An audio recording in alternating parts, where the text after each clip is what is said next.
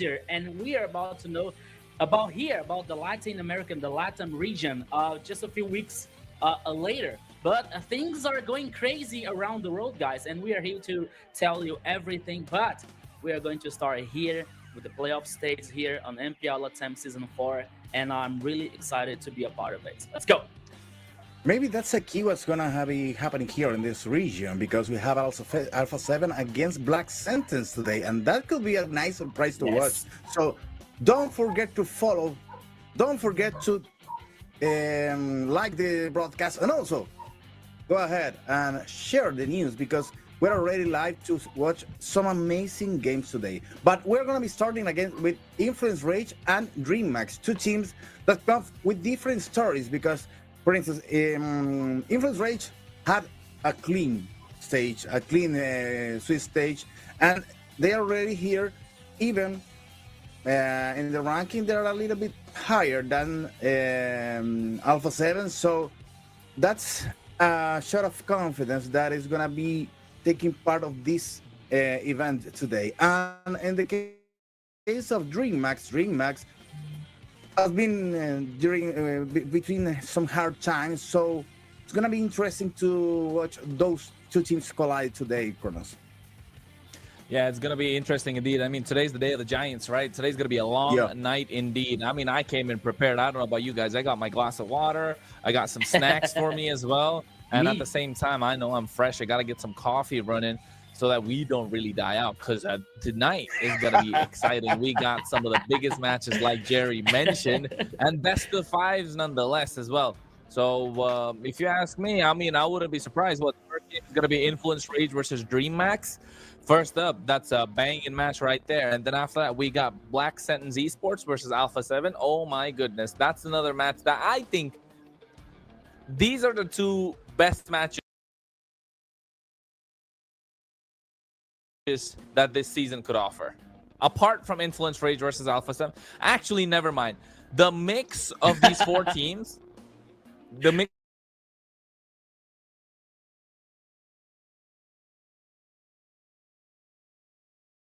of these four teams. Jonathan, Jerry, I have to agree with you because there's so many things. There's a lot of things going on. But now we are going to talk about our great partners. They're responsible for all of these happens here. Jerry, my friend, let's start over. Yeah, for sure. Starting with Bonox because you can power up your Mobile Legends Bang Bang adventure with Bonox, the official and trusted way to get your diamonds so fast. So go ahead because there is instant delivery, secure payments, and available convenience to keep you always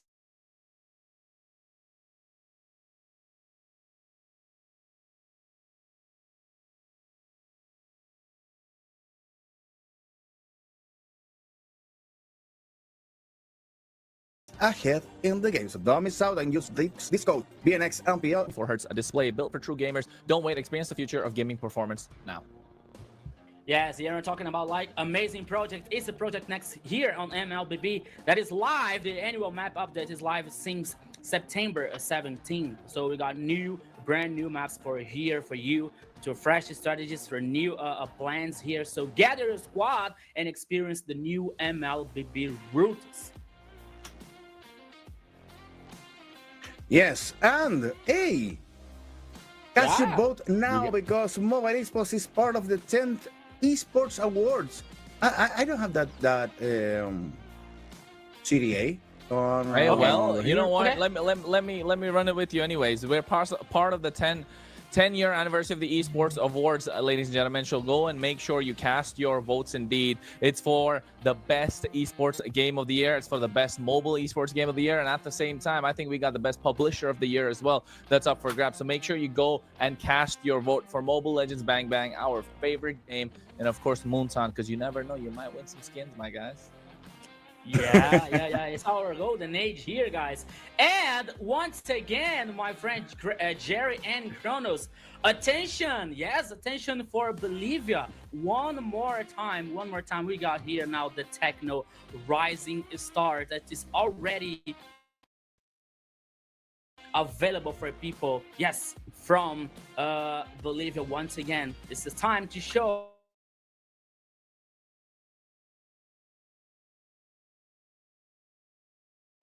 their potential your team. Sign up now. Here, guys from Bolivia, our partners. Yes, it's your time to shine and reveal yourself as a great player of MLBB.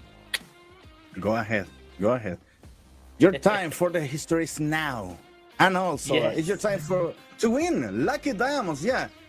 Because you can send your ID server in the chat to participate whenever we beat that goal. So it's important for you and for us to share the broadcast to have more viewers and collect that diamonds. They are already there. Come on. Go ahead, share the streaming, and let's beat these goals together because we can have diamonds in our accounts, guys. Go ahead.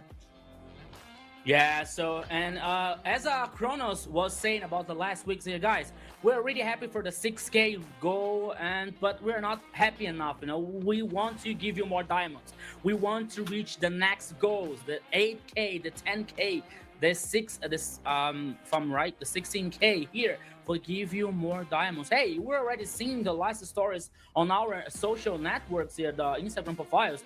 The ID that were in contest, the IDs that that earned so many diamonds for Moontoon and for watching us to stay tuned. I have some friends that got diamonds. So here, the thing is real for you guys. So keep watching us. Send the like, share the live broadcasts because you are the main star of the show every single time here on MPL LATAM Season 4, Kronos. Yeah, and I mean, we can keep going on and on about diamonds, right? But we know you guys want it. We know you guys are desperate for it. We know you want to get those skins, man. Especially the new Fanny skin that's come up. I know it's free. They're Lolita skin. You can log into the game. Make sure you get all of the Jushin skins now free. So hey, she's in the meta as well. So make sure you grab her when you can. And how to get that? You get it through diamonds. How to get diamonds through the giveaways that we'd give in. You got to type your ID and server ID in the chat, of course. And when this moderators ask for it, when you see it on the screen, when we hit our goals, I want to give that 60,000 diamonds away. That's going to be the big one for us. However, speaking of what Rico said a little earlier, Jerry, about how we're not going to have the M7 without Onyx Esports, right? Onyx Philippines. We're not going to have them. The defending champions are not going to be there. Right? And it's absolutely crazy to think that that is going to happen this time. And not just that, we got in MPL PH, the grand final between Aurora and TLPH. So that's going to be quite interesting. But at the same time, I know everybody's waiting to watch that game, but to scratch that itch that you want to watch that game, you can come down and watch MPL LATAM. So make sure you share it across your friends and make sure you like, make sure you subscribe, right? And make sure you're present in the chat. Make sure you follow us at the same time as well. Those are our social handles, and it'll definitely help us out a lot. Hey, see, Jerry got something surprise for you. Yeah, we're ready to start the giveaway. We're already giving you guys some codes. Now, go ahead and redeem your skin if you have your game open. Oh, come on, open up right now because maybe you may receive some interesting skin for your collection. And as Kronos said, it's so good when your favorite character and your favorite skin is into the meta. So go ahead, collect them all. Collect the most skins you can, and you can help us also to grow on the broadcast, sharing the broadcast and giving the chance to more people to get those skins. Yeah. Well, guys, and Kronos, I think it's time to go ahead into the matters for today. Okay. Yeah. But first of all, okay, we're going to be checking out this highlight video about last week. Promise out. Hey everyone, I'm Kronos, and today we're checking out the best moments from the first week of MPL LATAM Season 4 playoffs. Let's get started, because we had comebacks, total domination, and even a historic Savage. Kicking off the playoffs, Infinity faced 9Z Globan, and what a debut for 9Z. With Vagin leading the charge and the whole team playing flawlessly, they dominated from start to finish and closed the series 3-0, leaving no room for Infinity. A solid performance that proved how ready 9Z Globan is to fight for the title. Next up, we had Entity 7 versus ULF Esports. Entity 7 came out strong with Sagan's Valentina stealing the spotlight in the first game, showing incredible control in team fights. But ULF Esports didn't back down, with Pixar leading the pace and the team shown excellent synergy, they turned the series around and took the win 3-1, securing their spot on the first day of playoffs. On the second day,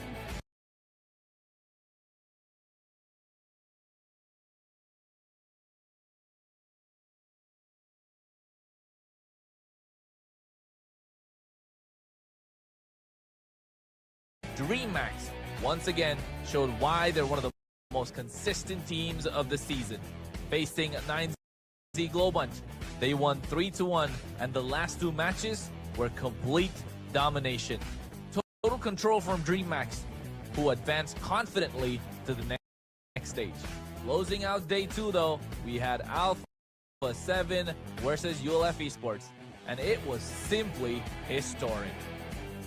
Lagusta shined with the first Savage of MPL LATAM Season 4. With that incredible performance, Alpha 7 secured the win over ULF Esports and moved forward alongside DreamHack in the playoffs.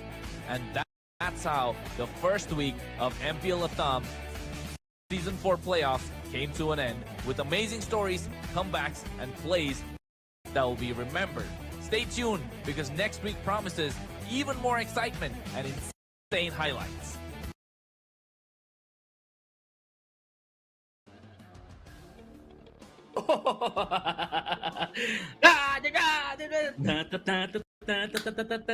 Turn down for what? You know that we were there. I remember now the first Lagusta Savage, and we were there, me and Jerry. Yes, bringing the action for the Savage for Lagusta. What an amazing match! What an amazing performance of the Alpha 7 gold laner. So we hope to see that plays again here. Not only for Lagusta, but also for all the teams, all the players that has the potential to do that, you know. So we are heading for the two great epic best of fives today. The first one is Influence Rage versus DreamHack, and later we are having Black Sentence versus Alpha 7. Oof. Yeah, things are going to be wild here, my friend Jerry Kronos. But now we're seeing the bracket so far, because today, as we were saying, Influence Rage versus DreamHack and Black Sentence versus Alpha 7. Awaiting the losers for today are going to fight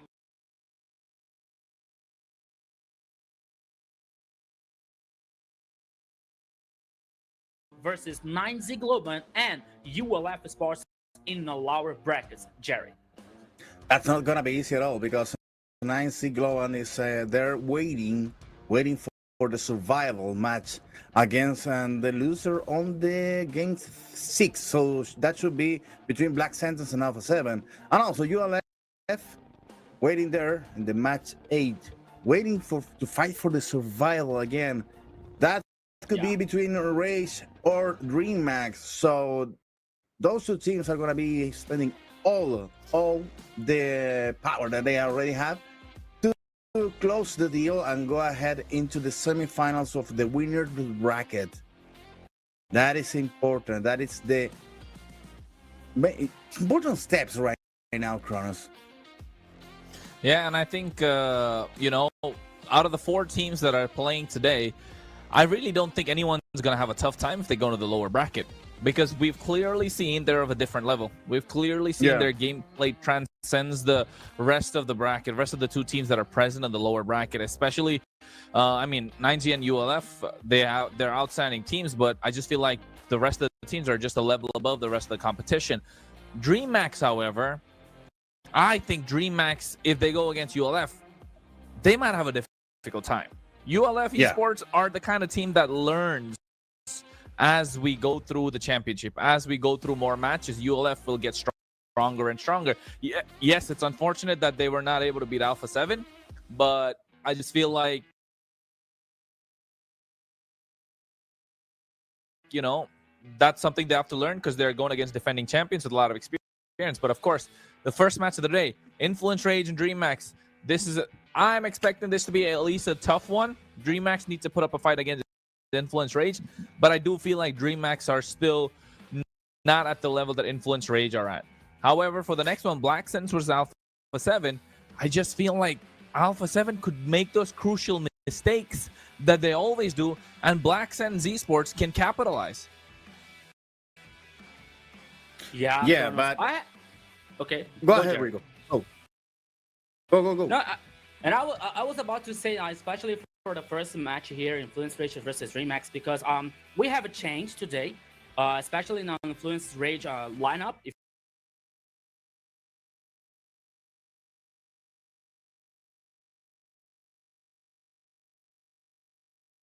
I'm not wrong, is about their jungler. I think that Hotun is not gonna play today because of the sun process, and DreamX here may have some a special thing, especially with Grêmio, the goal laner. Because we were used to say and we used to see a DreamX performance and strategy with Grêmio playing with Bane in the goal lane, but at these the last days we have some updates on patch, that Bane was nerfed, especially in the second skill. I think the damage of the second skill. So the question is, will DreamX continue this strategy to put Grêmio play in Bane here? And the other situation is, how is Influence Rage going to perform? I agree with Kronos. Still, I think that Influence Rage is one step ahead, DreamX, in terms of quality. But both teams are very strong. That we know that.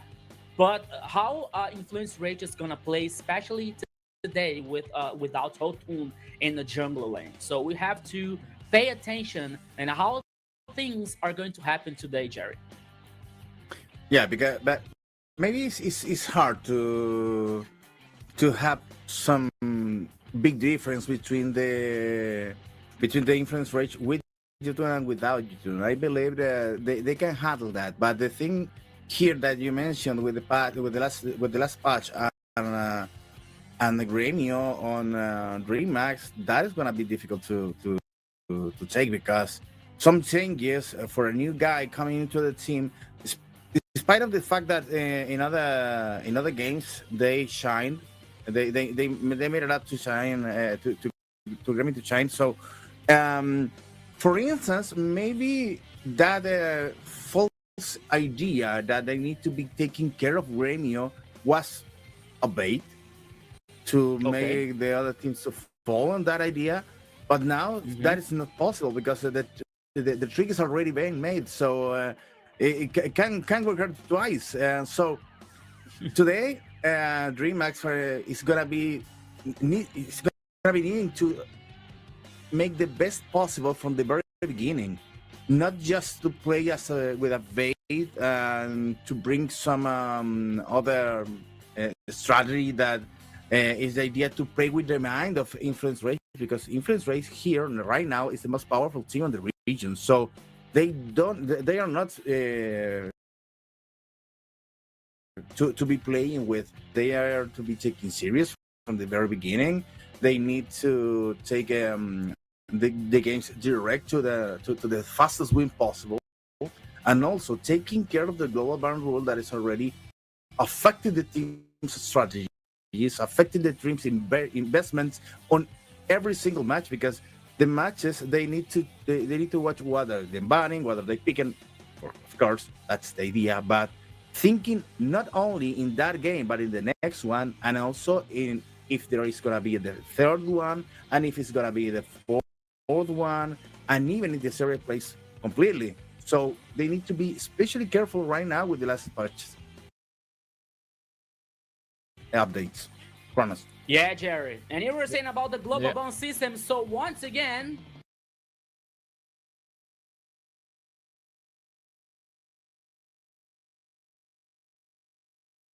we're going to explain to you guys. Here comes the video.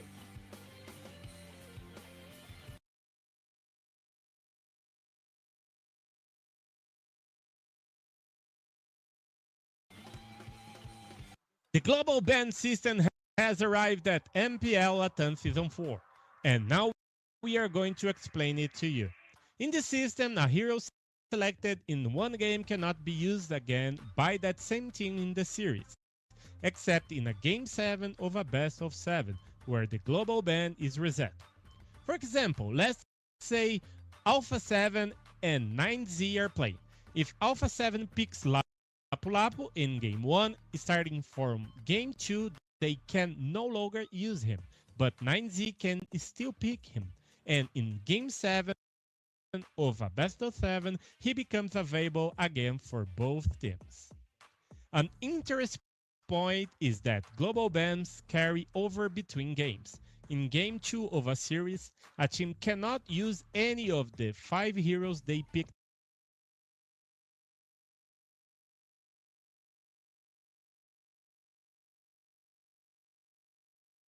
in game 1.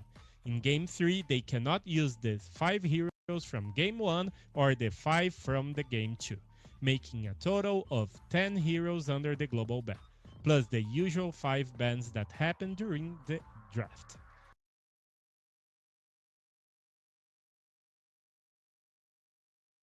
Nothing prevents the team from picking a hero that the opponent used in a previous game, as long as they themselves haven't used it already. A hero can only be unavailable if both teams have already picked that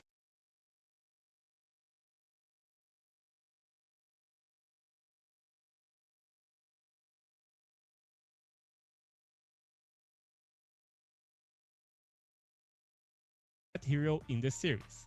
And in the case of a full best of 7, in game 7, all heroes previously banned by the global ban system become available again for both teams.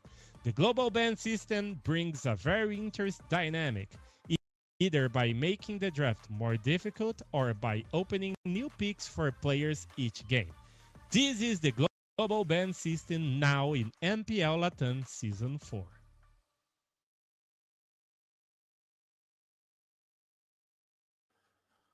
Whew. Well, Rico,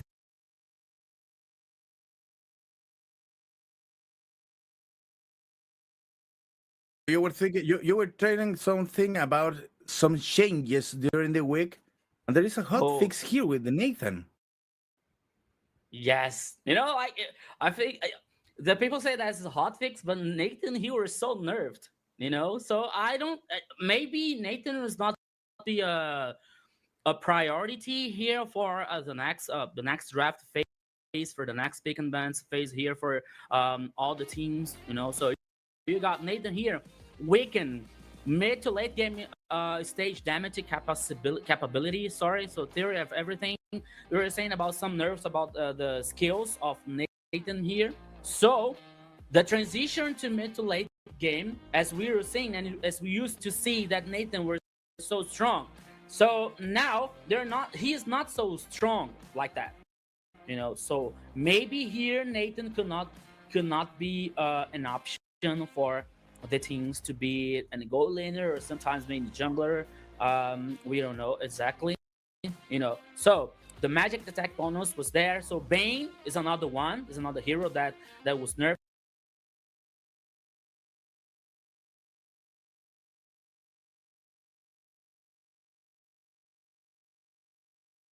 especially from the second skill that we are seeing here. Recently, we know that after Bane equips magic damage items, the damage of his fully charged poison juice in his skill 2 is too high, making it difficult for an enemy to handle. Therefore, we have to reduce the damage bonus of the fully recharged poison juice. So the second skill here for 250% for 200. So there is a nerf. Irithel weakens the mid to late game again here. Another hero game damage ability. So the base damage per heavy crossbow bolt here was once again nerfed. So maybe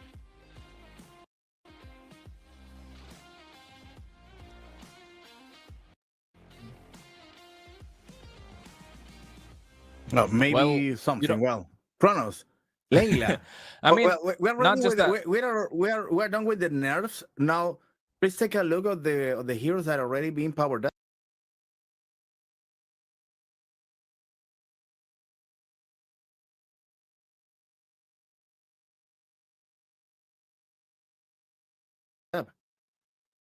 Yeah, and I think speaking of the buffs as well, right? Layla, absolutely great marksman that's there in rank. But man, I'm telling you, Layla, you think is weak, but it's not. It's so strong. Late stage shooter, of course, the decrease in minion gold has greatly reduced our farm speed, so we slightly improve her damage ability in the middle and late stages. That's even more insane. She's of course she's a super strong marksman in the late game with physical growth now from 8.5 to 10, even stronger. While on the other side for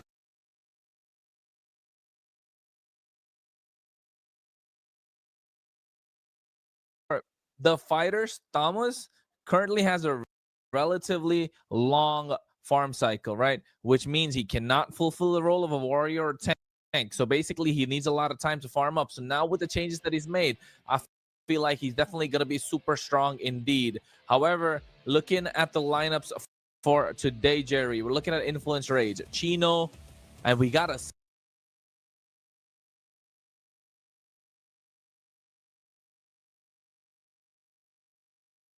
substitution in the jungle because of the penalty that Hotun faced given by MPL LATAM for his actions in the previous few weeks. So Kaio comes into the jungle, Syndra in the mid lane, Paquito in the roam position, of course, Fury in the gold lane. That's so impressive that Rico got frozen, my friend. It's incredible. I know. he going crazy. You're already going crazy. So, well, we have some changes, and that change on Layla made me think, what if we search it?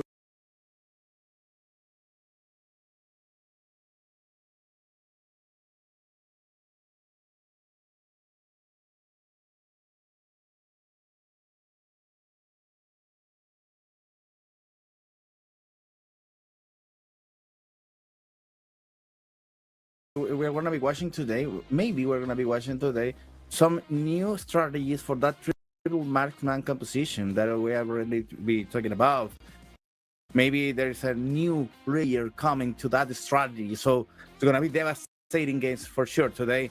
With Influence Rage that needs to adapt quickly to the early game in the jungle, building synergy around the new player's rhythm, leveraging the roamer's aggressiveness to force plays and control vision, setting the pace of the series from the very beginning of the match. Influence Rage, I believe that they can manage to have a new guy into the team, so this is gonna be such a big mistake, big problem for them. They can solve that without any problem at all. Look at that. Or the most commonly used. We usually see the player, but look for Influence Rage. We got Coach Blackjacks with those big cannons for muscles being shown as well. But you can see the most picked heroes as well, right? In the EXP lane, they've only picked 4 different heroes. Only the Phoveus, Esmeralda, Lapu Lapu, and Alice. Nothing more. They don't even have 5 different picks in the EXP lane. They are so comfortable with the way they know how to make it work. And look at those win rates in the jungle as well. The only time that they've lost is when Hotunas played Xborg in the jungle. Every other jungle pick has been a win. So is Kaio going to be able to keep up? While in the mid lane, take a look. Again, all 100%. Same in the roam position. The Khalid is a loss. So, I mean, I think it's going to be super difficult for Kaio to... he has a lot of high expectations to live up to. But then again, I think the team is just so good and well-rounded that they don't really have to worry. I think even without Hotun, even if we go and play an Influence Rage, I think we'll be pro players. and the only lose they already had is with that one with the X4 on the jungle, and you need to remember that was against an Akai on the jungle. That Beyblade duel we're already talking about, and well, that's difficult to handle. So it's understandable that they can have some troubles over there, but not in this series. This series, I think, for now, this series is gonna be the real power of Influence Rage, because they are not gonna be spending so much time to deal with Dream Max. They have it. We have it already on the screen. Tekashi King, Rainbow Blink, and Remio. And here, well, the weakness of Remio is not there anymore. So Dream has already managed to Remio out of the danger on the first matches, but right now Remio has already shown that he's a powerful player that knows a lot of positioning, knows where to be on every single battle, and right now is a player to fear. Let's take a look at the common usage heroes, Rico. Yeah, so here now the DreamHack here as a commonly used hero. So here Takashi with 100% win rate with Esmeralda and Runos and Sisi. So Sisi here could be an option for the XP laner for DreamHack. King here. King comes with the Fredrin and 100% win rate with the Export and also Lancelot. So here comes a special hero pool for the king for the jungler of DreamHack. The mid laner here, Rainbows, comes 3 times here with Lunox with 100% of win rate, 100% win rate also with Zunshin and Eevee here as the mid laner of DreamHack. Blink, the roamer, comes 4 times with Kalia and Gatochacha here with 75% of win rate, Grok 100%, and we also see Gremio with 100%, especially with Brody here, as we're talking about the special thing and a special part for DreamHack composition and lineup. So here now we have some keys to victory for DreamHack. Remain calm during the early game to withstand influences, rages, pressure spikes. Use their composition depth to counter the opponent's tempo, turning every objective fight into an opportunity for a comeback and control. So you were seeing like so many situations that the DreamHack has an interesting early game, but the transition from mid to late game could not be so strong for DreamHack, so they have time to fix that, so now they have to be calm and be prepared, especially for the early pressure that comes from influence rage. I was not there, but we saw that there was a change for, especially in the junglers, for influence rage. So we are here to see, and we're about to see if this change is going to impact somehow in the game. So now we have here head-to-head for the goal laners. We're seeing here Fury and Gremio. The KDA here is superior for Fury, 7 versus 5.68. The damage per minute here, Gremio is just a little bit ahead for Fury. The gold per minute here, Fury is superior. The Lord control is almost even, and the team win rate here it's superior for Fury. Also here from Influence Rage, as Darren say, Influence Rage now is the best team on the competition. So everything that you have to think about, every strategy and every plan for DreamHack is about to beat and defeat Influence Rage today. Not only is important, not only for victory, but for getting confidence for the rest of the competition. So now we're having the talent prediction here, and we are in the same page voting for Influence Rage. So now, Kronos, please justify your vote for Influence Rage. Do we really have to? I'm just saying, like, do we really have to? Influence Rage are a different class. But what I didn't take into account was the fact that Hotun's not going to be playing, right? Okay. So will that affect the gameplay of Influence Rage? Hotun's not playing, let's not forget. So. Will that affect gameplay of Influence Rage? Because the pressure from DreamHack could be slightly different. However, you're right, Jerry. That's why I said, I think the other 4 are just so strong and so good individually that they alone can carry games by themselves. They don't, sometimes they don't need synergy to work out. They just need individual brilliance. So I think individual brilliance will definitely help them out. And however, they need to find a stop. DreamHack needs to maximize what they have on their side, and even expanding Rivers to start off.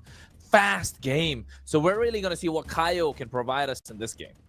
Ooh, some fire already here. The draft, my friend Jerry.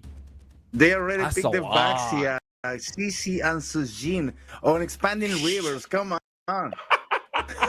It's over. This is gonna be so hard. Come on. So painful. Maybe too early for that, in the game number 1 here. No, but come on. Well, they need another. It's gonna be depending on the marksman. As you may see, as you can see right now, DreamHack already banning Moskov. That's a good idea. But Okay. they already picked Gato Chacha, Granger, and Fredrin. Nice combo over there, but they're spending a lot of the tokens that they need to be safe for the next matches. 3 powerful heroes on DreamHack, Kronos. I mean, 3 powerful heroes in DreamHack, 3 powerful heroes in Influence Rage. Yeah, for sure. But I think I think that Yeah, the picks on Influence Rage are more flexible than Gato Chacha, Granger, and Fredrin. I agree, and I think usually, if I've noticed a pattern, right? Not just here, globally, all over the world in every MPL, Fredrin is picked up mostly in expanding rivers.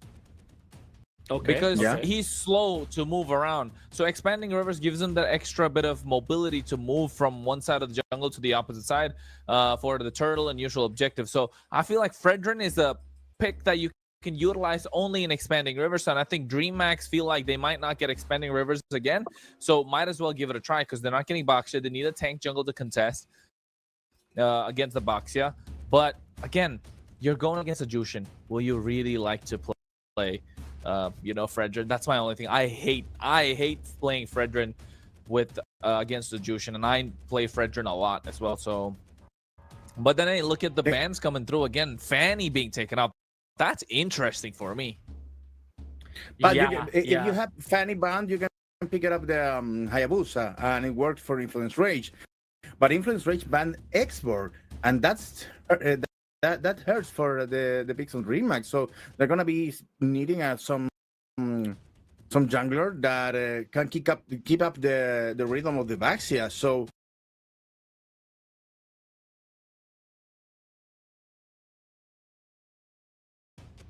maybe that pick is gonna be hard to decide on they left it to the finals, so to the end of the draft. So maybe it's a good idea to play a little bit with the mind of the Influence Rage.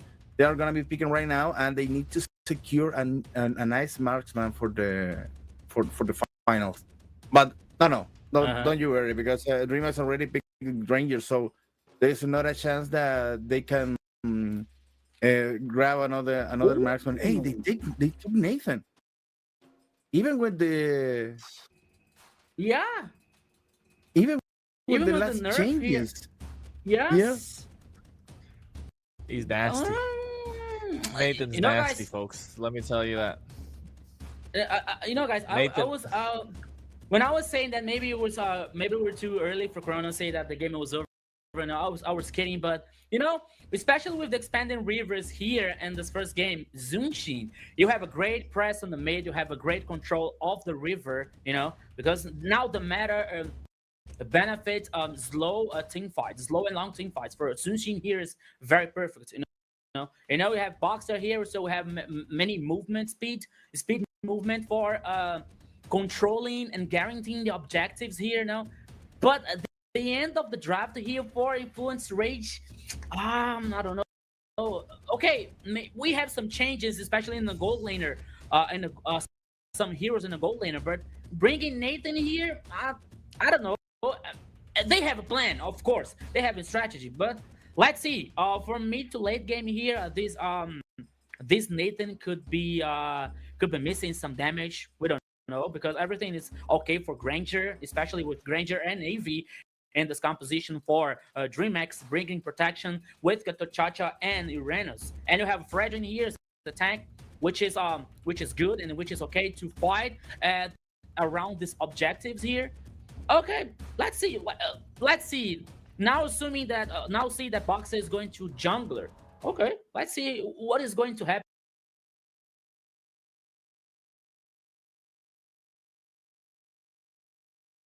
here, Jerry. I don't know if it's a good idea to bring Uranus when you already have a CC on the other side, but we're gonna be checking out this on the first game of the day. This best of 5 starts now between Influence Rage and DreamHack in the voices of my friends Kronos and Rico. Here they are, the voices of the MPL in the Global Broadcast. Well, did you see? Yeah, thank you so much, Jerry. But did you see that animation? Oh my God, I've never seen Baxia from that angle. Looks so cool. Those shields look absolutely cool. But then again, this game number 1, a lot of resources put into both these teams. And Kaio, all eyes on him for Influence Rage fans. Will he be able to perform? Because that's the biggest question, right, Rico? Yeah, it's all about performance here, my friend. Chronos here, especially for the first game. So now we are here and we're seeing the emblems so far for both teams here. Brave Smite for CC, Zunshin, and also Glue here, Conclusive Blast for Boxia. Okay, this is Influence Rage here. The emblems is going to okay so far, but now we have DreamHack here controlling, especially the Golem. And we're waiting for the next movement because so far here, Kronos, both teams are concerning and focusing only of getting farm on reaching the level 4 here, especially for the first active that is the turtle. Gremio was first to get back in HP now. Okay, so 1 minute and 36. We're seeing now none of the both teams here playing aggressive. Trying to make the first step, trying to make the first movement. Only seeing that we hear, okay, the only thing that we're seeing now, Fury is getting pressure with Gremio in the bottom lane once again. And now things are possibly heating up in the mid lane, but no, both teams once again are concerning of focusing on farm. But now the first turtle here, my friend Kronos, is on the pitch and was immediately started by DreamHack. We could see the first team fight here. Yeah, and I think already Appraiser's Rat to secure the turtle. RWM dropped down as well at the same time. Paquito coming in with the split. Kaio going to the back line. Everyone's taking low. Syndra with that lantern flare dancing around, making sure he gets some damage. Goes in for almost gets one, but handed into Kaio. Paquito able to get that one as well onto Blink. This is a Glue in their own position we're talking about, folks. They're not going to have a lot of crowd control, but they definitely going to be quite sticky. Meanwhile, in mid lane, Gremio able to get the better of Fury in the 1v1. This Granger is starting to get some damage on board. Maybe we're going to see something special today here, Kron, especially from Gremio. 1v1. Takashi, what are you doing here? No, yeah, I'm not sure if that's the right idea, but you can see nice AOG as well being used up, catching 2, and now Paquito comes in with a split. Trying to catch him off guard. Pling taken out low, but Kaio doesn't have any sort of damage, so they're using Syndra along with Chino to be able to pick up that kill. Yeah, we know, Kronos, I mean, in my opinion here, in my vision, DreamHack was biting the bait for Influence Rage.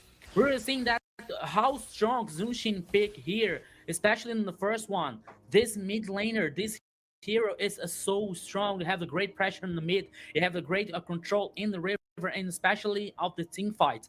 So Influence Rage was getting better. We're taking the better results here, especially because it's like an unfair trade. It's an unfair team fight so far for DreamHack to fight against Zunshin with the great control here, crowd control, with the great damage and the follow-up of the rest of the composition for Influence Rage. So DreamHack now has to be more patient. They don't have to bite this team fight here, especially on the rivers, especially when Influence Rage gets Zunshin in this team fight here, because DreamHack could take the worst side of this first game here. But now we're seeing 3 seconds for the next turtle, and both teams here, Kronos, are dancing around this turtle. Expanding the rivers, making sure everybody's there at the same time. You can see Chino comes in a little late, so the turtle being reset by Influence Rage. DreamHack already getting it started.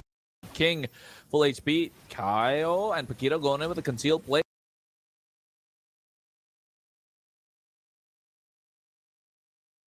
Trying to make something happen for their team, but you can see Blink wants to taunt, but not going to happen. Retribution to make sure they seal it up for themselves. Influence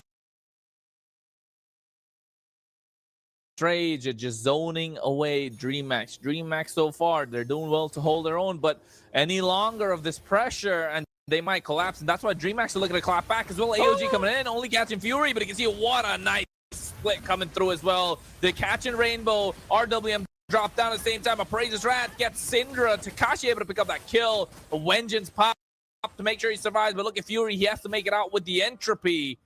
DreamHack They knew they had to do something. They could not let more pressure get to them. So finally, they're able to hold their own.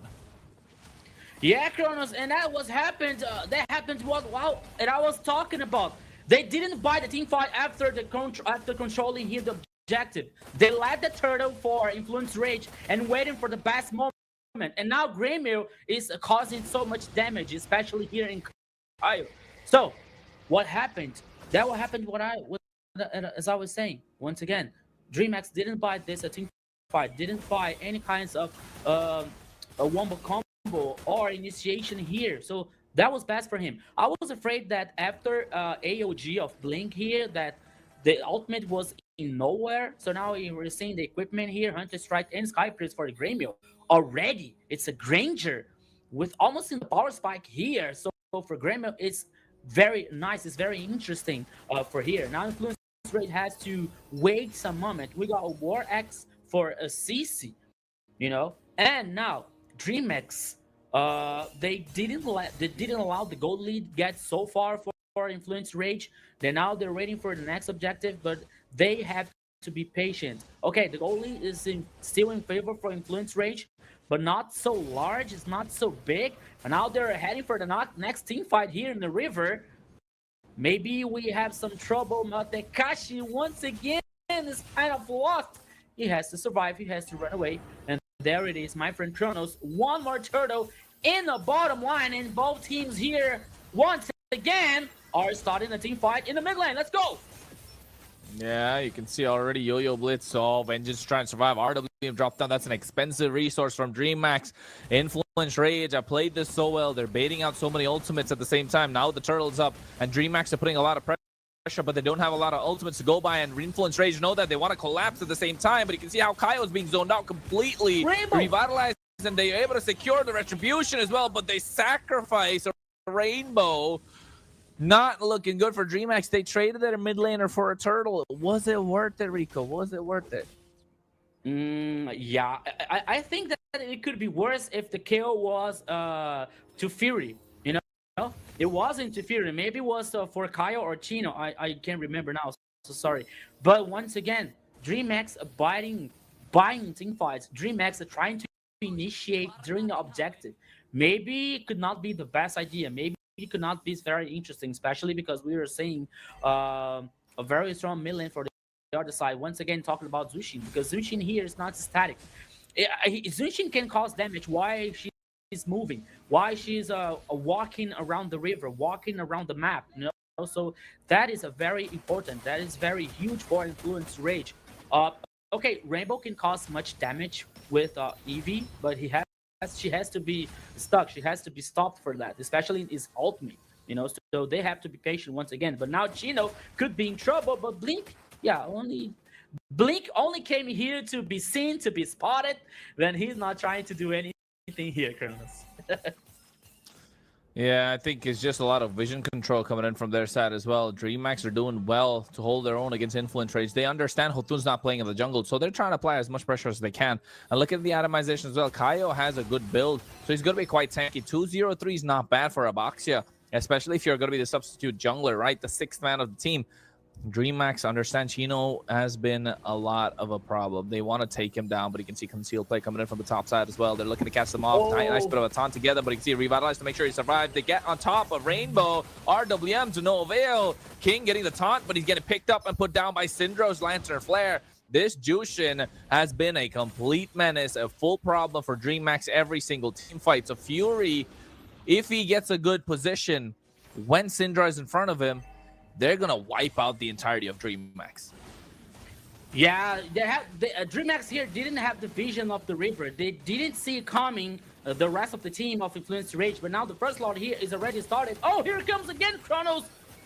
Oh, wait, never mind. He goes for the entropy. You can see a lot of damage. Grêmio trying to use the Death Sonata, but the Retribution in the hands of Kaio. King actually taken out super low with the top of him, but you can see Fury dishing out the damage. Now Tekashi has to use the Consecration AOG to try and cast it, but everybody moves away. Tekashi separated completely from the team, but Grêmio flickers, able to get the kill on Kaio with the help of the Rhapsody. Influence Rage, they get the Lord.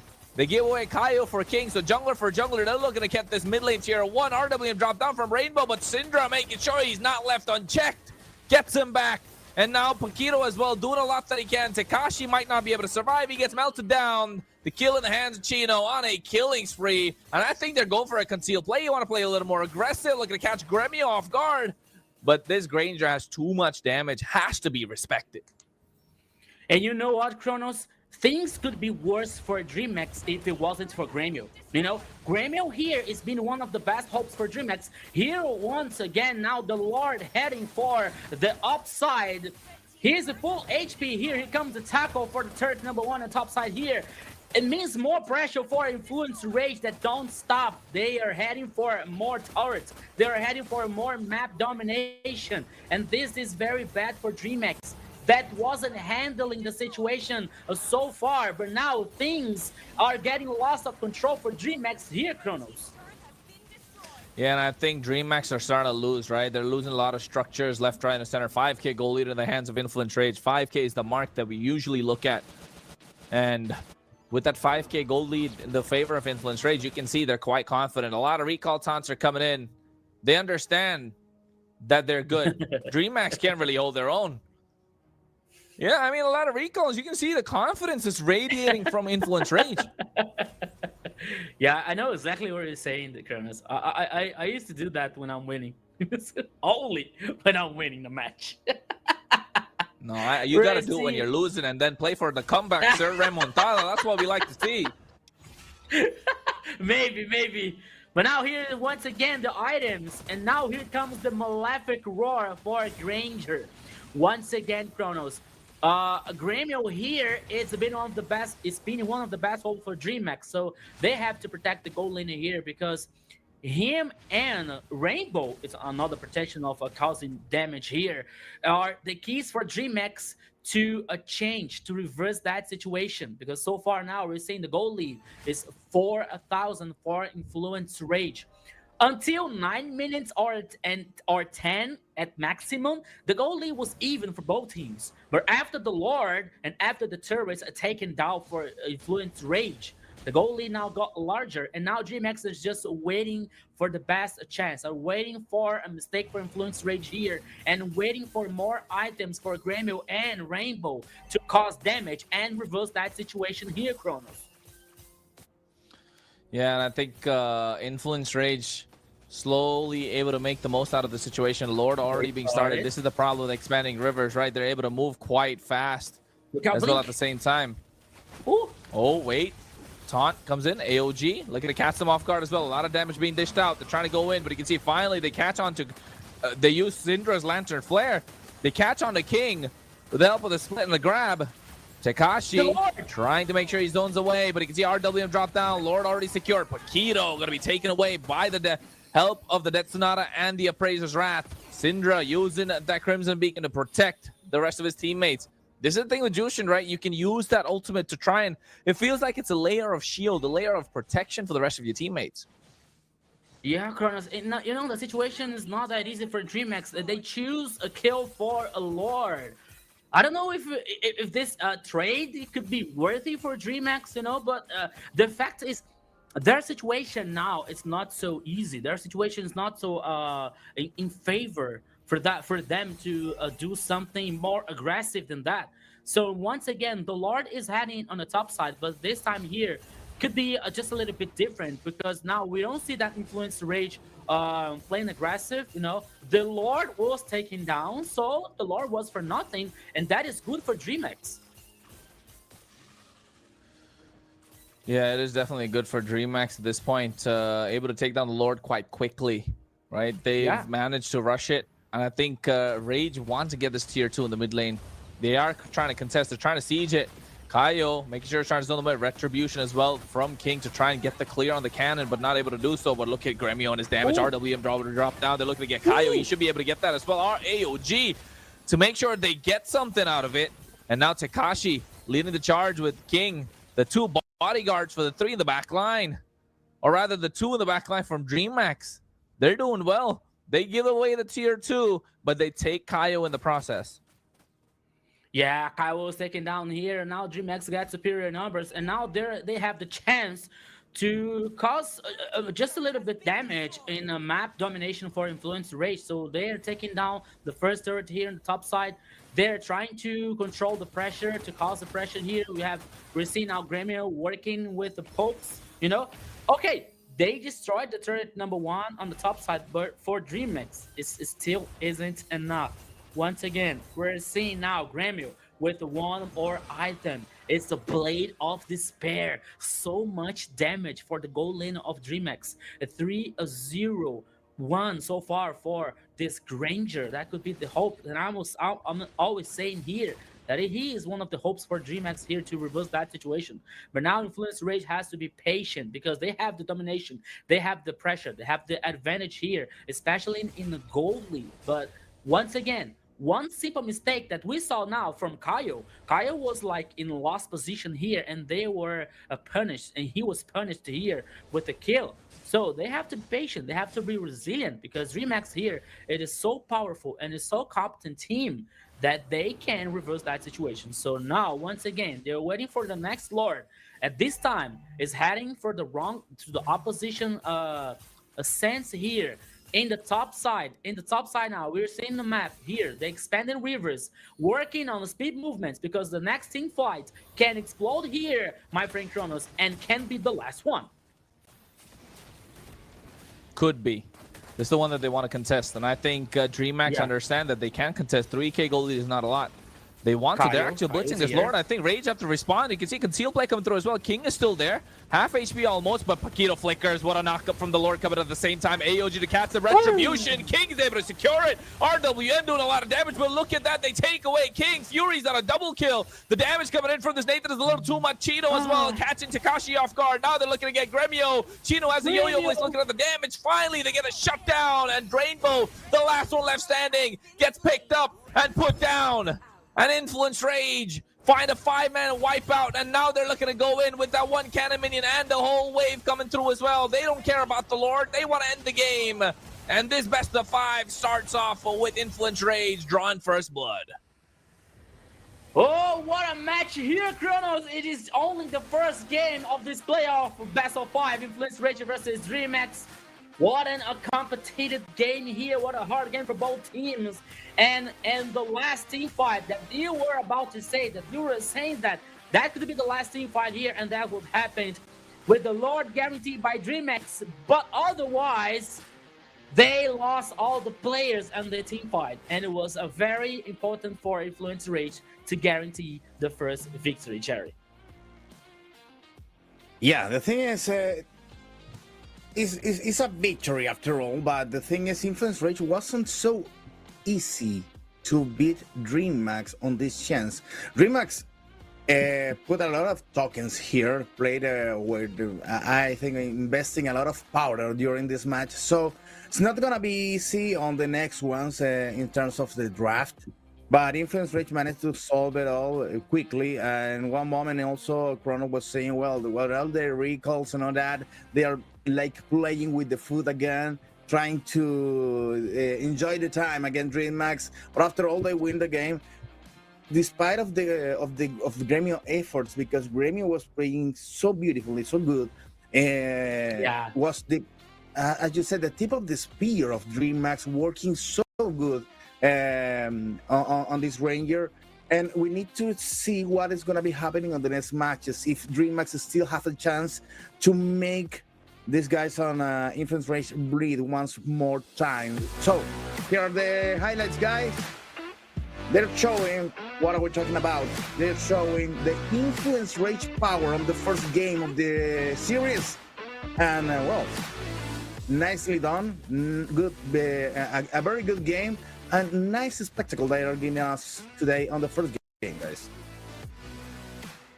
Yeah, absolutely. A great spectacle indeed. A good way to get started. And I think you could see that Chino as well as Syndra just present in every single play the entire time. Of course, Syndra with a lot of control, acting like the control tower for Influence Rage. The Chino dishing out the poke, making sure they don't run away. Those curtain calls were absolutely impeccable and important. And of course, Kaio, I don't think he had a bad performance. Right, Rico? No. Yeah, you know what? Yeah, Kronos, you're right. Kyle here didn't compromise didn't compromise the influence rage performance, you know. But I don't know. Maybe I'm wrong, but I think that with Hotun here, they have a better synergy. You know, like not I think not maybe. It's for sure because they always play together. You know, but Kyle here was good. You know, Kyle here was they were able to control the objects. They were able to guarantee, especially playing with Boxia here. You know, maybe with Hotun the game could be faster. We don't know about that, but once again, as Jerry was saying, Grêmio here played so well. You know, it was like kind of brutal here for Grêmio to lose this game, despite his performance. But now we're seeing here the game stats from the first game, Influence Rage, getting the victory. You know, especially when we were talking about the Emblem Zero, we're seeing Festival of Blood in Chino, and we got Tenacity with Syndra and also with the Keto here, with Zushin and also Glue. You know, so Braves might also Imperial Rage for DreamX with King and Rainbow, and also with the Grêmio. But we're seeing here after 17 minutes of game duration, the goal lead was not so far from Influence Rage because the first game here was divided. It wasn't easy for Influence Rage, you know. Okay, they were controlling the early, mid game here, but DreamX was able to handle that situation. They didn't allow the goal lead to get so bigger for Influence Rage, you know, and maybe sometimes they got some advantage, you know. So as I was saying, that Influence Rage had to be more patient because DreamX had a good composition, especially for scaling up in the late game, with Grêmio, with Granger and Rainbow here with Eevee. You know, but the fact is, in the last team fight, DreamX was worried about to guarantee the Lord and forgot about like the following up for the team composition. You know, so as we see now the graphic here for the goal lead, always for Influence Rage since the first minute. You know, so the team fight participation is goes to 85% for Paquito and 62% for Nathan here, burning my tongue. As I was saying that, okay, Nathan here cannot be the best option for Influence Rage. And say, hey, what are you talking about, Rico? You don't know nothing. You know nothing, Jon Snow. So keep watching us and learn how we handle the first victory here. You know? So congratulations for Influence Rage for winning the first match here. But for DreamX, once again, they were not bad. They played very well, especially with Grêmio. And it could be a very good news for DreamX that we're seeing Grêmio not so afraid of playing aggressive, not so afraid of picking heroes that they can carry the match, you know, because now he's very confident, he's very powerful and strong, and he can say, okay, I can cause damage, so let's go, guys. Well, and after all, that Nathan came up to be even better than the Ranger on the game. So, yeah. Despite of the little changes during the week, well, they managed to solve it all with a pick that wasn't on the paper, wasn't on the script of this match. And Chino is our MVP, despite disputed votes that we already had, because there was some votes for Chaos, Syndra, and also Fury. So yeah. Nice job there, Chino, to take the first MVP of today for Influence Rage on the first winning. Well, yeah, I think with the EXP lane, the way that he played, right, 4-1-6 on the KDA, he had a good use of the Vengeance as well. Great build, just knowing how to work this hero. Was influential from the start to the finish, present the entire time. I think just being a slight bit of a difference maker in this game. When it came to the damage department, they needed that extra bit of poke early on, and also how to zone away the entirety of the backline, making Grêmio's life as difficult as possible, while also trying to melt down the front line as much as he could. So I think well-deserved MVP. Right, Rico? Yeah. Yeah. You know, I want to see the statistics. I want to know the statistics down here, you know, because Chino got the MVP, well-deserved, by the way, but it wasn't for the casters vote, you know. Most of the casters voted for Syndra in this game. So here we can see the audience, the observers, and yeah, the referee was also divided here, you know. So 6 out of 10 for the XP laner for Influence Rage. But once again, as Chrono said, well-deserved too, because CC here was a great pillar for Influence Rage to handle the situation, especially when DreamX was about to reverse, was about to come back in the game. So they were able to like be calm, be patient and resilient to get back in the game here and guarantee the first victory in the first game here. So Chino, congratulations! It's the first MVP actually for the XP laner for Influence Rage here. Well deserved on this first match, Jerry. Yeah, but funny thing here on this desk, on this caster desk, two of us voted for Chino, just who once didn't. So you may realize already who was. I don't know. I will cut my tongue. I will cut my tongue, but I won't say who was it. And I won't say. Yeah. Sure. Right, guys. Me getting a vote wrong at MVP? Never heard of. They see, they see who did Kronos vote for an MVP? That guy deserves the MVP. That's what it is. But then again, I think one thing is safe to say that with that performance, we know for a fact that the Influence Rage now have lesser heroes to choose from. Same thing with the Dream Max as well. So this global ban system works out in our favor. It makes it quite interesting. So let's see how it works for this one, because the next game I think is going to be quite crucial as well. If you're right, Jerry. Yeah, Kronos. The thing is, I'm thinking that maybe Dream Max could have a little advantage if they take this second match. But in the case that Influence Rage takes the second match, that's already over for Dream Max, because the experience and the synergy that the team is showing on the screen right now is better, so much better on Dream Max. On Influence Rage. That Dream Max is gonna be on even harder situation as soon as the matches started to advance. So the first match wasn't easy at all. Second match is gonna be a little bit harder, and the third one, well, if they don't get it on the other two, well, it's almost already done. I think after this game, we're gonna be on a place that we can call the GG already. Kronos. Yeah. And Kronos is frozen. Kronos is frozen. Okay. What I was thinking here. We didn't say about Takashi. Like Takashi got Uranus here in the first match, and we know that Uranus. Uranus can impact in a match, can impact so great in a match. But I think that Takashi didn't give his full potential battling with Uranus. I think that Takashi could be better playing with Lapu, and a stronger XP laner here that can cause more damage on a team fight. Maybe with CC. Okay, we know that CC that was in another side was for Influence Rage. But and that is in this Influence Rage has a big, just a little bit responsibility about that, because they banned export, for example. They knew that if they let export open, that could be an option for Takashi here. So the second game, maybe DreamX can work this draft here to benefit and to prioritize Takashi. We're heading out for the second map here, as we're seeing Hadouken. Yes. Expanded Weaver again. Once again. Yeah.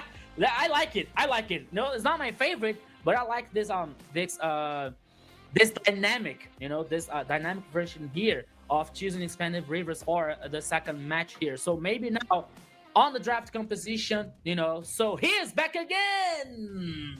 Hey man, you can't do MPL LATAM without Kronos. Yeah, I think the second Expanded River match is gonna be harder even for Remax, because they already had some problems over there with the Baxia on Influence Rage lines, and now take a look. Remax already banned Grok.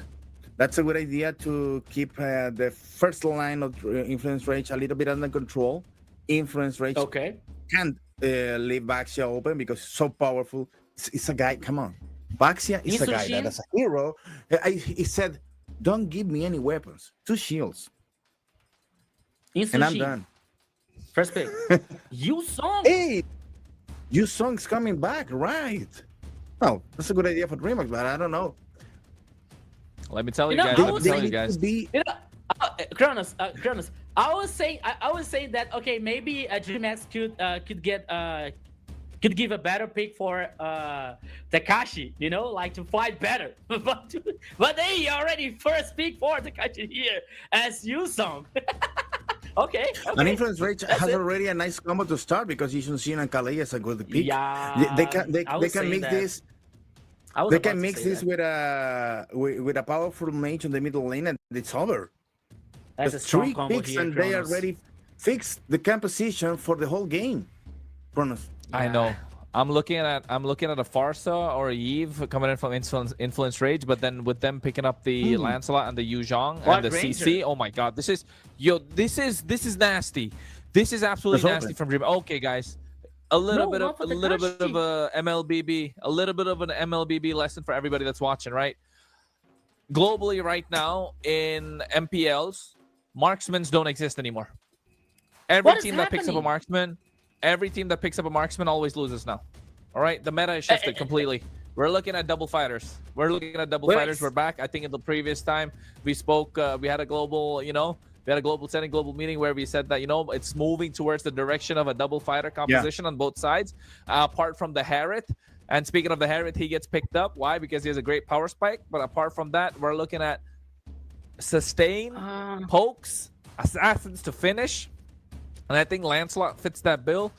And Yi Sun Shin with the Harriet and with the Kalea. So DreamMax are going with what's working globally and are able to adapt to that meta as quickly as they can, while Influence Rage are sticking to their guns, knowing that they have the Yi Sun Shin, going for a Harriet.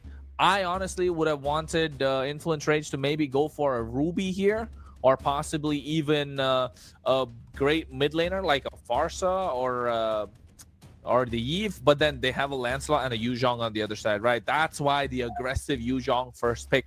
This map, Influence Rage, DreamMax wants to win this game.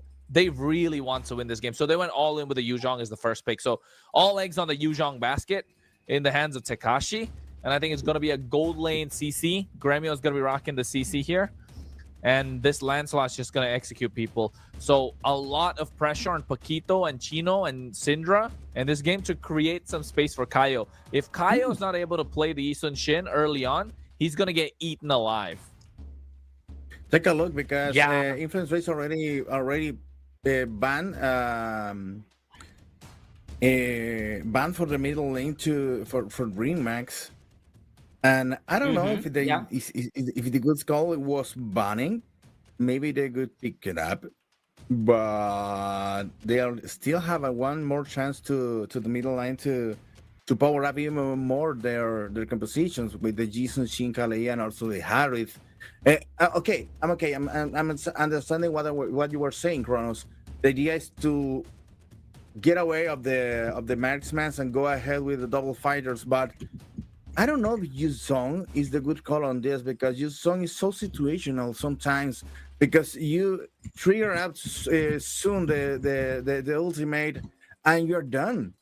You fail on the ultimate trigger and you're done. So it's not a good idea, especially for DreamMax, having Influence Rage on this powered composition with Jason Cena and Harith. Now pick it up the Angela. So Yuzhong can be even more pressure to fail on that ultimate, and that's so hard to decide on DreamMax. I mean, what makes Yuzhong great is not his ultimate. What makes Yuzhong great is his passive, right? His passive. He's able to sustain so much more in team fights. And not just that, Yuzhong's one hero that can 1v5. One of the fighters that can 1v5, right? With that ultimate, with that Petrify combo. So that's absolutely great. They also pick it up Khalid. Sorry, Rico, but the thing is, in the chat, there's someone, Mike. I'm gonna be saying not the whole name. It's a bait, but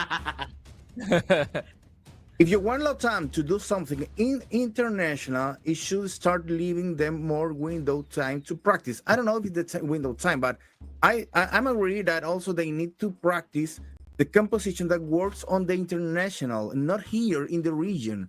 And as you've been saying, Rick, Kronos, if the meta is going to double fighters, they're not gonna be needing to pick double fighters from now on, not just stay here on the marksman, on the composition with the Jason Shin and Harry doing damage from behind and Kali as a first lane. That's so basic on what they're going to be facing on the M7 if they go. So they need to be practicing this with the teams on the region before going to the internationals. So let's take a look what is going to be happening with the final composition. With the Lap was the last pick, and another side DreamHack picking Zetian and Khalid. They are taking that fighters composition ahead in DreamHack. So let's take a look if that works on this second match of today. A little bit of practice for Influence Rage. Maybe a little faith from DreamHack. I don't know. We're going to be checking out right now in the voices of Kronos and Rico in the match number 2 for today's MPL LATAM. Yeah. Let's go, Rico. I don't know about you guys, but I'm really afraid of Influence's Rage composition. You know, I'm a little afraid of that. But that's okay. Let's go. Welcome everybody once again to the Light of Dawn for the second match here. DreamHack versus Influence Rage. Influence Rage versus DreamHack. It's a best of 5 in the playoff stage here. Who's gonna keep heading in the upper bracket? Who's gonna head for the lower bracket? We're about to know that answers just a little bit later. But now we're heading for the second match here, Kronos, and we're seeing now. Okay, Paquito, what are you doing there? Okay, you know. He's able to survive. Both teams now are getting some confronts here in the river and the mid lane. Blink has taken so much damage, and now he's forced to head back. Rainbow, was knocked up here, but it wasn't enough to get a kill. But that's okay. But now here, after the first minute, Kronos, here comes the emblem built here. Festival of Blood and Brave Smite for Lapu Lapu, Imperial Rage for Angela, Conclusive Blast for another player for Influence Rage. But now Takashi and Blink here has taken so much damage. They have to be careful. They have to pay attention of that.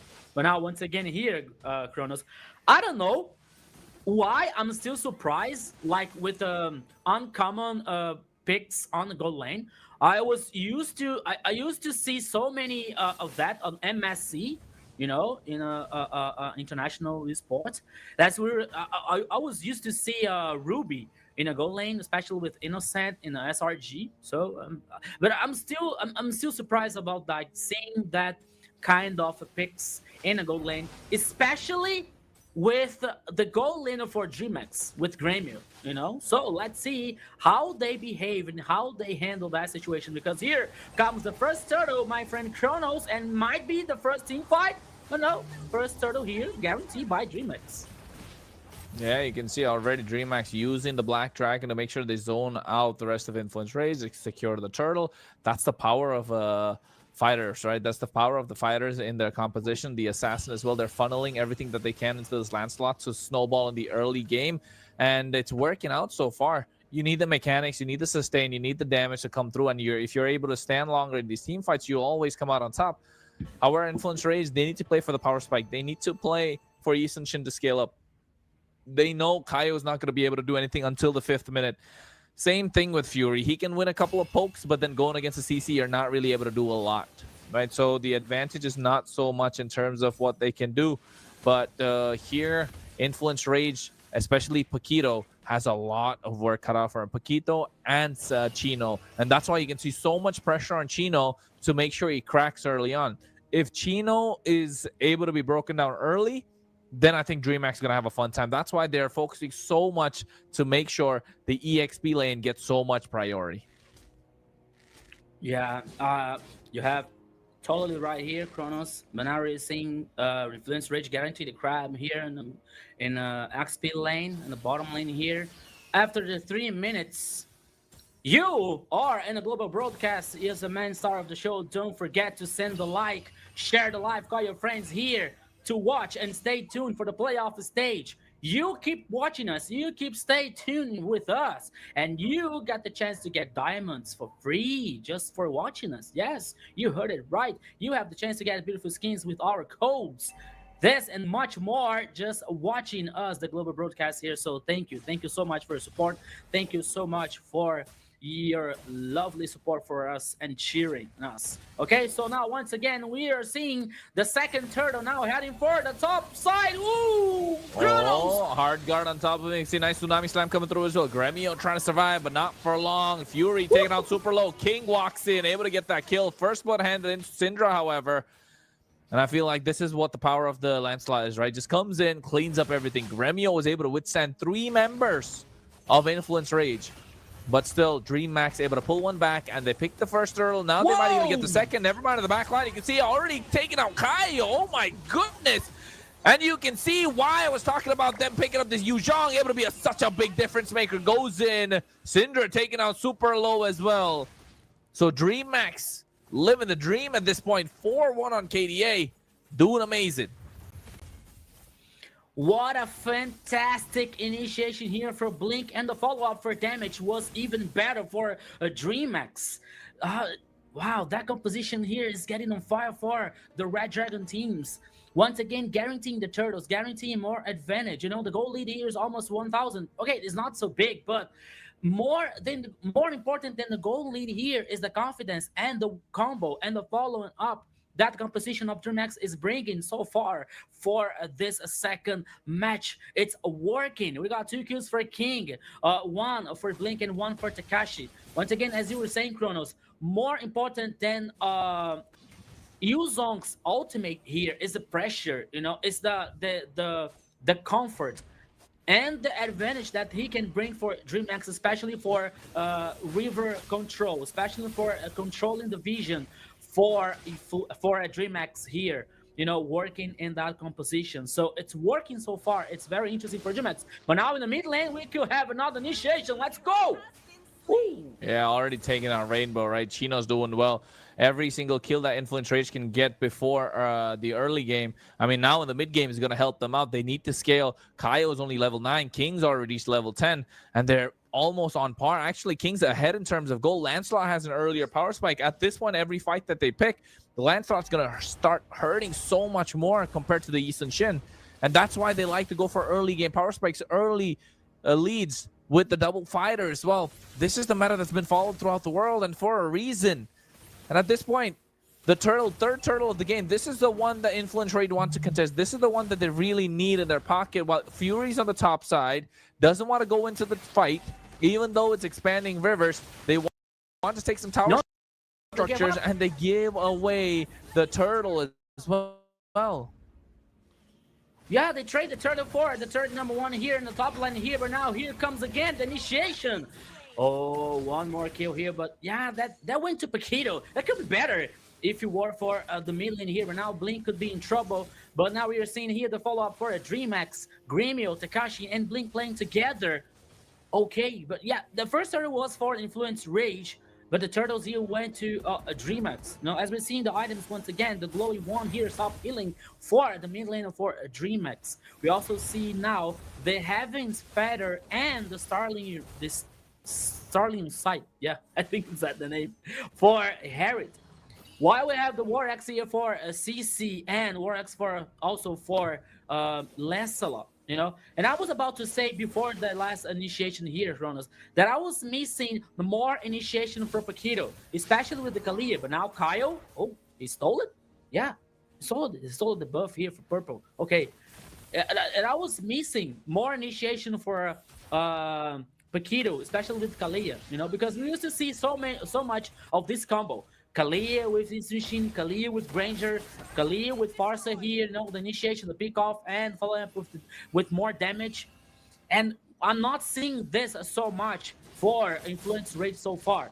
But now, once again, the goal lead is even, actually, you know, for both teams, and the kills are almost even for both teams here also. So now we're seeing the battle for a domination, a battle for the map. Blink won here now, heading for the bottom lane. Oh, no. Let's go. I'm not sure what Kaio was thinking, but able to make it out with the Tracer. But look at Takashi chasing him down, petrifying the back line, able to get that kill. And now they go on to Paquito. He might be able to go down as well, but they make it out alive. Blink and the pressure coming in from the rest of DreamX. Too much. This is what I was talking about. Kaio wanted to play the Yi Sun-shin, but the pressure that Yu Zhang first pick, making a big difference. Hope Jerry's watching and I got his answer as to why this Yu Zhang was picked early on. Because when you can ignore all the crowd control that's there in the front line, go straight for the damage dealer, go straight for the problem. Because the lineup with Influence Rage is a funnel into the Eastern Shin. The Harith is a backup plan. But the backup plan right now is not as strong. They need the backup plan to scale up. And even in these team fights, I think there's a lot of crowd control to make sure the Harith is not able to dash around, especially Gremio on the CC. If you use the curtain call and chain the Harith to somebody else, he won't be able to move. You can see already poking him down early as well. Now Paquito with a concealed play on the top side onto Chino. They just want to clear the wave, adding pressure. They need to take somebody off, and that somebody has to be either King or Tekashi before they can have any sort of team fight. But here, Dream Max, I feel like they're getting impatient. They know King's not going to be present, so they don't want to fight. But as soon as he's visible, they might go for it. But here, Paquito, they find the vision. They look at taking down Blink. Quicksand Guard not going to help him. Syndra able to get the kill. Fury right now, the Zaman Force, there's not a lot of damage. Has the Heart Guard on top of him as well. Dancing around, the Chrono Dashes. And now they move and zone out the rest of DreamHack. It's a 5v4. And I think they want to contest for this Lord. King and DreamHack know they need to get something. He's already ahead in terms of level against the Eastern Shin. And Rage do not want that problem. They don't want that beef. They want to take their time. They want to scale. Because the later they go into the game, Influence Rage will definitely have the advantage. Yeah, now we are seeing the composition for Influence Rage working so far, especially with the combo here, beginning with Kalia and the following for damage, especially for Instant Shin. And then after we got the backup plan, the plan B here for Harith. You know, it worked so far, but they didn't take the chance. They didn't do anything about the superior numbers. But now here it comes again. Chrono, let's go! Oh, Tsunami Slam already get them, but look at the in the back line. Tekashi goes with the Black Dragon form, looking to catch someone. Chino flickers out of harm's way, but look at Blink. He's trying to catch Kaio, but he has to go out with the traces. Gremio looking to catch him off guard. Retribution able to secure the Lord for King. And the rest of DreamHack. Zaman Force dropped down. Fury trying to do something, but Gremio gets caught out trying to chase. And finally, Influence Rage, after a long-fought battle, able to get one kill, but didn't get the Lord. Did you see the power of these fighters? Rico, so much sustained. They have to do so much just to take down one member. Yeah, Kronos. Fanatic and chaotic for both teams. And we saw the Influence Rage players with a so low HP. You know, but now it worked so far. You know, the Lord was guaranteed by DreamHack, and it appeared that to be everything so good for the Red Dragon teams. But Influence Rage here could handle the situation, that they could survive, not to give more kills for a DreamHack here and taking a worse situation. You know, but so far now, DreamHack is taking the chance for causing more pressure. Fury, okay. They have the Rainbow here. Okay, Rainbow is working on a poke system now for Zetian. And now we are seeing once again the equipment. Now, okay, Gremio here after the War Axe, they go to the Brute Space and Hunter Strike. Just a little bit defense for CC here in the goal lane. Hunter Strike and the Oracle for Tekashi. Okay. Okay, it's a very interesting build system here for the XP laner. But once again here, that could be another team fight, especially on the river for invisibility for DreamHack. Here we go again, Kronos. Black Dragon form already zoning everybody out. You can see it all for the tier 2 in the top side. They will be able to get that. Actually, no, they're able to go through, but you can see nice flicker. Tsunami Slam. Catch him off guard. You can see Thorn Roar's coming through as well. Fury has to make it out alive with the help of the Purify. Paquito going to go down. Gremio is going to get that kill. Blake now trying to zone them out, but you see he might be able to make it out alive. No, he won't. That kill is handed into Fury. While meanwhile, in mid lane, Kaio is able to get that tier 1 turret. He's looking to get a play. He's looking to target down King. There's down his sleep. And the Thorn Rose making sure he can make it out alive. But Kaio gets the last laugh, able to pick up the kill. As that curtain call from Gremio takes out Kaio as well. So that has been crucial for them. But here with the Bravest Fighter, Raging Slash. Chino able to do something. Fury wants to go in. Not a lot of mana left over. But he's dashing around, doing a lot of damage. Fury of the Phoenix. Gremio with the help of Vengeance, but here comes Tekashi. The Black Dragon has arrived, but Fury's trying to dance around. Tekashi goes in. You can see the emotes dropped in as well. A lot of shower residue, but Syndra with the puppet on the strut out Tekashi. Tekashi must be livid. He must be pissed off after that play. What is going on in the second match here, Kronos? Once again, we're seeing a very long team fight, a very splitted one. We saw Kyle here doing something amazing. You know, I was about to know. I was about to ask about like what is was supposed to do, hiding on the bush. You know, he was able to take down King. Okay, he was punished before that, but once again, Kyle here is showing confidence playing with the Sunshin. Could not be the best performance for Influence Rage so far. Even though we're seeing now the Wombo combo coming for Kalea and Insunshin with more often. But once again, Influence Rage here are not fighting the best options, are not fighting the best team fights here, and not guarantee the objective because now GMX knows how to handle that situation, especially with Blink and Takashi, who is responsible for holding up this team fight here and responsible for protecting the causer of damage. But once again here, the Lord is getting melted so fast. Kronos, let's go!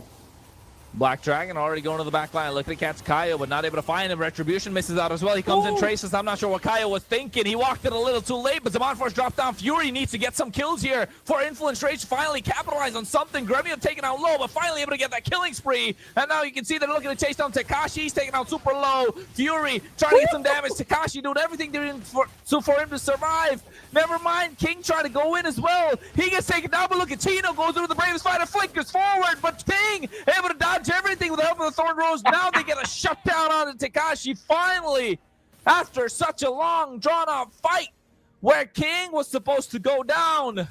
Influence Rage again, trade a couple, give one, and the Lord. And Influence Rage need to defend this for them to stay on longer in this game. Longer, and Takashi here is getting immortal. And every team fight that we are following up here, Yuzong is just a monster. Now, once again, Radiant Armor, Blade Armor, also for this Dragon Warrior. Takashi is causing so much damage and it's gaining so much time for DreamX. Influence Rage, you know what? Things could be worse for Influence Rage if it wasn't for Angela. Angela is sustaining so much here, especially with her ultimate to guarantee the survival for his partners. But once again, DreamX is playing so well, especially with Takashi here getting so much time with Yuzong. Both teams here are playing very good. The performance are very well.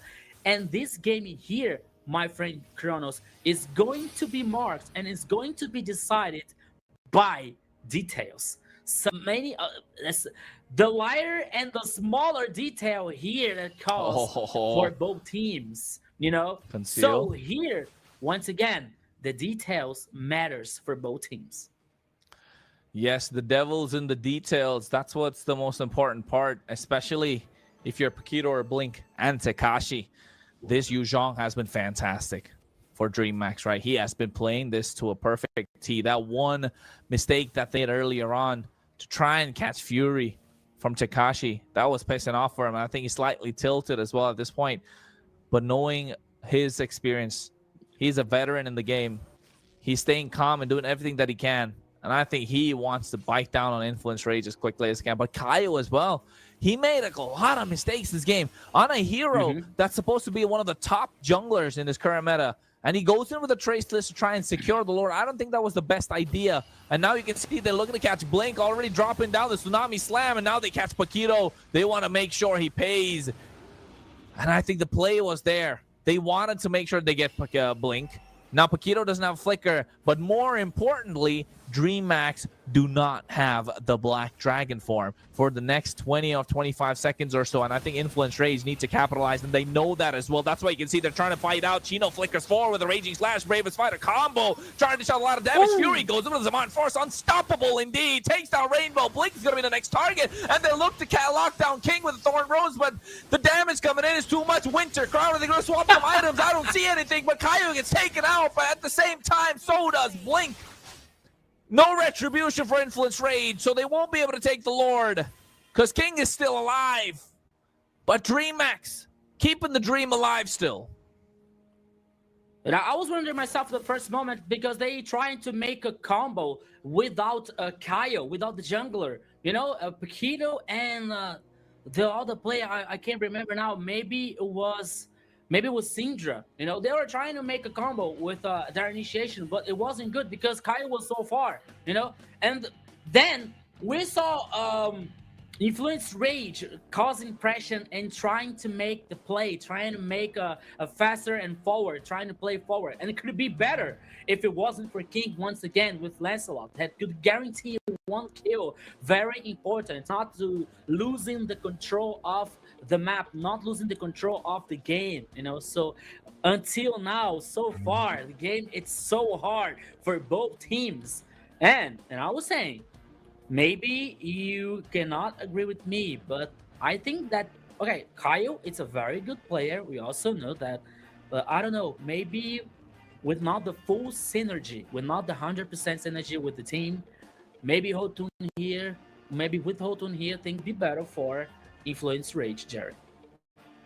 Well, the thing is, the game is already open. Is still open for DreamHack to get the win. So, in terms of confidence, is so important for DreamHack to take this game because they are investing a lot on this composition, and also Influence Rage has taken some ideas that maybe could be so hard to solve, hard to shoot for a team that needs to be on top on the best possible level of this team, and it's not showing that at all. Remax is making a very good job, a nice work there with the composition. It's working the game. It's working the game, trying to solve it, trying to get it to this area to say, okay, our composition, our style game and gameplay is better than what is proposing Influence Rage. By they need time to set this up. They need the time to take this under control, and after all, beat Influence Rage on a different positions and different aspects of the gameplay that is already today on this MPL. Kronos already said that it's a composition resting on the marksman, and the other side you have sustained fighters, a little bit complex composition on the hands of DreamHack that can be can work, but needs to be needs time to work out. That's the point, Kronos. Yeah, and not just the fact that it needs time to work out, right? It definitely needs a lot of practice. Of practice. And it's a regional meta for, I mean, yes, we all follow, I mean, not we all, I mean, yes, sometimes what happens in the Philippines, happens in Indonesia is kind of the meta that's followed throughout the world. But then again, that's because of the level of competition, because the level of the teams on the other side. Sometimes if you're really good in terms of what you want to do, but the competition's not on the same level, you might just end up not being able to do it. Maybe the opposition's not too strong enough to understand what the composition is, and it's not so technical that they might just end up winning. So here, DreamHack are doing well, but they need to close out the game early. And they weren't able to do that. And now they're in 20 minutes territory where this Harith is absolutely monstrous in terms of damage. And so is this Yi Sun-shin. So the Yi Sun-shin, yes, he's been the target, but Takashi can only take down one guy at a time. And Fury even has a Purify. And if you look at the KDAs, it's 157 on this Yi Sun-shin, but 513 on this Harith. Yeah, Kronos, but now here, once again, the Lord is started by Influence Rage. We can see here now. Oh, Paquito, here comes under Takashi. Yeah, whoa! Takashi's a target, but he gets taken down. Gremio's next as well to follow. As you can see, he's dancing around. Now they're looking to take away Blink. And now Syndra flickers forward on the Angela to take away Rainbow. And they're looking to take down King, but he cannot survive Willie. Kaio with a double recall taunts them as well. They get a full 5-man wipeout, and I think it's enough. They have a whole wave coming in from the bot side. And just after that pause, feels like Influence Rage completely reset, and they said, we are not taking a game to one game away from us. We're gonna get this whole thing. And now they circle around the base crystal, asserting their dominance. Influence Rage make this 2-0. What happened here, Kronos? What happened? What was what were we saying about like this game? This game here will be set by every detail, each detail here. As smaller as it seems, a detail here was mattering for this battle, for this game. And that's what happened. Because we saw Takashi alone, so they were heading up their full all in Takashi as the first kill here to guarantee the superior numbers. But then DreamHack tried to punish, tried to revenge his partner, but it was too late because Angela was in I'm not sure if it was maybe it was in Lapu's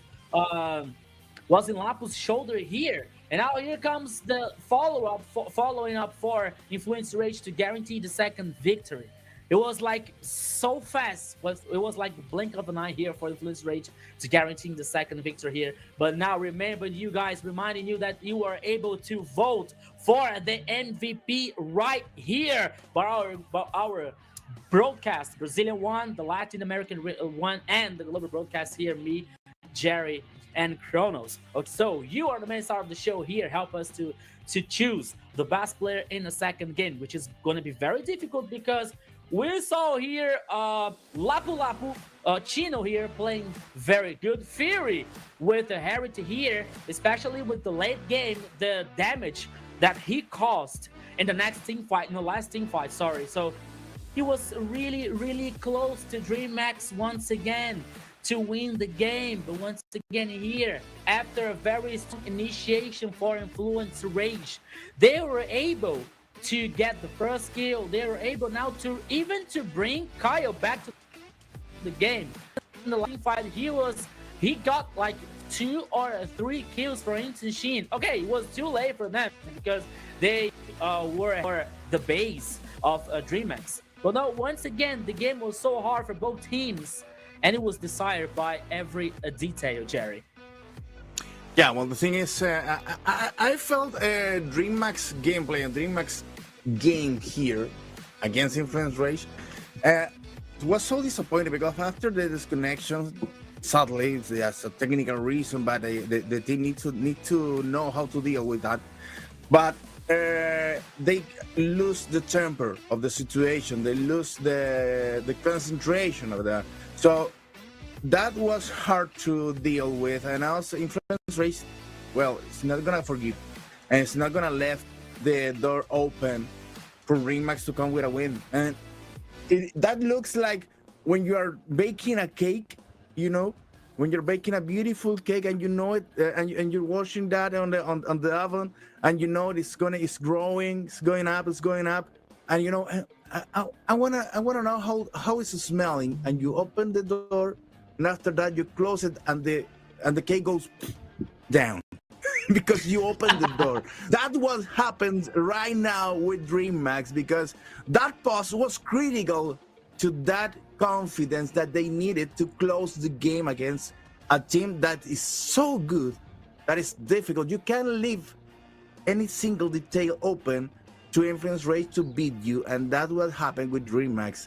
They leave the oven door open for a single time, and no, you need to be focused. You need to stay into the game. So sad. We hope that in the third match something happened with DreamHack, and the composition here is they are trying, they are practicing, as Chrono said.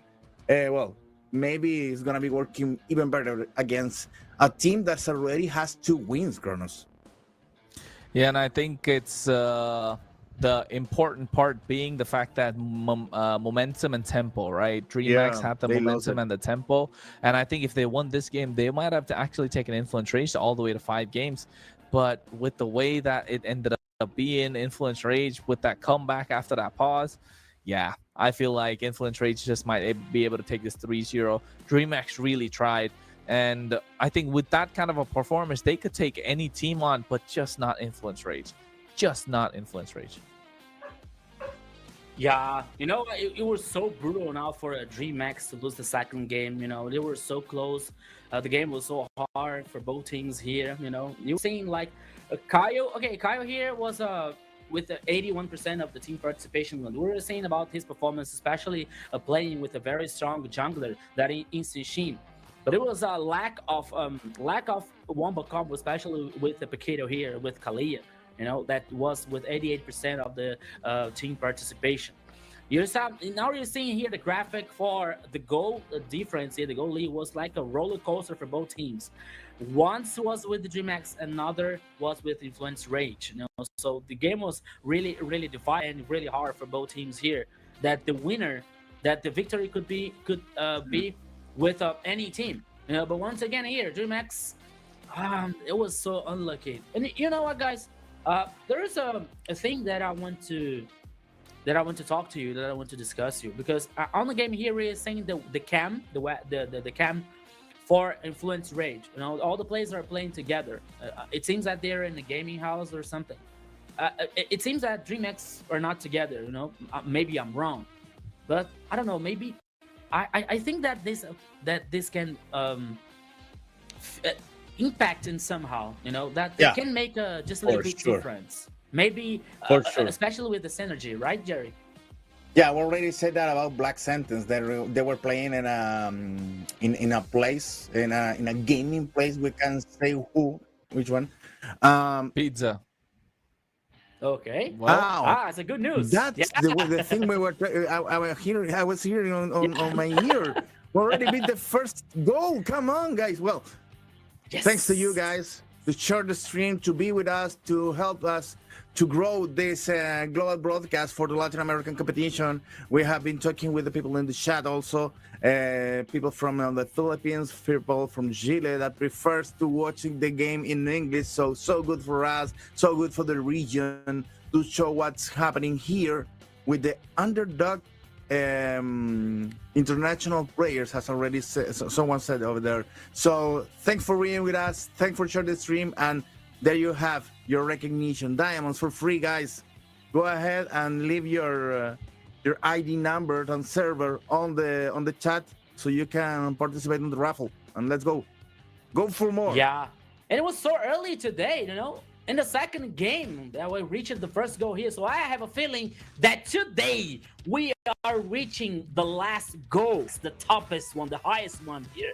But now here comes the MVP for Fury with his Harriet here, the KDA 616.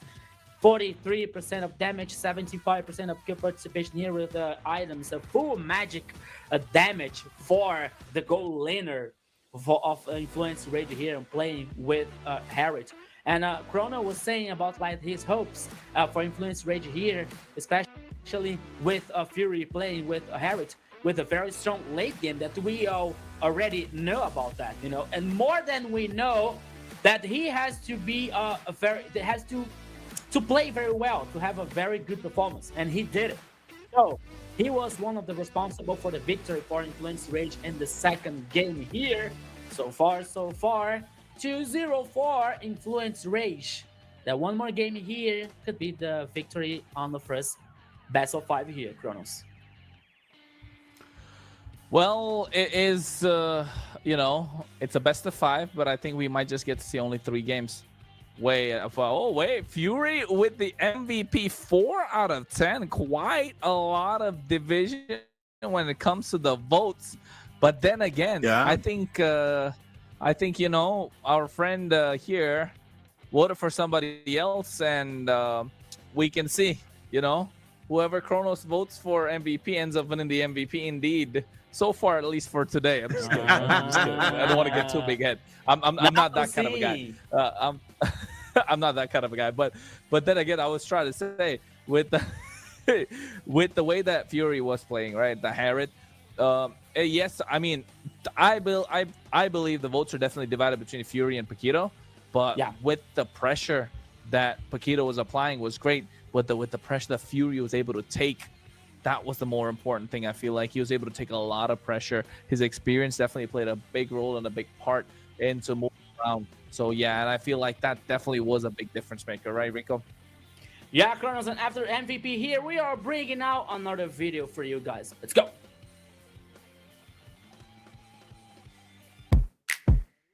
Está rápido. No, la grabé. Tuya. Karina. Emo, Guacho. Ah, Emon. Karina. Amigo, malísimo. Claudio, guacho, el Genkur. pecho. Genkur. No, No. Chun. Alfa. Alfa. Ah, era con skin, boludo, nada que ver. Parece la de Ángela, Zuko. guacho. Esa es Flori. Ángela, amigo. Florín. La tenés re clara. Ah, Es La de Ángela, Hello Kitty. amigo.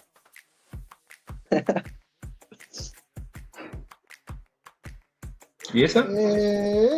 León. Baxa. Amigo, pensamos lo mismo. Es difícil. Ah, pero sí, el último estuvo re difícil, bro. No, difícil Nah, el porque... Acá.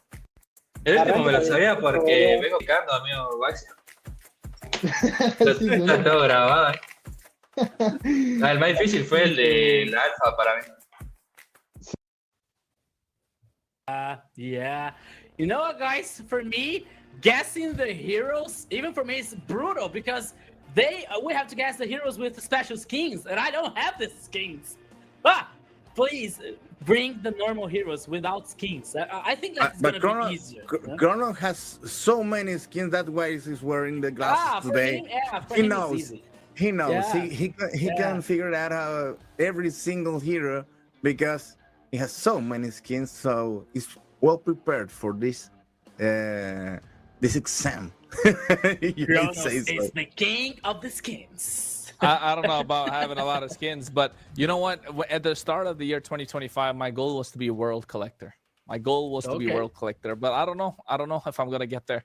It's a lot of money. It's burning holes in my pocket. But then again, whatever we get from MPL, right? Whatever Moontown blesses us with, whatever MPL LATAM blesses us with, we end up putting into the skins. And never mind, another game of Expanding Rivers, another victory for Influence Rage.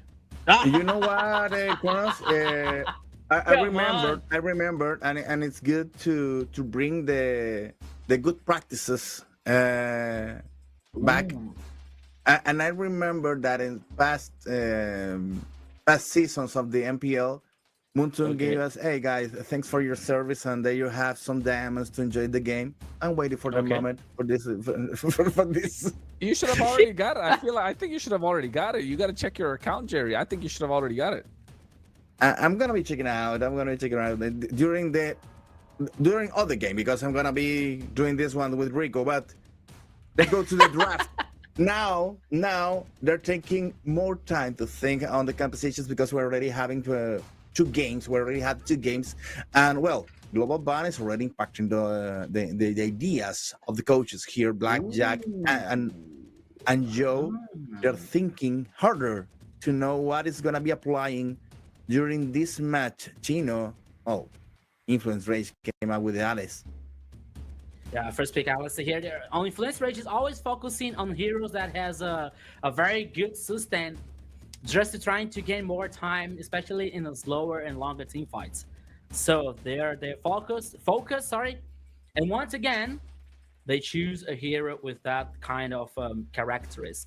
Let's talk about that. And guys, please don't talk about diamonds. I already spent my one, so that's it. Okay. Where did you spend it? Yeah. Where did you spend it? Trying to buy recall effects. To be honest. Oh my god, that's the worst, man. You never spend your diamonds or recall effects. I learned that the hard way. Once I spent like 3,000 diamonds and I never got it. No, don't remind me. No. Hey, I think promo diamond is on now, so you should be able to use that. I spent a lot trying to get the Tin Liquid recall effect, like I have the that one of the horse. The one of the horse. Yeah, I have that one. I have that one. One of my favorites indeed. If it's something related with Team Liquid, it's okay to spend some diamonds, guys. Okay. Yeah, I'm a fan of Liquid. So I'm sorry. Me too. I'm a fan of it from so many esports. So years. Yeah, exactly. That's a powerhouse in every single game they came out. So, and also they have a Brazilian division, Team Liquid. When are we going to see Team Liquid in LATAM? We're waiting for a Team Liquid MLBB here. MPL, come on. Team Liquid, MPL LATAM. You got to come more. Come on. Come to LATAM. So, there's so many good to the draft.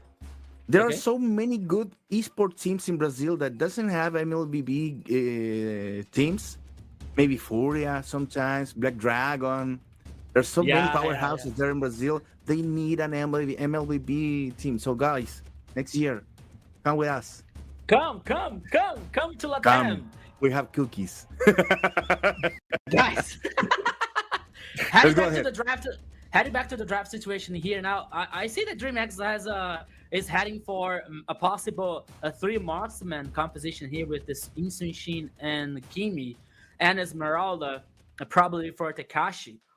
Influence Rage comes from Alice, Joy, and Show. Okay, they came with Joy because now DreamX are not allowed to pick Ranger one more time for Grimo here. That could be a very good counter for Joy. But now DreamX focusing on the mid laner, banning Farsa and Selena. While Influence Rage here banning Kalia. And now the last ban could be in the gold lane, or no, they could prioritize all the lane here, all the role. Maybe the mid lane also. EV, I think that DreamX is not allowed to play with EV anymore. Maybe who else? Who can be brought here in the mid lane for not from DreamX. Oh no, mid lane is already picked for DreamX. Kaisha was the last ban. I think last week we already talked about this Show picker that Influence Rage is bringing now.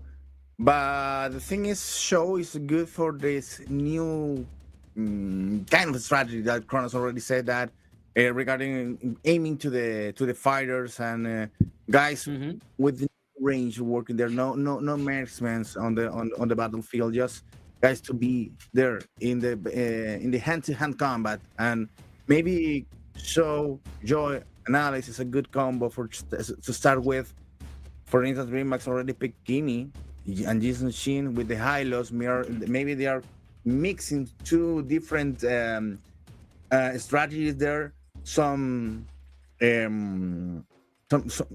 little bit of penetration from the back with the Hylos, opening the path for Kimi and Jason Shin to deal some damage. Esmeralda there in the first line, absorbing some of the damage. It's kind of a typical situation that we've already been facing during the Swiss stage, and now DreamX is that already adapted on the first game, on the second game, so sorry, and now they are losing the idea to be adapting to the new meta. So they're gonna be facing Influence Rage with a typical composition from the Swiss stage. I don't know if this is gonna work, Kronos. I mean, I'm looking at DreamX and I'm looking at their lineup, right? They went no marksman in the previous games, now 3 marksmen in this game, and never mind, just 2. I like this. This is better. This is better. This is nice. But I was gonna say, until I saw that Ruby pick, it was a lot of pressure on Takashi. So much pressure on Takashi to hold the front line, right? He has to lane against the Alice and not lose the lane, and he has to rotate along with the Alice. Then he has to make sure the Joy shield, right, has to be absorbed by him and make sure he's able to survive. And also save the back line. And then same thing with the Cho. He has to absorb the shield so much. So I just feel like this is good. Let me disagree with you in this one, because I think the highest pressure is on Hylos, because he needs to go in a perfect spot, in a perfect situation, and the whole team needs to be ready to start dealing some damage with this Hylos goes in. Because if not, the Hylos is gonna absorb so much damage, and maybe it's gonna fall before even the rest of the team comes up to help. So I think the pressure is, of course, on the catch and the experience lane, but also on Blink with this roamer trying to start the show when the team is already is gonna be ready to be part of this. Well, could be the last one, could be the first point for DreamX. Let's check it out. Kronos is gonna be resting right now and heading here with Rico to the game number 3 of this series, guys. See you guys. See you, Kronos. Yeah, now Kronos is heading. Oops. Oh, okay, no. Come back, Kronos, please. Okay, now what's we a got joke? our first ball here. And, What's a joke? But now we're seeing now that could be the last. That could be the last game, as you said, Jerry, for I was watching, influence. and you know Okay. what? Uh, Kronos was right. but what? I already checked it out, and Kronos was right. Oh, So you mean I'm the going. diamonds? Yeah, You I'm didn't trying to rescue. pick some. Ah, you didn't redeem Yeah, the yeah. diamond bar. Uh, Oh my yeah. goodness. And in the perfect time because you know it's the 9th anniversary, so we need to spend some diamonds there. I'm trying. I'm gonna be checking out later what what I'm Okay. gonna be spending my diamonds after all because Okay. well, you need to be on style to win some games. If you're not, you're gonna lose it, my friend. That's it. Yeah. A little pause You know, here between Influence Rage and Remax. We hope that Remax doesn't have is not having so much problems with the connection because they're already disconnected on the last game, and that affects the game. Now, yeah. well, let's check it out. What is it gonna be trying to solve on this one? And you know what, Jerry? As we were talking about, like the situation that players are playing together in a gaming house, and the other situation that players are not together, playing from their houses or from the places, and maybe that they could face some issues like the connecting, like or something like that. So you were saying about the situation with Black Sentence, that after Black Sentence got together and they were playing the same place, their performance was even better. Was getting better and better with the team, with the synergy, and it was good for them. So we hope, as you said, we hope that everything's okay with DreamX, but it's not so easy when you're playing so far, when you're not playing the same Yeah. place. That could be. We're praying and we're hoping that everything's gonna be fixed out for DreamX in that third game. And they need to deal with the frustration also because they're already losing 2-0. So the thing is, when Yes. you're having a bad time in the competition and also you're having some connection problems, well, that plays with your mind, my friend. So let's check it out. We hope that Remax can solve this all.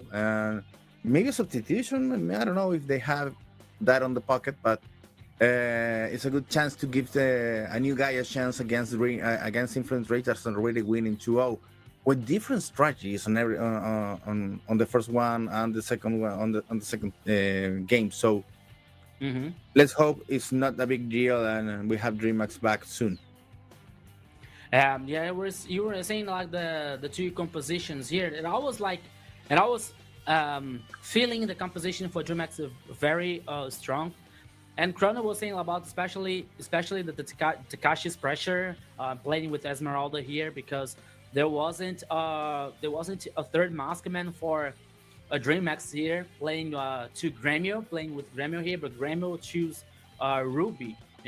That we know that she has a lot of sustain, that she has a lot of control here, especially with the ultimate and the second skill. That could be a very good choice and a very good chance for DreamX here to try a better team fight against an Influence Rage composition. That comes with Show here with a high potential for pick off, with Joy here with a great potential of a finish of the enemies and guaranteeing the objectives. So we are about to know what's going to happen in the third game here. That could be the last one in the first match, in the first best of 5, and that could be the first victory here for DreamX to regain the confidence and get back in the game and get back in the best of 5, which is not going to be easy.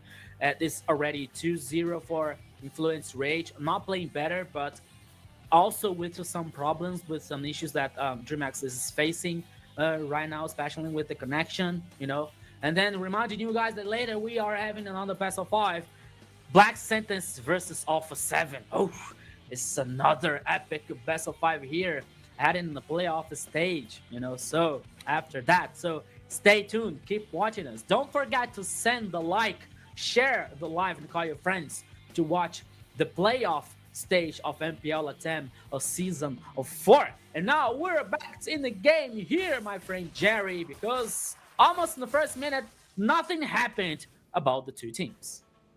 No, nothing has happened at all. We're just heading to the first minute of the match. Being there, receiving some damage from Paquito and Sindra. Oof, already receiving back.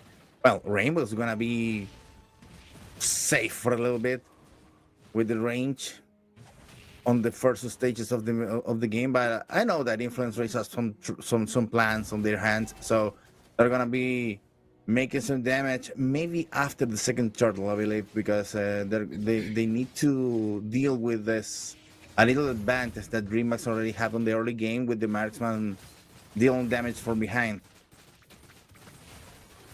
Yeah, and we're seeing the emblem stats here, especially for Joy here with temporary rain, just to like trying to grow up and trying to get stronger faster as they can with Morgan Hanton for Rainbow here, especially with Kimi. So both teams here are focusing on getting stronger as faster as they can to get some advantage or the next objectives of the first objective here. Now we're seeing the Land of Dawn, the expanding rivers once again as the third time for this best of 5. But now seeing the first turtle here heading the bottom line here, but now we could see the first team fight here happening. That comes the Sano and Chino. That Blink here was trying to cause much damage, but now they're heading back because Chino was so with low HP that he's forced to get back in the base. And that was the chance that DreamHack was waiting for to guarantee the first turtle, my friend Jeffrey. But Kiro, what are you doing here? That was coming for the kick for the dragon here. The first blood comes from Influence Rage. Syndra with Valentina, Paquito and Syndra here. Now they have to get back in the base, but not only Paquito is heading back to the base. Yes, the first turtle was for DreamHack, but the first kill, the first blood was for Syndra here in the second minute, and the first turtle for in the third game, Jerry. I told you. Influence Rage is gonna be playing very careful during the first part of the match, dealing with the marksman composition there on the Remax, the range of Rainbow and King. But after all, when they build up those the sustain of the praise, oh, one more pause, so sad. So when they're starting to build up this sustain on their team, they are gonna be facing the fights even more aggressive. So let's wait what the Influence Race can to offer us after, I don't know, maybe minute 9 or 10. I think it's a good time to be to watch the Influence Race real ambitions for this game. Yeah, Jerry, you're right. And you were saying that we were saying, and we saw that the first the turtle here, the Paquito now is just waiting for the best shot and the best chance to trying to isolate some plays for DreamHack. So DreamHack has to pay attention and has to be very careful about that because they were confident because they forced Chino to head back in the base and they were like with a better position in the river to guarantee the first turtle. But Paquito was on fire. Paquito is still connected here, and he tried the best shot and he found that shot here to guarantee the first kill for Valentina. So DreamHack here once again has to take care, has to be very, very careful, especially because they have Hylos here that has the role here to protect the carries, protect the Kimi, protect Esmeralda also here from Takashi, so they have to do that because their situation is very critical because they're losing from 2-0 and that could be the last game here. If they lose, it's not the end of the game. They're heading for the lower bracket, but still, it's very important for DreamHack here to try to guarantee the first victory here to get confidence and get back in the game here in the best of 5, Jerry. Well, the passes already ended. Influence Rage building up those muscles over there. That's gonna be helping to receive the first wave of DreamHack's damage. But after all, dealing with the composition of DreamHack that is focusing on the aggression on the early game, so it's working until now. Let's check it out what DreamHack has to offer also for the middle game because they need to have a plan. They can't rely only on the early game. You see Paquito recalls effect? Yeah, it was from Team Liquid. The horse one is very cool. It's very nice, and I like it very much. But now here we are heading for the fourth minute in this third game here. And now we're seeing the Influence Rage trying to cause pressure and trying to focus, especially in the mid lane here, trying to now control the river, get information for the next turtle here. Because that's more the object that they get. Oh, Takashi. He tried to play the aggressive here once again with Esmeralda. Esmeralda has very good sustain here, so he is comfort to do that. And now once again here, oh, what a way to kick a dragon once again here. Yeah. Another peek off now comes to Paquito. Oh, that Influence Rage trying to find the best spot here. Now Takashi was doing the front line here. Here's Esmeralda. He can't do that. But now the second turtle was immediately started from Influence Rage. He can get the full reset here. Influence Rage doesn't allow to make this happen. Again, Takashi and Paquito was heading 1v1. But now their teams are dancing around the turtle. Paquito has taken so much damage. He was obligated to gain reposition. Now here comes the Glory Path. But the second turtle is guaranteed once again by Influence Rage. And DreamX gets nothing in response back here, my friend Jerry. All comes 2 turtles for... No. Oh, no. The second one goes to Influence Rage. The first one was for DreamX. So sorry. I'm so sorry. Okay. 1 turtle for both teams here. But the 2 kills are for Influence Rage. Yeah. 2 kills already. 5 minutes on the clock. And the first turtle also was for them, and then DreamX, no, the second turtle is already for them, and DreamX got the first one. I told you, DreamX is gonna be wasting damage during the middle game, and slowly Influence Rage is gonna be feeling stronger. Slowly, they're gonna build a lot of damage on, and also sustain for the battles to come. Takashi trying to run away, and Kaio is gonna be chasing to deal some damage, just to make some damage over there. DreamX already in trouble, as I may think, Brico. Takashi is playing with Esmeralda here now. She can resist. She has a very interesting mobility. And now once again, DreamX now focusing on the top lane here. Influence Rage is trying to defend at all costs. The turrets here, number 1. Here comes once again the last team fight here. But now here comes the Glory Path. And here comes the first kill for a king for DreamX. Okay, Influence Rage, they defended the turret, but at all cost, they got the first kill here. But now, not for so long, because here comes the first turret on the top side that comes for DreamX here, right? The first kill also for King, the jungler. The goal lead is still in favor for Influence Rage is 1,000. But once again, it's much more than the goal lead. It's the confidence and the power that DreamX has to get back to win this third game, Jerry. Well, the confidence is trying to build right there on DreamX, but the damage is starting feeling on the line. Oh, Influence Rage already in trouble, trying to figure that out. Paquito, a way to escape, but it's impossible. King already blast their minds with the damage, and Gremio starting to appear also to apply some damage on the DreamX. Pikachu receiving a lot of damage also, trying to go ahead to go back again and to build another aggressive movement on DreamX. Influence Rage now dealing with the turtle, and DreamX working that turtle. Meanwhile, Influence Rage is gonna appear as a surprise. No, King already secured that turtle. Oh. Despite of the damage already had been receiving. Whoa, Ghost even almost dying, Takashi. Takashi saw his life flashes before his eyes, man. Where he was able to survive here. Oh! What a nasty play here from DreamX. Whoa! Paquito survived! Paquito survived here. A surprise from the bush in the mid lane from DreamX. Yeah, okay, he's a show. He has a very high mobility, you know, but once again, he was able to survive. But even though he's escaped, DreamX guarantee 1 more turret. Oh, here comes the same play. And the bush now in the mid lane. But the result now was different. Rainbow got the kill for DreamX. DreamX is getting confidence once again, but here comes the Glorious Path, and here comes the respawn for Influence Rage. It was a Syndra trying to do something here, but wasn't enough. Both teams are heading back. No, Takashi is playing aggressive on the river to get domination and spot the enemies. And now the focus and the pressure is on the turret number 2 and the top side. DreamX now it has this advantage. The goalie now has turned for a DreamX. They're now heading for the car, the last minion that is stand over there, but wasn't enough for taking down the turret.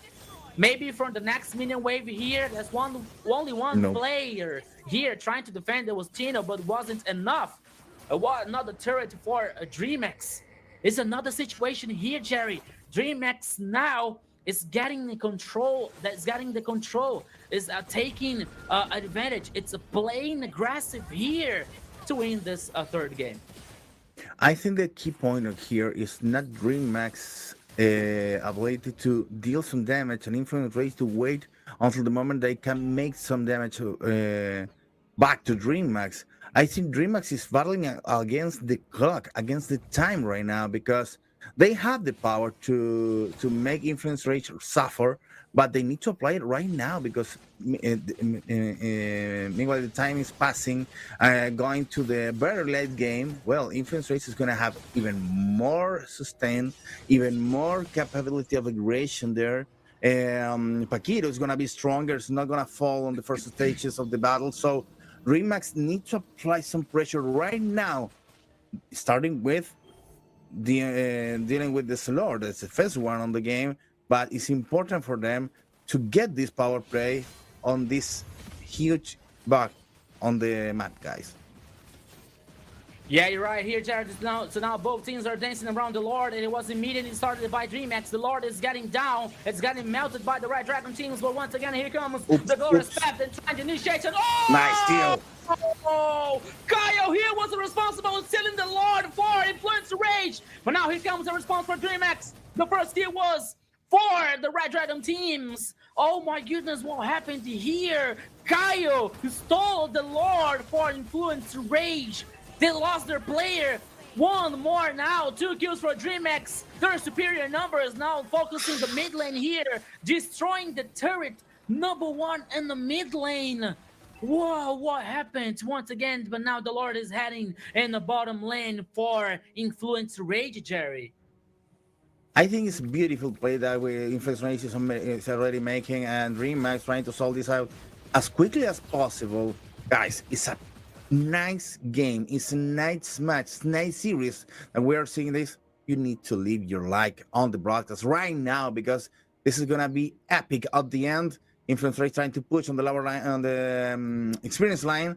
Meanwhile, the gold line is already being. It's gonna be pushed for Kaio, trying to stay the pressure on DreamHack's hand. Ooh, Tekashi so low on HP. Trying to deal with that aggression and also hiding behind the tower. Well, Influence Rangers need to apply more pressure against DreamHack. They already can. They already have the power to do so. Yeah, I think that Influence Rangers are not trying to, step harder in an accelerator here to trying to play more aggressive. I think that you're right, Jerry. When you say about the clock is ticking for against DreamHack, because we see and we know that Chino with Alice here can grow up so stronger.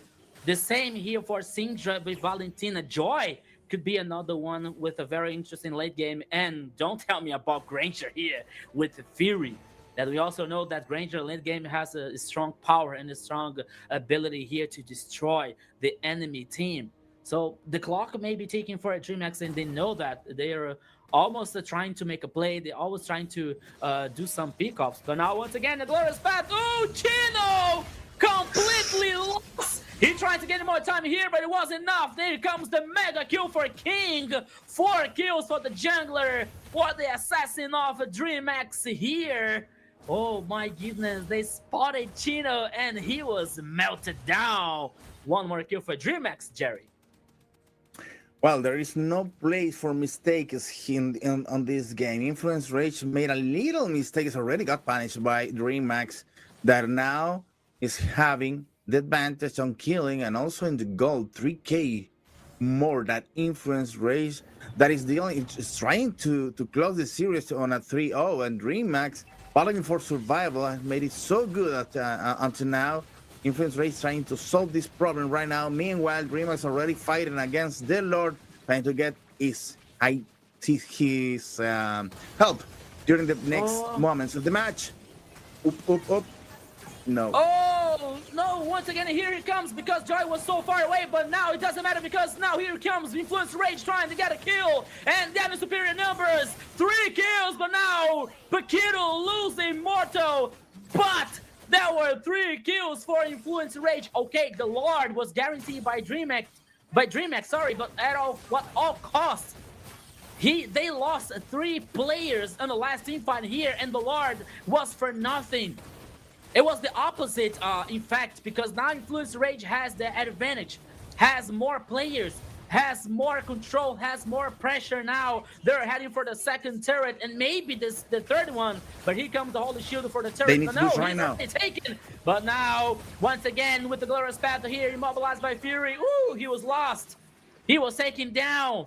Maybe that was an overextended, that was unnecessary by Influence Rage. But now they decided to head back. And now it's Remax's turn to get the step and an accelerator and do something. But now they stopped because they see that it wasn't worth it if they lose any player. Once again here, trying to chase the Influence Rage player. But now we're seeing the equipment here, Jerry. As we're seeing about, especially about the goal laners, Ranger with the Hunter Strike, Sky Pierce, the Halberd, the Stop, the Anti-Healing, and the Malefic Roar. Joy, here comes the Infinity Glaive, the Holy Crystal, the Wishing Lantern, and the Starling Sight. And here comes DreamHack once again to cause pressure with the Glorious Path here, Jerry. And then by the way, they're trying to catch Blink on the process. They already lost a tower. Well, if they're gonna be, if they will be going in, come on, go ahead and go in, all in, not just a tip of the aggression. Their influence rate fading to catch Helios there, and Grammy is not having a good time. Also, King is the main problem that the influence rate need to solve. King is the main problem that they need to figure it out how to catch it before he deals the damage, because he's making so much importance on the aggression on DreamHack. And after they got killed, they captured King, well, the deal is over. So they need to be even more careful and also to be sharp there, to be with the whole concentration apps to finally solve the DreamHack aggressions. Their influence rate can solve this puzzle right now, but there is only 10 seconds against the next Lord, so they're gonna be starting to dance around there, to run, to take the right place to deal with this Lord, not to steal it, but to work with them. Let's go ahead. Yeah, so now the Lord is already on the pitch in the upper side here in the Land of Dawn. We got 17 minutes here for both teams in the third game. That could be the last one. DreamHack is in a critical situation. They start immediately the Lord. Here comes the ultimate. Oh, the way of the dragon here. The kick was very important. But now here comes the follow-up for the team. DreamHack has the situation that could be in favor one more time. Takashi here is taking so much damage. But still DreamHack trying to chase, trying to go away from Influence Rage. There was one kill for both teams. And now once they again, look so even. DreamHack is heading for the Lord. But now it seems that there would be no contest for Influence Rage. That would be free Lord for they're taking a little long actually to control and guarantee the Lord. Okay, here it comes. The Lord now it's guaranteed by DreamHack. And we are seeing here in the chat in the global broadcast, some people saying that, okay, where are the Brazilian comments? I think that is Dudinha, the Dudinha 10. We also have the Brazilian broadcast that the casters is Brazilian, so the language is Portuguese.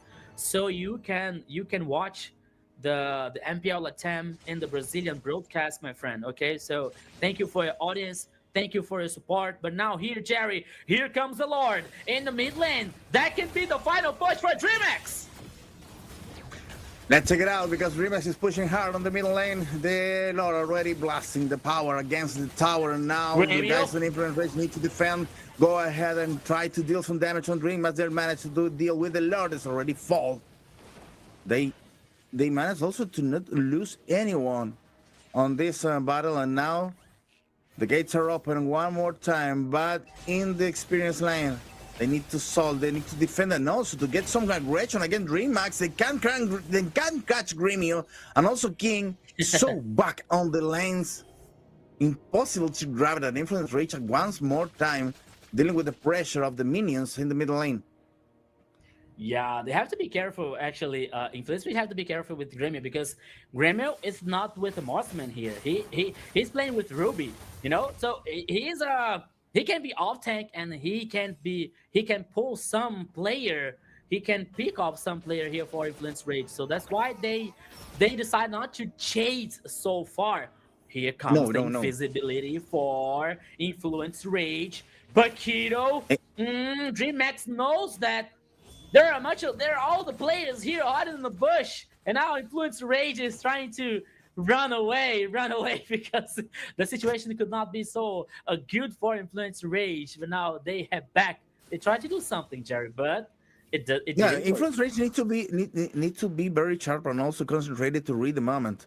DreamHack is losing the moment right now because they had already two pushes and just one base tower down, and the damage is already there for influence rate. The compositions that are almost completely, despite of the mage. I think right now, so it's important for them to be so concentrated to not lose a temper, especially King, Rainbow, and Remio, three important pillars on the damage of DreamHack. Now, one more battle for the Lord. Let's go and check it out what Influence Rage made to offer right now because they need to be more aggressive on this battle.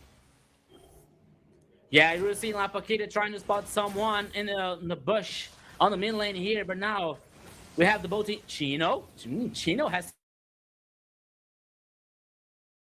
position. But now he's once again trying to. Okay, now he's in the bush in the upper side here. Both teams here, Jerry, are almost in a full build. So now the goalie here cannot make so many difference. But here it comes again. The glorious path, the initiation for Influence Rage was very good. They caused and they got the kill that they needed. Rainbow was responsible for the death here. Right now here comes Takashi. But is he able to do something? The ultimate was for nothing. But now Influence Rage has to get back in the base because they are so low HP and they couldn't guarantee the Lord. Now DreamHack is on the river. They have this control of vision here. Yeah, the initiation was a very interesting, but the response back from DreamHack was also interesting, Jerry, because they caused so much damage. But now Chino can be the next target, but this time here it could be the Influence Rage, but it was able to survive. The Lord here got.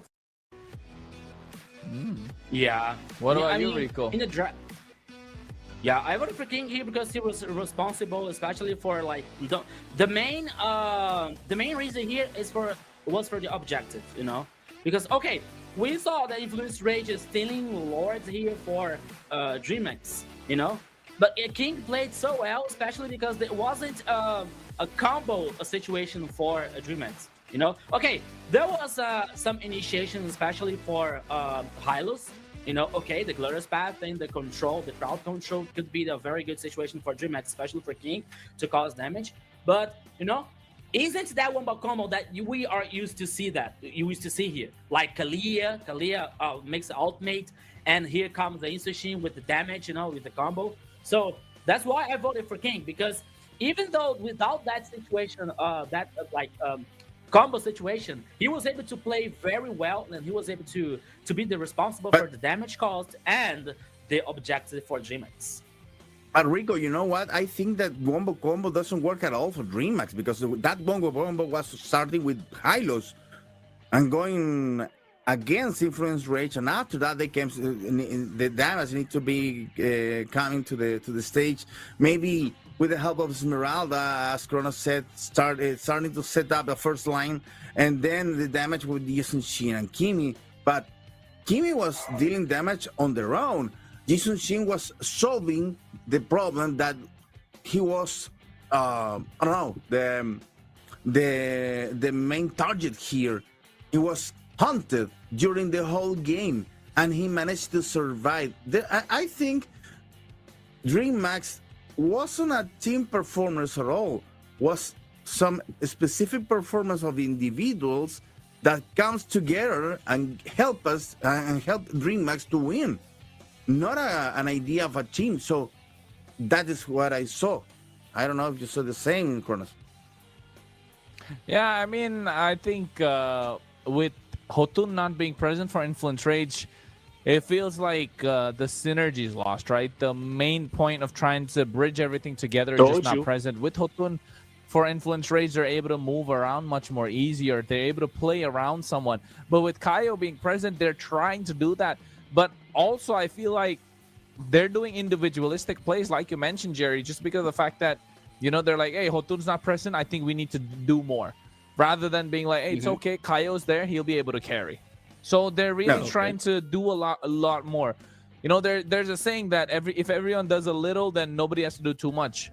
So in this case, everyone's trying to do too much, not trying to do the little to make sure everyone's able to survive and do well together. Because if you think about how the previous few weeks Influence Rage play, you never really can pick out an MVP, can you? It's always someone that's not, we can't pick out individually. We usually pick them out together, right? We're always like, it's always difficult to pick a victor or an MVP when it comes to an Influence Rage game or an Alpha 7 game because they play so well together. But here it's quite distinguished that, you know, they're really trying to, they think they're trying to make up for Kaio's lower, sorry, I mean, not, I wouldn't say it's lower, but they're trying to make up for the fact that he's not to the par of Hotun. I think that's really causing the problems. And what happens if Influence Rage don't make it? What if they lose tonight? What if they drop down to the lower bracket? Slow down. No, slow down. Come on. Slow down. They just took one game and was really hard game to get. So don't start with that because the driving position right now on this travel is on Influence Rage and not on DreamHack. DreamHack managed to solve one game, especially in the hands of this guy. King is our MVP because he was a master. He was the master of escape here. Almost impossible to catch and also dealing so much damage, participating on 91% of the killings and also getting a beautiful score on the KDA. So King was solving the things for their own. Same about Rainbow, trying to survive on their own. Remio, okay, is being part of the team, playing that Ruby, giving some sustain to the battles, trying to not to fall against Influence Rage. And I think this game came up after a well-coordinated idea of the team to manage survival, not to be the first aggression, not to be the guys that are proposing the idea, they're proposing the battles. Influence Rage was looking for the battles. Influence Rage was looking to end the game, and they failed to do it because DreamHack played very good on defense. But I don't know if they are able to get the third game after all because they are still 2-1 low. They need to win 2 more games. And this one was hard to get. Yeah, you know, but the question is, Jerry and Kronos, are we seeing here the reverse sweep? Are we seeing here the... Are we seeing Jerry's here like, the remontada? Come on. The remontada for DreamHack? You didn't listen at all. Come on, Rico. I already said that this is not a comeback. This is not a remontada. This is not a, I don't know, say it whoever you want. This is not a DreamHack comeback yet. They managed to survive on a difficult game. Let's check it out what is going to be happening in the next game because Influence Rage still looks more powerful than the DreamHack. Yeah, no, you're right. Your horses, my friend. I'm just kidding. Even though the DreamHack has won this game here, we're seeing their difficulty, you know, to close the game and to maybe work some with adaptations and with some changes. You know, okay, we are seeing Gremio much stronger than ever, playing so good with it doesn't matter what kind of heroes that Gremio is about to play. We're seeing Gremio playing very well with Marksman, with the soldiers at this time, you know. But even though, as I was saying in the beginning of this broadcast here, Influence Rage is for me, in my opinion, is even one step ahead of DreamHack, you know. So we're seeing here an unusual situation for Influence Rage because they have to play with a new player, you know. Okay, Kaio could be the it could be the one player for a replacement in Influence Rage, but we see only Hotun here playing all the time with Influence Rage, even with the main event, in the main event. So the synergy with Hotun here is totally different with Kaio, you know. And the Chrono was saying like that maybe sometimes that it feels like the Kaio has to do everything, you know, to maybe to replace Hotun's missing here. You know, that could be not so interesting for Influence Rage, you know. But it's a question for the next game because now, as João is talking to us, here comes another video for you guys. Let's go. Let's check it out and put some mind on dice on a little bit. E aí, rapaziada, eu sou o Caio e eu sou o Jungle da Influence Rage. Eu espero ter um bom desempenho, que meu time ganhe e a gente acaba indo pro Mundial. Eu queria jogar contra a DMX mesmo, porque meu amigo tá lá, só que eu acho que ele não vai jogar. Mas o Garu queria jogar contra ele e é isso. A adaptação tá sendo bem de boa, porque os manitos são muito legal e eles ficam brincando bastante comigo. Então, na primeira vez me pegou de surpresa, só que eu fiquei muito feliz de ter sido invitado e também fiquei muito feliz de eles terem me chamado pra jogar. Então, eu comecei a jogar pelo amador, no time de uns amigos meus, que a gente não tinha muito compromisso em jogar, e acabou que a gente foi evoluindo e deu vontade de jogar profissionalmente. Conto com a galera aí da Inf pra ficar torcendo pra nós, vamos dar o nosso melhor e esperamos ganhar. Okay, we're having a problem. You know what? Let's give Farsha to Syndra. Let's give Granger to Fury, and let's just give Fredrin to Kaio, and let's see how it works out. We haven't or seen give export to Syndra Kaio. until now. We haven't seen You're totally Syndra right. yet. So Yeah. no, a Farsha. Sorry, I haven't seen a Farsha yet. So it's a good call for this new game to come, and also I think we haven't seen some very strong tank player on the first line. We haven't seen Grok, for instance. The combination, the combo with Grok and Farsha, or maybe even Uranus and Farsha. I don't know if it's a time for Kaya to come. Maybe could work to get a strong first line. But the main thing here is we are ready. We are aiming to have more games on this new composition that Kronos already had. This tendency that's going from all over the world. The idea Expanded to have more rivers battlers, more fighters. I want that expanding rivers. Just give me marksmans expanding on the rivers again. battlefield. Ooh, broken walls. Ooh. yeah. Yeah, I feel like Broken Wall Okay. is definitely going to be interesting a little bit more. Look at Johnson just trying to drive through and break everybody down. Oh, you mentioned that. You know, yes, we're missing him. I'm missing Johnson here. Like, he's an off matter, I'm but right. that could be interesting that he appears at least one time here, at least once in this competition. You know, as we were saying about that, you were talking about about Kaio. He's a very good player though. It's not about his performance; it's about his synergy with the team. You know, because we also know that Holton here is the face of the Influence Rage. You know, that sometimes he has to get the protagonism from this team.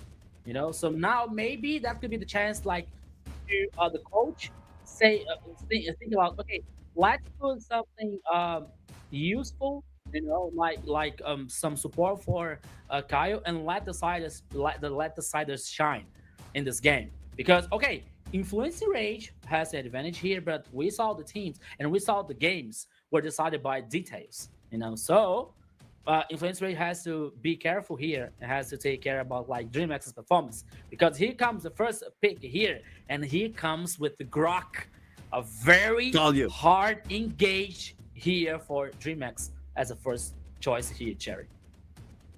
Yeah, told you this is time for the Grok to start the draft. What about Sheep? Is out of meta with the last changes, Rico, because he hasn't appeared at all. After the beginning of the Swiss stage, we had some bans and also picks for cheap, and right now it's not appearing anywhere. Yeah, you're right. Yes, and nothing happened to Chip. He was he wasn't in a patch update or something. So we saw sometimes here, but so far I think that the teams here doesn't have any of a strategy. Maybe any plans of playing around Chip here that could be very interesting for the teams. As we But wait, what we're seeing. Influence race is already giving us a hint with that we're gonna be looking right now with the hill and the Okay. Kimi. They're gonna be looking for the early duration on the game. Maybe trying to go ahead with the Hilda, and after that Kimi deals some damage. Despite of the Grog on the early games, it's not as squishy, it's not as hard as during the middle and the late game. So they need to take the idea of the aggressions right now in the beginning of the game. Nice combo there. Valentina, Grok, Hayabusa. But why they pick it up Valentina before to know what is gonna be happening on the next on the other side? There is some skill already to stall over there, Kronos? Not at all. Nothing here right now, but I think they're expecting something's coming, right? They're expecting for a big sets. They're expecting for something that will be a problem. Of course, something like the Arlot. Arlot in the... I feel like this Arlot, of course, flexible, roam, EXP, depending on how they want to play it, but quite aggressive. They need to make sure Influence Rage needs to play this as aggressive as possible with what they have, and they need to find a way to melt down this Grok. They need a marksman that is absolutely a big, danger. And I'm looking at maybe, a Moskov, maybe a Carry, maybe even a Bruno. Just because of how they like to play Bruno in this region. Rage. Yeah, for Rage. For DreamHack, the marksman composition. For Rage, they need a 1-1. It's simple. Rage, just pick the 1-1. They're gonna have a good time. Yeah. And you already said that the idea is to pick up some more fighters. They already have Hilda and Arrow there. Kimi dealing more damage from behind, and maybe another management with power. It's a good idea to mix it up, these two possibilities of the composition. Everything Yeah, of the yeah, Fredrin here has been banned. Yeah, I was telling you guys, they're probably going to go for a utility roam jungler. The Fredrin banned out. I think Akai could be banned out here as well. But I don't think Akai is good for Influence Rage just because Valentina is there on the other side. Phoveus is a good ban. I don't know. I'm thinking they're probably going to ban Akai here. What else could they ban apart from the Akai? Yeah, that could be Obsidia. I mean, counters the Hayabusa in a way, so yes, understandable. Because you lock down the Hayabusa, right? You're not able to let the Hayabusa dash in and out. So that's decent. Yeah. I think it's okay. Understandable. But still, I don't think it's my favorite ban. Here, though. Maybe look for a jungler, or a jungler, and then leave the gold laner till the end, or if they want to pick up an Irithel right here. What if they choose for Kaio? That's what I was saying. But Valentina's on the other side. They can take the heavy spin and create problems. Oh wait. No.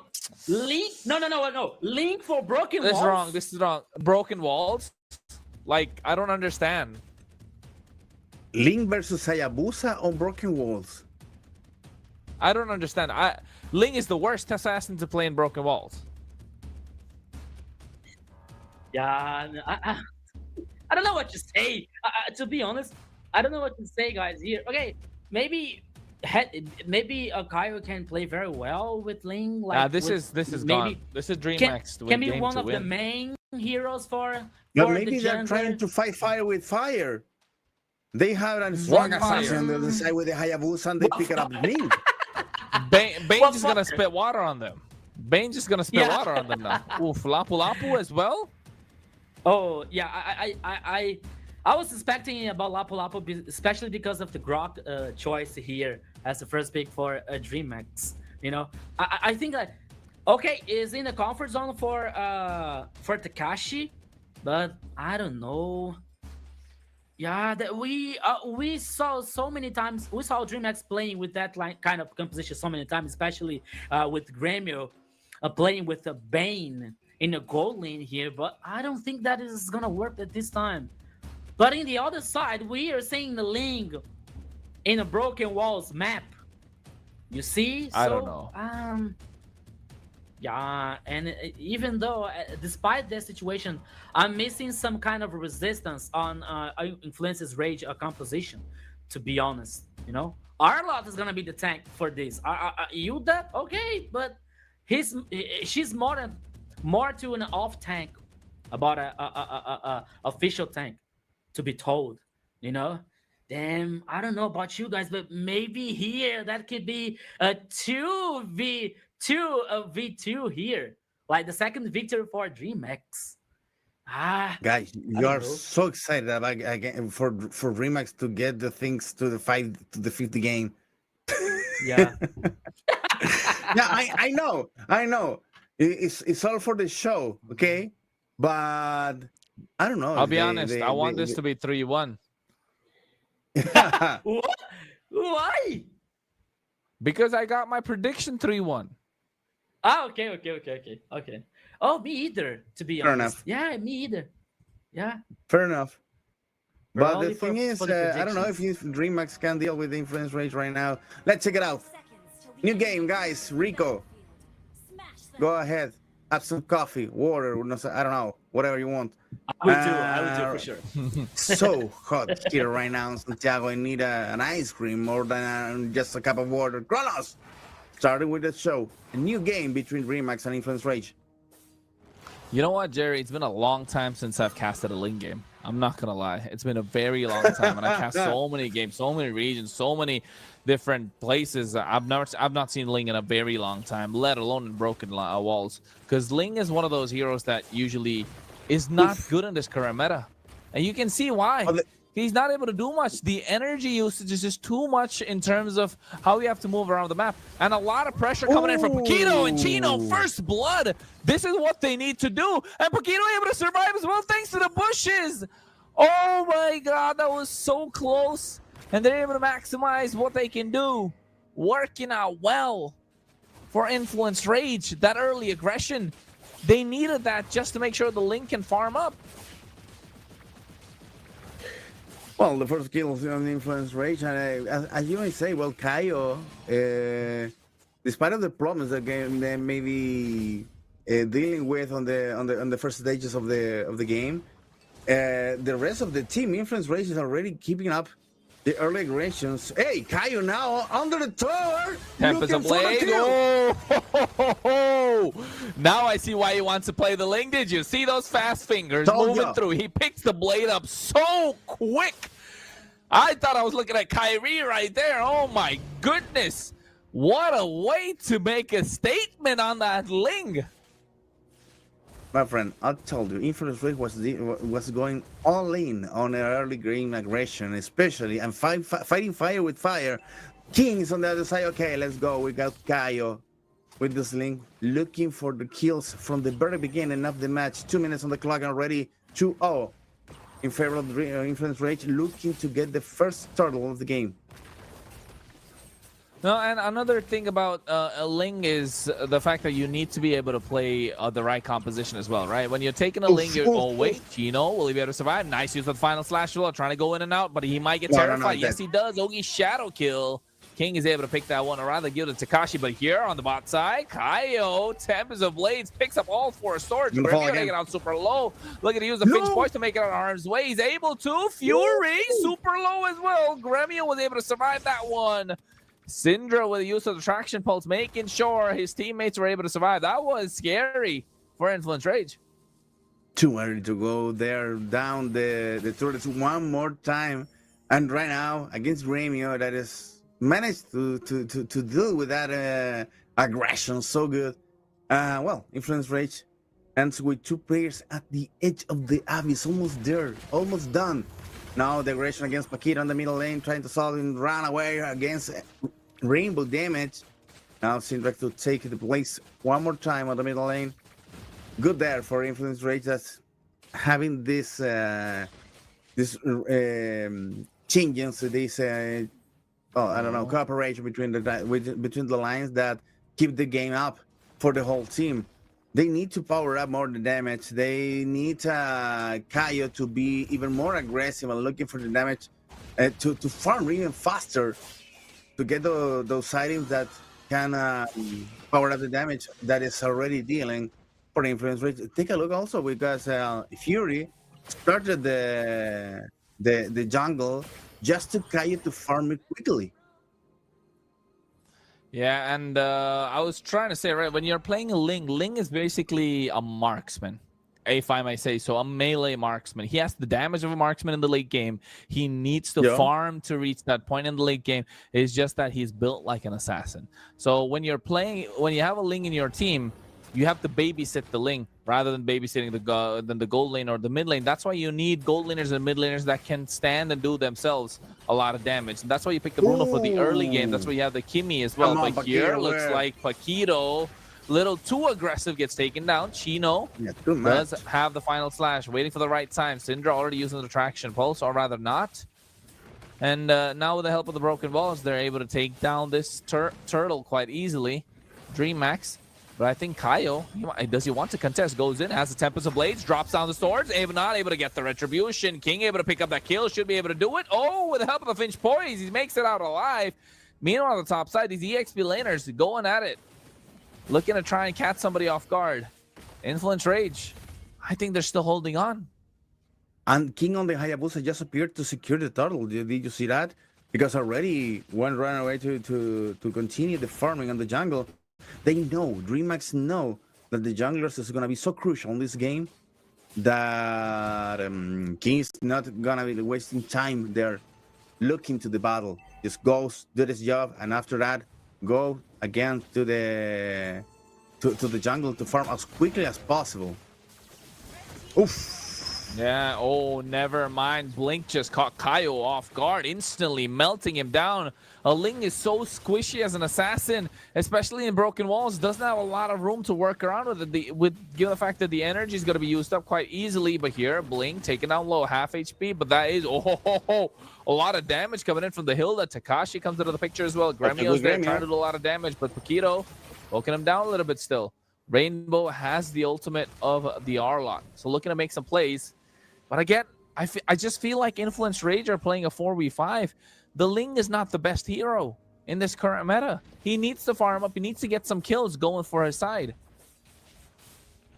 Yeah, but the thing is, Influence Rage is still managing time to keep DreamMax reachable on these numbers that is going to be in favor of DreamMax. Because if you know, if you watch it right now, they have two turtles, so they already had some pressure over Influence Rage winning on the killing, but also with the same amount of gold, despite of they are already collecting some towers in their favor. So that is important for Influence Rage to keep the momentum not so hard, not so difficult, so DreamMax can solve this game quickly.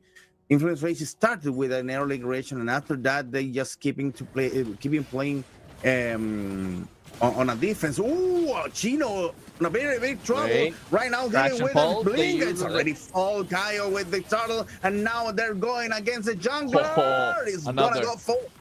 Oh, the cash is down.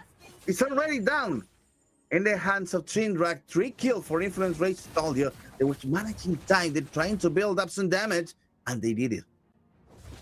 They did it indeed, and off the back of Fury as well. Why they picked up Bruno, why Bruno is so good is because such an early game marksman. You don't have to wait until 10 minutes. You don't have to wait until level 15 or level 12. All he needs is 1 or 2 items, or even 1.5, and he's going to start hurting a lot. And we see he's even picked up the Berserker's Fury along with that Kimmy that can pierce through a lot, right? So has a lot of damage, and I feel like Influence Rage slowly now playing off the back of Fury will be doing a lot of damage. And I feel like Kaio's job is going to be to split push from now on. Once he gets to this point where he hits a slight bit of a power spike, he's going to see the lane that's left open, going to start splitting from that side. And the rest of Influence Rage are going to stick together. So it's going to be like a 4-1 formation that they're going to go work with. And DreamMax needs to respond by sending Takashi to play alongside the Ling. And then the Ling is going to be able to enter the team fights faster. That has to be the idea for Influence Rage now. Well, as time passes, well, the next battle and the most powerful battle is gonna come. The first battle for the Lord, because Influence Rage has already managed to leap ahead 2K on the gold, but DreamHack is already there. So they need one more battle before the Lord. They can do the battle with the Lord already on the river. Blink's gonna trying to look for some aggressions against Paquito, but Paquito is just measuring time against DreamHack, trying not to make so many mistakes, trying to keep the momentum up for Influence Rage. That has a little advantage on their favor. Yeah, need to find an opportunity. Need to find an opening. Meanwhile, the Lord Pet, that's going to happen. And Paquito already taking so much damage, already dishing out a lot as well. At the same time, look at Chino. Goes in, gets the kill on the Rainbow, but here comes the only shadow kill. But look at Bink in the back line. Kaio is trying to assassinate them, and yes, they find one more. And looking at King, he gets caught out, and that's another damage in here. Tempest of Blaze drops down the sword, picks them up, finds 4. Disaster. Looking for the 5th. Kakashi, the only one left standing, but he slides in. Fury doesn't have the damage. He has the lifesteal, and he definitely will not go down. As Paquito. Oh no, this is illegal. That should be illegal with the way that he was able to escape, not just him, alongside Fury, and now they get themselves the Lord. They're waiting for the right time, and you can see once it hits 10, they secure it, so they have about 30 seconds for the wave to pop up, and they're looking for that push to be the final one.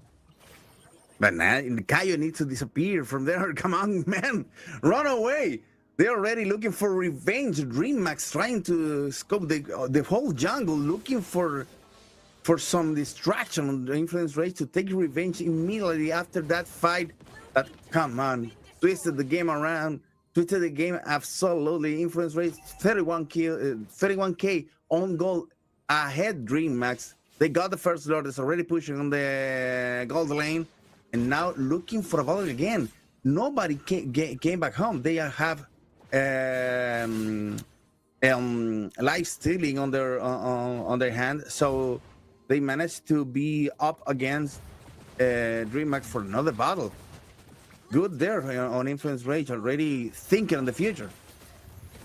Yeah, and also at the same time, Influence Rage's Fury is just trying to maintain stacks with those volley shots as well, right? So a lot of damage. They're hurting a lot. They have 2 marksmen and a Ling. Yes, the Ling's not the best, but he has the damage of a marksman come late game. Another battle. Yeah, they need to, and the Lord is already marching on the bot side. They managed to force the battle before the Lord, and now they need to force another battle before the defense is already out there. Yeah, and I think and if you look at the waves, right, they have another set of super minion waves coming in. I feel like this has to be the push, but DreamHack have timed it well. They have had a good defense. Yeah, and it's good for. Oh, King was almost there. Almost there. You need to be playing this with your teeth so tight. So tight. Oh, it's just so close, man. It's just so risky. Right, if you ask me, it's just so risky with the way that they're playing. I'm not sure if they need to be doing this quite often. I feel like Influence Rage have gone for Kaio. You know what? I feel like, Jerry, I think Kaio has told the coach, they're banning out my Fanny. I can't play these other heroes that I play. Give me the Ling, and I'll give you the win. I bet he told Coach Black Jackson. Coach Black Jackson, you know what? Fine. Here, take the Ling. But you need to make sure we get a win. Otherwise, he's buying pizza for the whole team. So I think he definitely wanted the win now. So he's battling against DreamHack, against depression, against poverty also. Yeah. The damage is not only on their heroes, they're already on their pocket too. So Influence Rage trying to deal with this. DreamHack trying to set the pressure up to Influence Rage to force them to play with the Lord. And Influence Rage trying to look for another kill. Maybe a ninja kill there on the middle lane. It's gonna be good. Trying to pierce the back line of DreamHack. Well, It's Look a at tense, Gremio. Look at his build. it's a tense game, my friend. It is tense. It is tense. They don't know how to respond to the link. They know he's going to split the map, and you can see that already. He's trying to split the map. He's going to make it out to the other side quicker. Gremio has to respond on both sides, rather, and now they're going to get the Lord started. Once the Lord is started, they're going to start slowly chipping away 18,000, 15,000 HP, all by Fury, Yeah, by his lone self. They secured the Lord Come now, on. and now they collapse as No! well in the mid lane. Paquito able to make it out alive after zoning out. He's won. He's on 4 members of DreamHack by himself. This guy is a machine. If he's not one of the top roamers of the LATAM region alongside Luis, I'm going to tell you, I think something's wrong with whoever's making those rankings. And after this play, for sure, Paquito is the MVP of this game because that distraction that he built up to against DreamHack was key to get the second Lord, and now to force DreamHack on defense and trying to look another aggression of Influence Rage, maybe in a split push. Yeah, Link is going up to the experience lane, trying to push the other line and make it DreamHack to force it to be on a defense on the next minute. 15 minutes on the clock already. Almost 10k on difference. There are 8k of gold difference between Influence Rage and DreamHack, and it's starting to feeling the damage on Influence Rage against a team that is almost on the loser bracket. Yeah, I feel like now with this Lord, I think Influence Rage are looking to end it. They're trying to sink the waves as much as possible. Already like getting the mid lane tier 2, no holy defense. Should be a Lord crashing in. Should be an inhibitor that's down soon enough. They're looking at Chino to try and create an opening. He has the flicker. He has the final slash. They want them to bite the bait. They're looking to find the opening. King goes into the quad shadow, not able to make it out alive. Or rather, able to make it out alive, not able to clear the waves. Somehow, DreamHack still alive. They have the mid lane. They have the top side left standing. And now the 2 waves are going to crash in Jerry. But the pressure, my friend, the map's so small now for DreamHack trying to solve the aggression, the pressure of the Influence Rage in all the lines, and now with super minions on the gold lane, it's gonna be so hard to keep the momentum up, to try to get back on the game because DreamHack is almost out. Yeah, I mean, they do have a good defense, though. They do have a very good defense with Gremio on this Bane, right? That deadly catch. Imagine the deadly catch into that tectonic charge. The Grok ultimate and the Bane's ultimate together, it's going to be so nasty if it's used right. Right? Influence Rage need to be careful, especially Paquito and Chino. Yes, Paquito has been doing a lot by himself, but so has Chino. Chino has been the one that's given extra bit of confidence to the rest of the team. Know that he's the big difference maker with those plays. And I feel like DreamHack are looking to catch Kaio by surprise.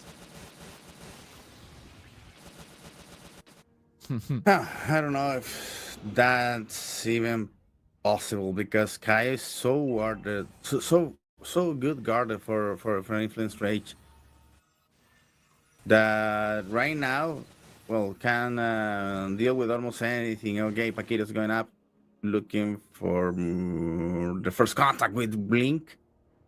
The main concern, the main problem that Influence Rage has already is Blink on this Grok. No battle for the Lord. It's already on Influence Rage hands. Oh, wait, they get the Lord at the right time as well. Look at the timing. They're so good, Jerry. The Ling could have just immediately gone down and used the Retribution, but he did. He saw the timing, waited for 1740, and then took the Lord. Because when you hit 40 seconds, the Lord and the minion wave spawns about, what, 10, 11, and then 40, 41 between those two. So when you take it at 40 seconds, that means the minion wave comes in and the Lord comes in now. As responding, look at that. The Lord comes in now. They have so much time to add pressure. They have so much time to think about the strategy on how they want to push through. And now with this Lord coming on the bot side, I feel like this might be over for DreamHack. Yeah, if they manage to, if Influence Rage manage to deal the pressure again on every single line, well, it's over for DreamHack because the power on the aggression on Remax is gonna be slowly fading away as the game advances. Chino absorbing some damage and also keeping up the pressure on the top lane. Now the Lord's already arrived. Oof, he deals some damage on the crystal, but it's not enough to keep influence the rage second set. with the chance of another battle. Take a look at Blink. He's almost carrying the team on their shoulders. Yeah, I feel like Blink is doing quite a lot with those walls as well. And that's 2 lords. Is that 2 or 3 lords? That's 3 lords that they've utilized, but they're still not able to crack open the base crystal. And I feel like this must be getting to Influence Rage. Now it's a patience game, right? Are Influence Rage patient enough? I remember what Coach Blackjack said in the interview, right? That we had with him, and I asked him a question saying that what does Syndra bring to the table? He said Syndra brings in calm to the team. And now we might be seeing 19 minutes, 20 minutes in, they're so desperate to try and end the game. They need to be desperate, but they're so calm at the same time. Oh, whoa. Paquito flickers forward. I think he's looking for a kill. Aggressive wall as well. He gets pulled away by Rainbow. That's a lot of ultimates used. That's a lot of skills used. Even the bravest fighter. All to catch a Hilda that they couldn't even take down. But they didn't use the chance because he absorbed so much damage. There was a lot of ultimates triggered up. Triggered there. Blink. But Blink. Oh. Not so much to do the difference and to end the game. Influence Rage right now has 7 towers on their favor. So they already been managing the demolition damage on their side. So that's good. I think they may be failing here with Paquito. Yeah, I feel like DreamHack are failing on the coordination, Kronos. Yeah, that's what I'm saying. They're taking the bait. Paquito is such a big bait, right? He's like a juicy fruit that's hanging above for them to try and grab, and they're grabbing it. One more lord for Influence Rage. They are already managing the position on this dance that has DreamHack just quiet there, not doing anything. Now Blink goes ahead, but don't forget, Influence Rage pulls the trigger back. Yeah, but don't forget, DreamHack, if they take this Lord, they can end it themselves. It's a 20-minute Lord. It's an evolved Lord as well. It's gonna be tankier. It's gonna be much stronger. And they have a pressure on the top side, but it's slow. 20,000, 17,000 HP. They're looking to try and reset, but look at Paquito. He's trying to go and zone out the rest of the back line. But here the Lord retribution in the hands of King. But Kaio goes into the back line, gets the kill. Tempest of Blades as well, trying to escape, but he gets King. Finds the double. Takashi, I think those recalls were a little too costly indeed. Immortality should get popped up. Yes, it does. No item swap coming through. Takashi will be going down soon as they find 3. Gremio and Blink left standing. However, they got the Lord, and they got Fury, and I think that's enough for DreamHack to try and defend this one, or rather, even try and get some push going in the mid lane. On the top lane, on the Spirit's lane, because you already have two minion waves pushing against the tower. It's a good call for Kaio to push there alone. Meanwhile, Chino and Syndra are already managing to deal with this Lord. I think Kaio performance was on point over there. Yeah, I think if he went for the Lord, they would have ended up losing. Never mind. I don't think they want to end this Lord. They're letting the Lord go through. I think that might be a slight bit of a mistake. Oh my God, Paquito. He walked into it as well. Well, it's a reset and come back again. Both teams need to be at this point. They have the whole items composition on the player, so it's just a matter of the strategies and also to feel the pressure to go ahead and make a mistake.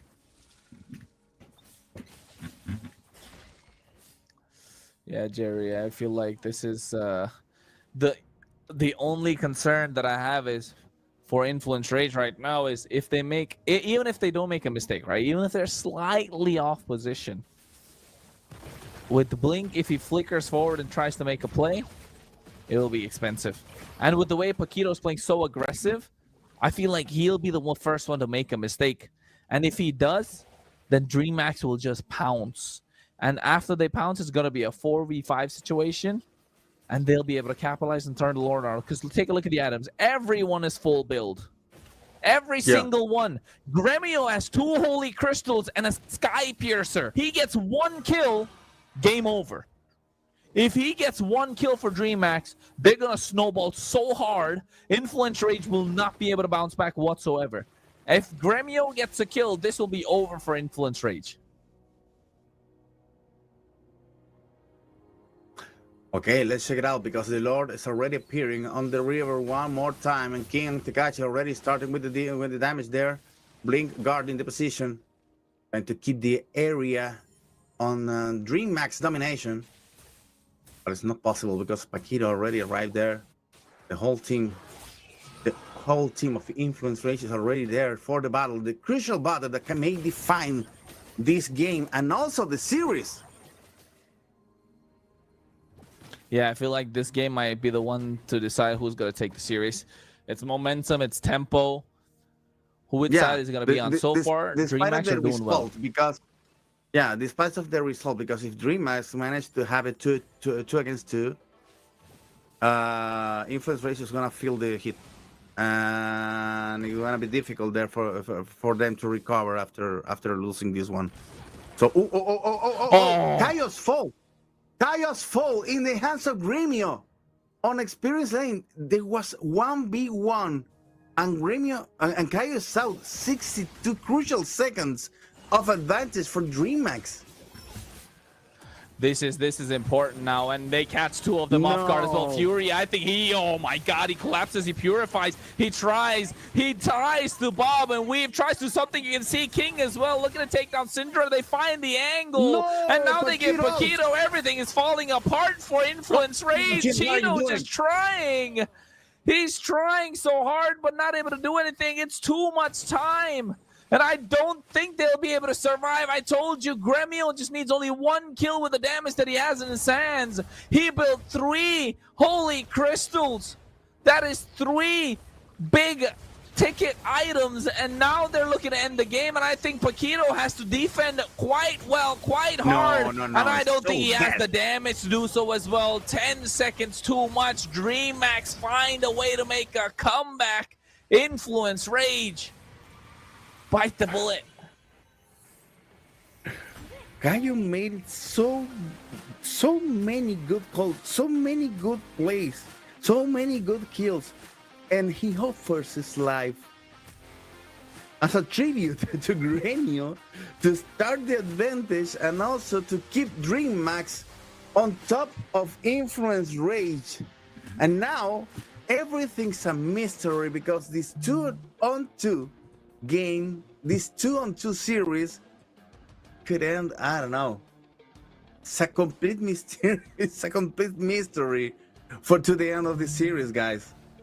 I don't know what's gonna happen right now. Really. I just have one thing to tell you guys. The remontada is real. The comeback is real. Now you get it. Now you get it. now it's the time. We were saying about like, okay, the draft for Influence Rage was so good. It was good until the link from Kyle. Okay, he played very well with Link, but we were talking about broken walls, dude. So here now you can vote for the MVP of this game. It's a 2-on-2. Everything is draw here. Everything is leading up for the last game in the best of 5, and it's up to you, the main start of the show. Don't forget to keep watching, stay tuned, and send the like and share the live, call your friends, and you have the chance to get diamonds. You have the chance to get beautiful skins with our beautiful codes here with this beautiful game till so far for DreamHack and Influence Rage. Yes, my friends, we will say once again that Influence Rage, okay, they had the advantage, they had the pressure. They had the knife and the cheese and the cake in hands to close the game, but they couldn't. They couldn't close the game. They couldn't finish this game here, and DreamHack were so resilient. They were so patient. They waited for the right spot. They waited for the right moment, especially when Kronos was like saying, Kronos was like a warning all the time about like Gremio with 3 Holy Crystals, not only 2, because Kronos said 2. Kronos saw 2. I was seeing Gremio making and bringing the third Holy Crystal for that build and for Bane, you know. And he ruled Kai in the last team fight here and was very good. And it was the right chance, it was the goal chance for DreamHack to take advantage, to kill the rest of the team and leading the second victory. Getting everything here to fight it and draw for the last game. Kronos, the remontada is real, my friend. Bro stealing my dialogues as well. But then again, I'm just kidding. But then, I mean, I did see that third Holy Crystal come online after he got the kill onto King, right? Or rather, on the kill on Kaio. And I'm not sure why Kaio tried to 1v1 Gremio. He knows he couldn't. He knows. You can see on the camera as well. Paquito is furious. He is furious. You're like, how could we lose the game? I did everything that we possibly could to win the game. You throw the game by just making one play thinking you take down a Bane. That's why, folks, Ling is not in the current meta. No matter how good of a Ling player you are, it just does not work. Yeah, the thing is, okay, this Ling, Ling is gonna be the key point of this of the discussion of the after this game. Especially as you said, okay, it's not in the meta, but it played an important role sometimes on some battles, and it worked with the cooperation of the whole team, of course. But he worked for a little bit. But take a look at other thing too. Kaio is a substitution. That is a substitute player for Influence Rage, so he managed to be with the team the whole time until he fails. And he fails and the whole team goes down. So it wasn't just fault of the Ling. Could be another hero. But the thing is, he falls and the whole team crumbles. So it's not a fault. It's not Ling's fault. It's not Chaos' fault. Take a look at the KDA, for example. It's good. It's a good KDA for a jungler. But even better than the Hayabusas. Take a look. The numbers are not lying. Ling was played well. Yeah, but maybe wasn't the good element to solve that the influence race situation on this game. But DreamHack won because they played better as a team. Influence Rage loses Ling, and after that crumbles. Disappeared under the pressure of DreamHack. I need to say, maybe I voted for Gremio as an MVP, but Bling importance on this game was huge, so huge. The last game, the last play when Gremio takes out Kaio was important, and also the turning point of the game. But during the whole game, Bling pressure was so hard on against Influence Race. Influence Race haven't time to think with that rock on their sides. So it was beautiful play for Blink over there. And well, take a look of the graphics also. Was all on Influence Rage side. Despite of the, I don't know, maybe minute 6.5 until 8 maybe. A little flick over there for DreamHack, and DreamHack managed to close the game with all the numbers against. yeah, Jared, I agree with you about like it was not like a Link's fault. It was not the Kaio's fault. That he played very well with Link. But here in Brazil, we have a saying that something can be 8 or 80. That means that something can be the best or it can be the worst. And we saw the both sides of the coin with this Link, because okay, he played so well. The KD was positive, his decision was very good, especially for before the last Lord. he was not heading for the Lord, and he was heading for the player with they were with low HP, and that was very important for Influence Rage, you know. But one decision, one simple decision, and he was trying to fight against Grêmio with three holy crystals in a vein. You know, that was the decision that was everything that DreamHack wanted. That was the opportunity. That was like the opening that they needed to guarantee the last fight here and guarantee the pressure and the victory. You know, so that was it. You know, once again, it's not Link's fault, but he got again the second go, Richard, 8K. Let's go. And all thank you guys. All thanks to you. Now we have 38 and 400 diamonds to give away for you. You in the chat, you in the global broadcast, you in the Brazilian broadcast, you in the Latin region broadcast. And then all thanks to you. All you have to do is send your ID. Send your ID, your server as well. Not only the ID, your ID and server, okay? And you have a big chance to get diamonds for your account. And let me tell you, it's not like it's like last diamonds. It's a huge amount of diamonds for you.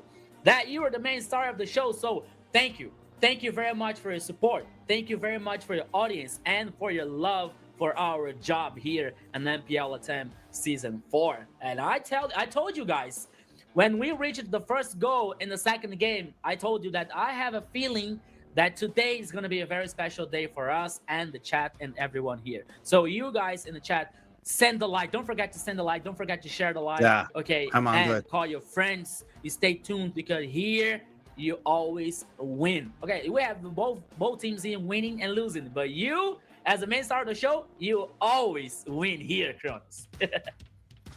Always gonna win, and you know what else? Who else is winning? Gremio, indeed. On this bin 1, 2, and 4 on the KDA. I'll be honest, I feel like Blink did a lot more in terms of getting the MVP, but the way that he played Gremio, he got that one kill that turned the entire fight around, that turned the entire game around. So, I mean, it makes sense as to why he won the MVP.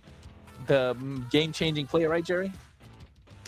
Yeah, it was a turning point of the game, I believe, and it wasn't a 1v1 that Gremio won, but was so important for the game that he deserved the MVP. And you know, you may watch right now. You can see right now that the vote was so divided.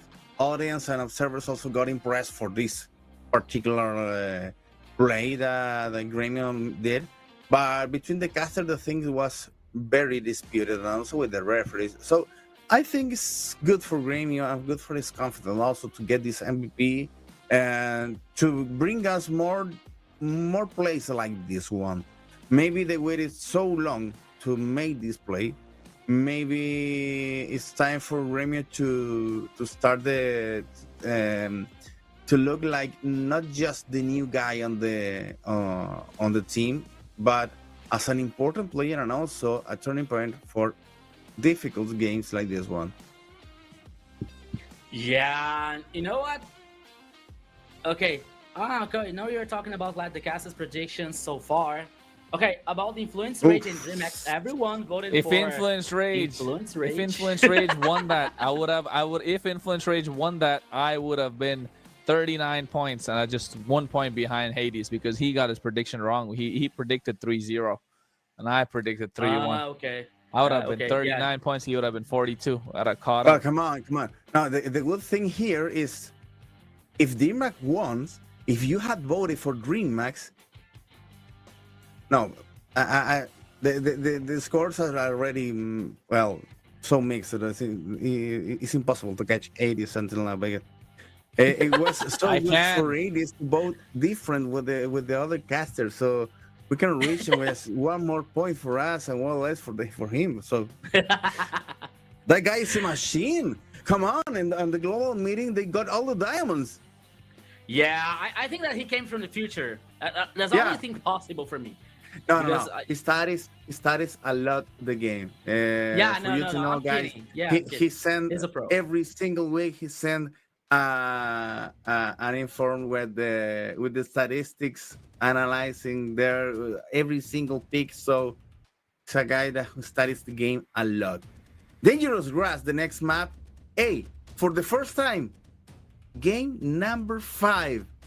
Global Bang feeling you in your bones, my friend, right now, because there's so many heroes out. Look at the numbers.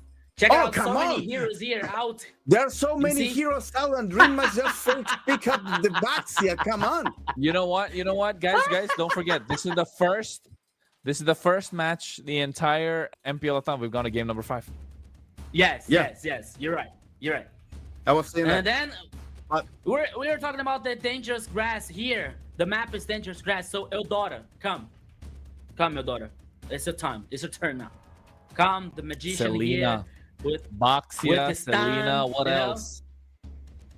Fanny, my Band out, Uh, Lancelot, Band Fanny, out, Brock, Export Band is out. open. Fanny is Export open. is 1-1 open, don't is forget. open. Export is open. Akai is open. Axborg is open. Yusong Yusong is still back. for Influence Rage. Okay. All right. But now here comes the response for GMX. Who's heading for it?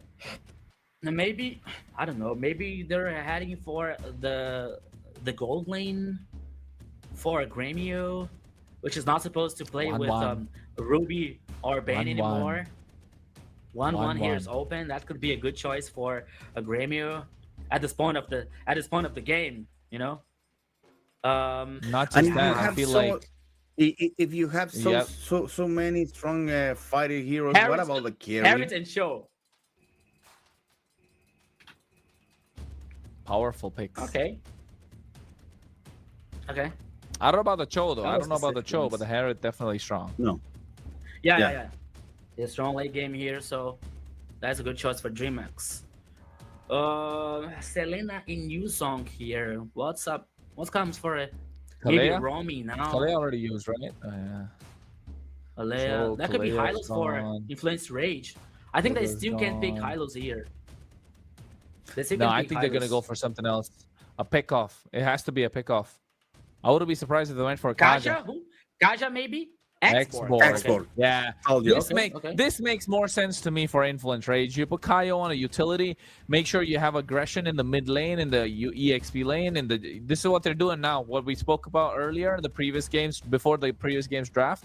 You got to play aggressive early on to make sure you can get something going down for yourself. So they have Syndra on an aggressive Selena. Use Zhong in the EXP. I think Gold Lane's probably going to be something even more aggressive. Maybe a carry even at this point. Yeah, and you already carry. mentioned the power that Yusong has to control situations during a battle, and after that comes the X-Force dealing some damage on Beyblade mode. So it's gonna be hard to deal with that, and especially if they add a marksman. Moscow is already open. It's open already, and also carry. So you have 2 powerful marksmen to end this composition and influence rage. Ooh, Kagura. Fun. Oof, that's deep pockets. Deep pocket bans. Look at the mid lane bans here. And look at the jungle bans as well. No Jushin, no Angela, no Kagura, No no Angela. Lunox, no Selena. That's 5 bans. No Yves, no Kimmy, no Hey, Moscow ban. Zetian. Oh my god, this is Yeah. such a deep rainbow. You know what? Let's Such a usual see. one. Nana maybe? Wait, But what? why Nana. are you thinking on Kadita is open. Oh yeah, Maybe Kadita's open, yes. Kadita is I think open. Kadita's a good shout. Yeah, I think Kadita's really great here. Where's Farsa, by the way? We didn't yeah, see Farsa Farsa. is open? Farsa didn't too see- risky. Farsa It's so open risky by with the the usual. Especially- especially for this okay, game carry. Oh, Carry, influence rate okay. looks so powerful right now. Okay. Told you, carry. Okay. That's a good You know one. what they could go for? You know what DreamX could go for? Novaria. Faramis. Oh, Novaria? Oh, no. I think Faramis would have been so much better here. Terizla. Oh Terizla. my god. This is a lot of damage on Harith. Gremio is a hyper carry here. Yeah, I think that carry here is gonna have so much trouble, you know. But you No, know I what? think Carrie's gonna have a great time. You know what? You think? If DreamHack pick nobody already, Influence Rage could, I don't know, test their chances with the Sask. They could. No, I think they already have Selena, right? So maybe Chip, Belleric here. Chip or Belleric, I think. Oh, they already have Selena. Yeah, that could be. That could be. Is Hylos open yet? Chip, Belleric, Gatot Kacha. Oh, Gato Kacha also. I think Belleric think is a great idea because the combo with the X4 is gonna be It's chosen. great. Let's see. Gato Kacha. Gato better. Kacha. Yeah, Okay, to, okay. to have something more agile than the Belleric. So Okay, maybe the it's situation. to deal with the Baxia in a better way, not to die with the Arif. It's a good idea, but they got to catch. Yeah, maybe now the situation for Carry is better because now they have got the Kacha and especially Yusong here trying to zone in the players for DreamHack. And That could beware of be- the that chain could of be control that DreamHack already has because there is Tarita, Joe, and Baxia. There's a chain of control over there. Maybe the pickups are gonna be hard for Influence Rage. Yeah, pickoffs are definitely going to be hard, but Fury needs to play super safe. And the only pickoffs they're going to get if Syndra lands the arrows, right? If Syndra lands the arrows, they're going to get a lot of pickoffs. But I think Fury, this full game is in the hands of Fury and Syndra. I feel like Fury is going to be the insurance policy. Syndra and Chino are going to play super aggressive. And Kaio just has to be present. He just has to be there to be extra damage and that fire, right? Late game, Fury destroys everybody. That's the plan of Influence Rage here. But the main thing is also to Kaio to get distracted and also to give away one more kill like the last game. That was the key, the turning point of the game number 4. But now we're on the game number 5 in DreamHack and Influence Rage one more time in the voices of Rico and Kronos. The first 5th game of this MPL Latin America, guys. Thank you, Jerry. So let's go. This is only the first best of 5 for today. That all leads to the final game here. As Jerry said, it is the first 5th game of MPL LATAM Season 4. That all starts on fire here with Blink trying to spot Kaio on the red buff. But now he heads back. My friend Kronos, let's go because I have to tell you, and I have to be honest, for me, it's a 50-50 here for both teams, you know? Everything can happen, and Blink now has to take care. No, I think definitely advantage to DreamHack in terms of the early game. And if Rainbow can start hitting those Astro Recalls, it'll be a problem. But if Influence Rage are able to hold their own for about 10, 12 minutes without losing a lot of kills, without giving a lot, they'll be able to come out on top. And again, DreamHack have to make lesser mistakes. Yeah, but you know, we saw in the last game Influence Rage taking so much advantage opening the base, but at the end they lose the game. They lost the game, you know. So, okay, maybe DreamHack had, not maybe, but as you said, DreamHack can have this advantage, especially in an early game here. So they have to play more aggressive. They have to take the action here, to control the game, to cause pressure. On the other side, we have Influence Rage with a very interesting composition, especially for the late game, especially with carry, you know. So the first Lord here, Kaio, oops, okay, guaranteed by DreamHack, but nothing happens, Kronos. Yeah, fast take of the turtle as well, right? Super fast take. DreamHack's king needs to go and try and steal away jungle camps as much as he can, just so he can get ahead of Kaio. Kaio's really slow in terms of farming. That's one thing I've noticed all these games, right? Compared to Hotun, his farming speed is a little slower, and that's really costing the rotation speed of Influence Rage. However, here with DreamHack, they understand that, and they're trying to abuse that factor as well. Yeah. So almost in the 3rd minute, almost 3 minutes of the game, we're seeing the DreamHack trying to take the action, especially with Blink here. It comes the ultimate. No, the way of the dragon, but I think that Blink missed the direction here, Kronos. He was trying to isolate the player for his partner, but it didn't happen. It didn't work. Yeah, I think he was trying to isolate them and got the wrong target as well. So now Blink does not flicker, does not Way of the Dragon. So now Influence Rage can play a little more aggressive, especially Fury, knowing that he has vision of where Blink is going to be. They don't really, because if you take a look at DreamHack's lineup, apart from Blink, there's not a lot of pickoffs, so they don't need to be afraid whatsoever right now. They can play aggressive, especially Syndra, and they know where the Terizla is as well. So that's looking good for Influence Rage for another, what, 70 seconds? Yeah, but we're seeing he's the opposite. Like, Influence Rage doesn't try anything. They don't try anything. They don't try to play aggressive. We see the opposite, actually. We see King here with more like trying to dominate the map. Oh, we see King stealing the purple buff. Did he steal, right? I'm not saying Kaio now, but I think that he stole. He stole it. He stole it. Oh no. Oh my no. goodness. Here comes Yeah, Kronos. now you can see Blink with the Dragon AOG to create the separation as well. Blink gets caught out alone, and Fury dishing out the damage, able to take him alive. No, he doesn't. He's able to escape. They miscalculated the damage timers, and Fury now needs to get the kill, but Kaio is already taken down. First blood, and they lose Paquito as well. What's going on? Influence Rage are slowly falling apart, and DreamHack are maximizing what they can take out of it. My goodness, what happened here? We saw Kaio. I think that he thought that he was able to kill Blink, but Blink survived. They lost the turtle here once again. Okay, that could be worse. That could be worse, Kronos, because at the end of the day, Blink also was killed. You know, he died. But I don't know, maybe this lack of time here that Kaio got wrong. Okay, here comes the Absol Arrow here. Oh no, for Blink. Okay, he was able to survive. Oh man, but I don't know, but it could be better for Influencer, but Kaio has to pay attention. Kaio has to be careful about that, my friend.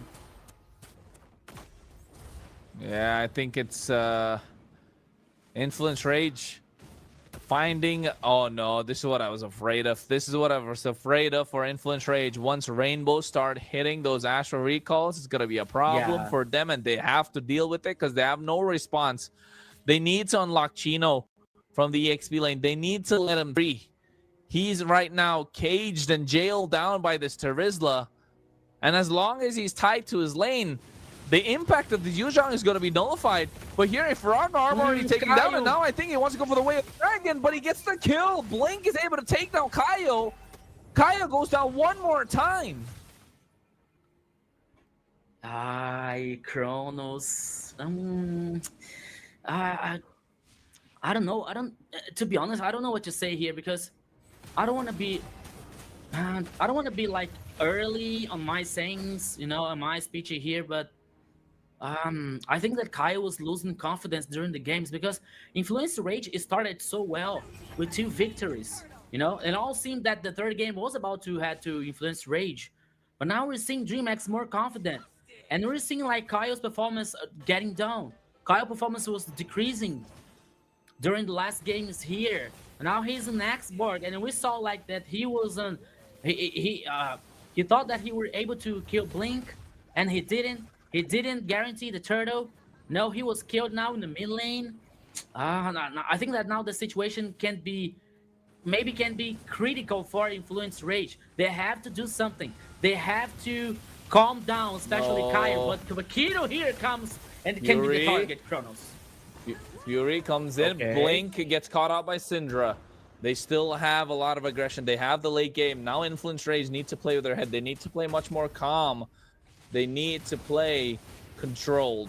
And I think Paquito has to make sure the team is held down. And this is where Syndra comes in as well. Syndra needs to start making sure they're playing on their cool. Because right now, Fury... Oh, no. Purify.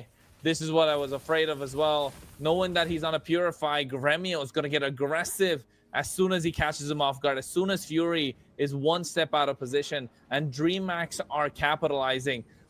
You know what? If DreamHack are the team to give Influence Rage their first loss of the season, we are looking at the comeback of a lifetime.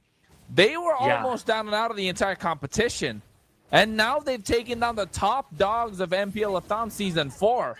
And I feel like DreamHack are doing this remontada style.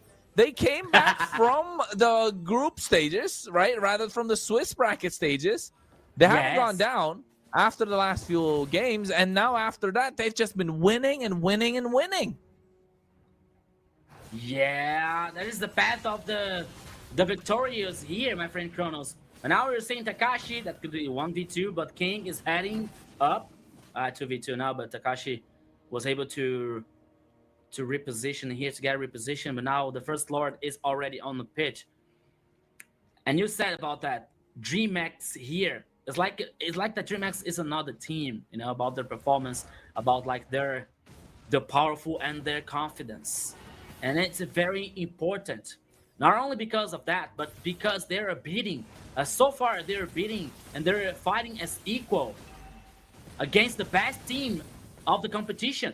They're fighting as equal versus against Influence Rage.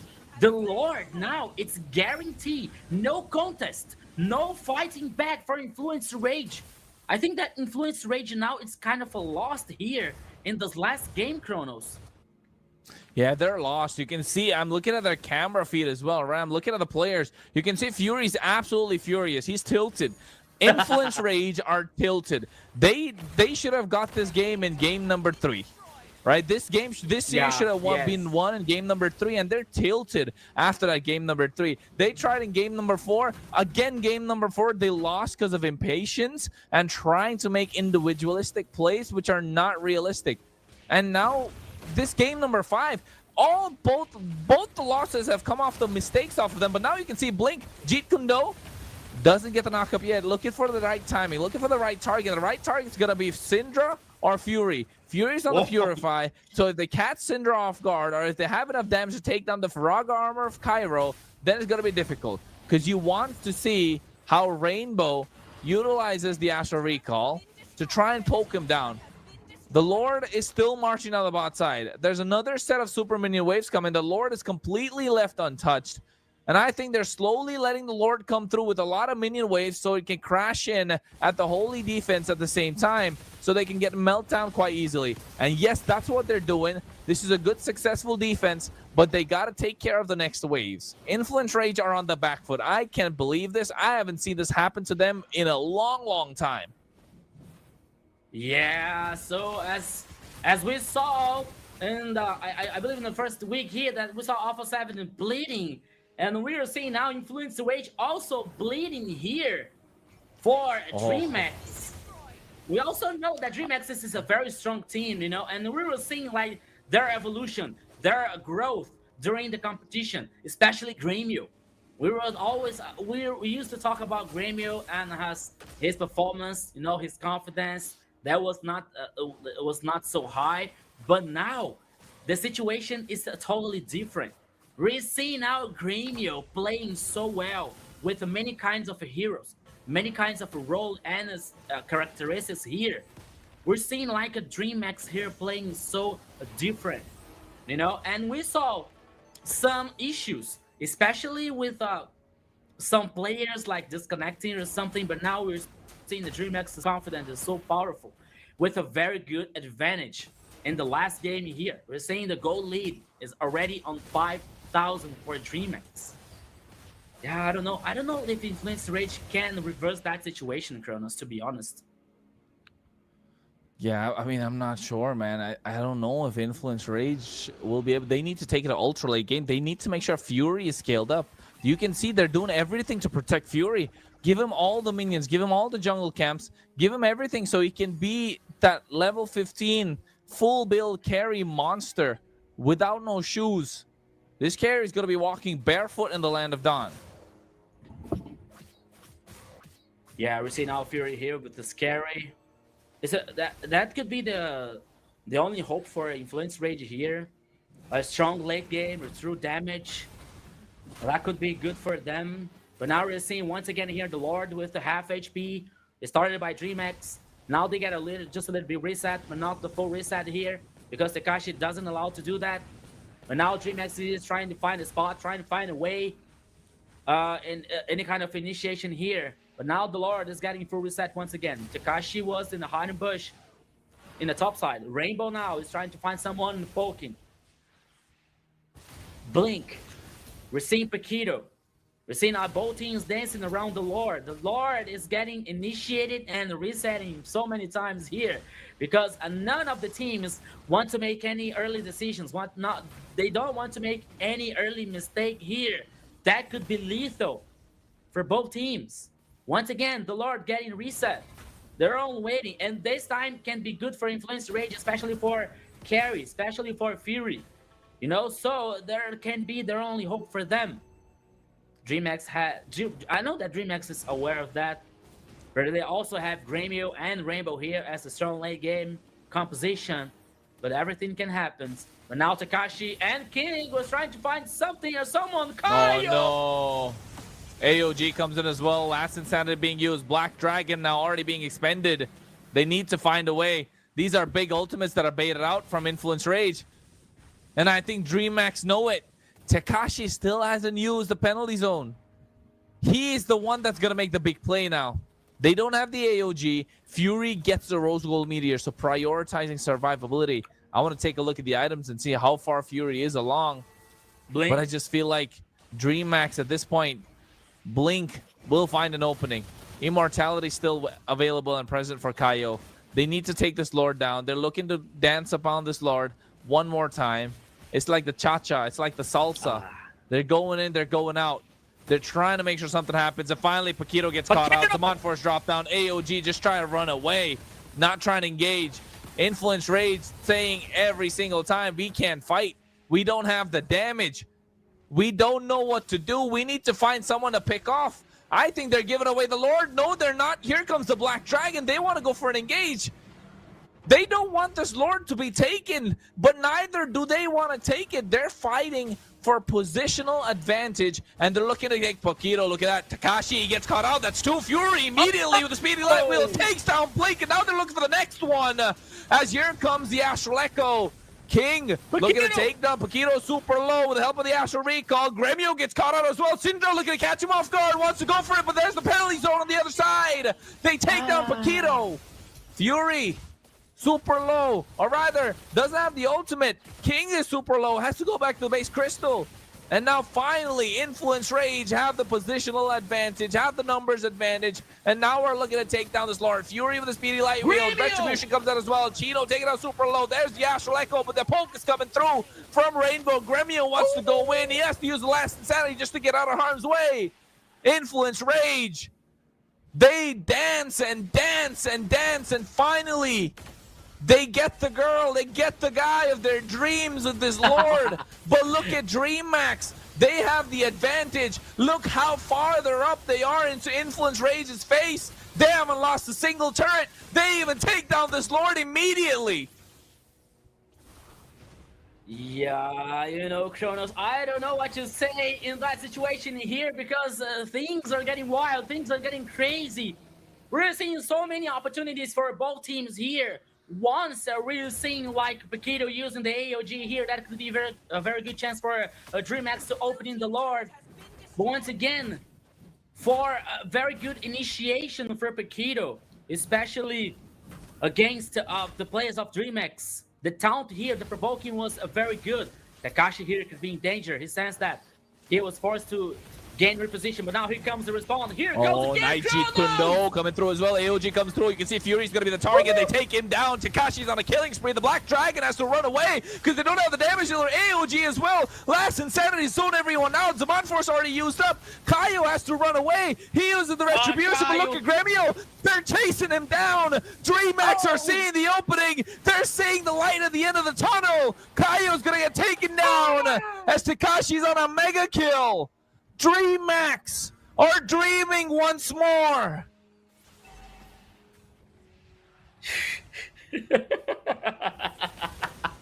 What a game! What a match here, ladies and gentlemen! We're seeing now DreamX with so much interesting advantage, not only in the goal lead, because so far, for a few minutes later, the goal lead won't make any difference because everyone will be in the full build. You see, some of them are already in the full build, especially the gold laners here. We're seeing Gremio and also, okay, not carry. It remains one item so far. Corrosion Sight, Golden Staff, Demon Hunter, and Gold Meteor for carry. okay, but now man, how do I say this? Because we're seeing that influence rage sometimes they're afraid to try some plays, to try some kind of initiation. I understand them because here any mistake here can be lethal, can be the final one, can be so decisive.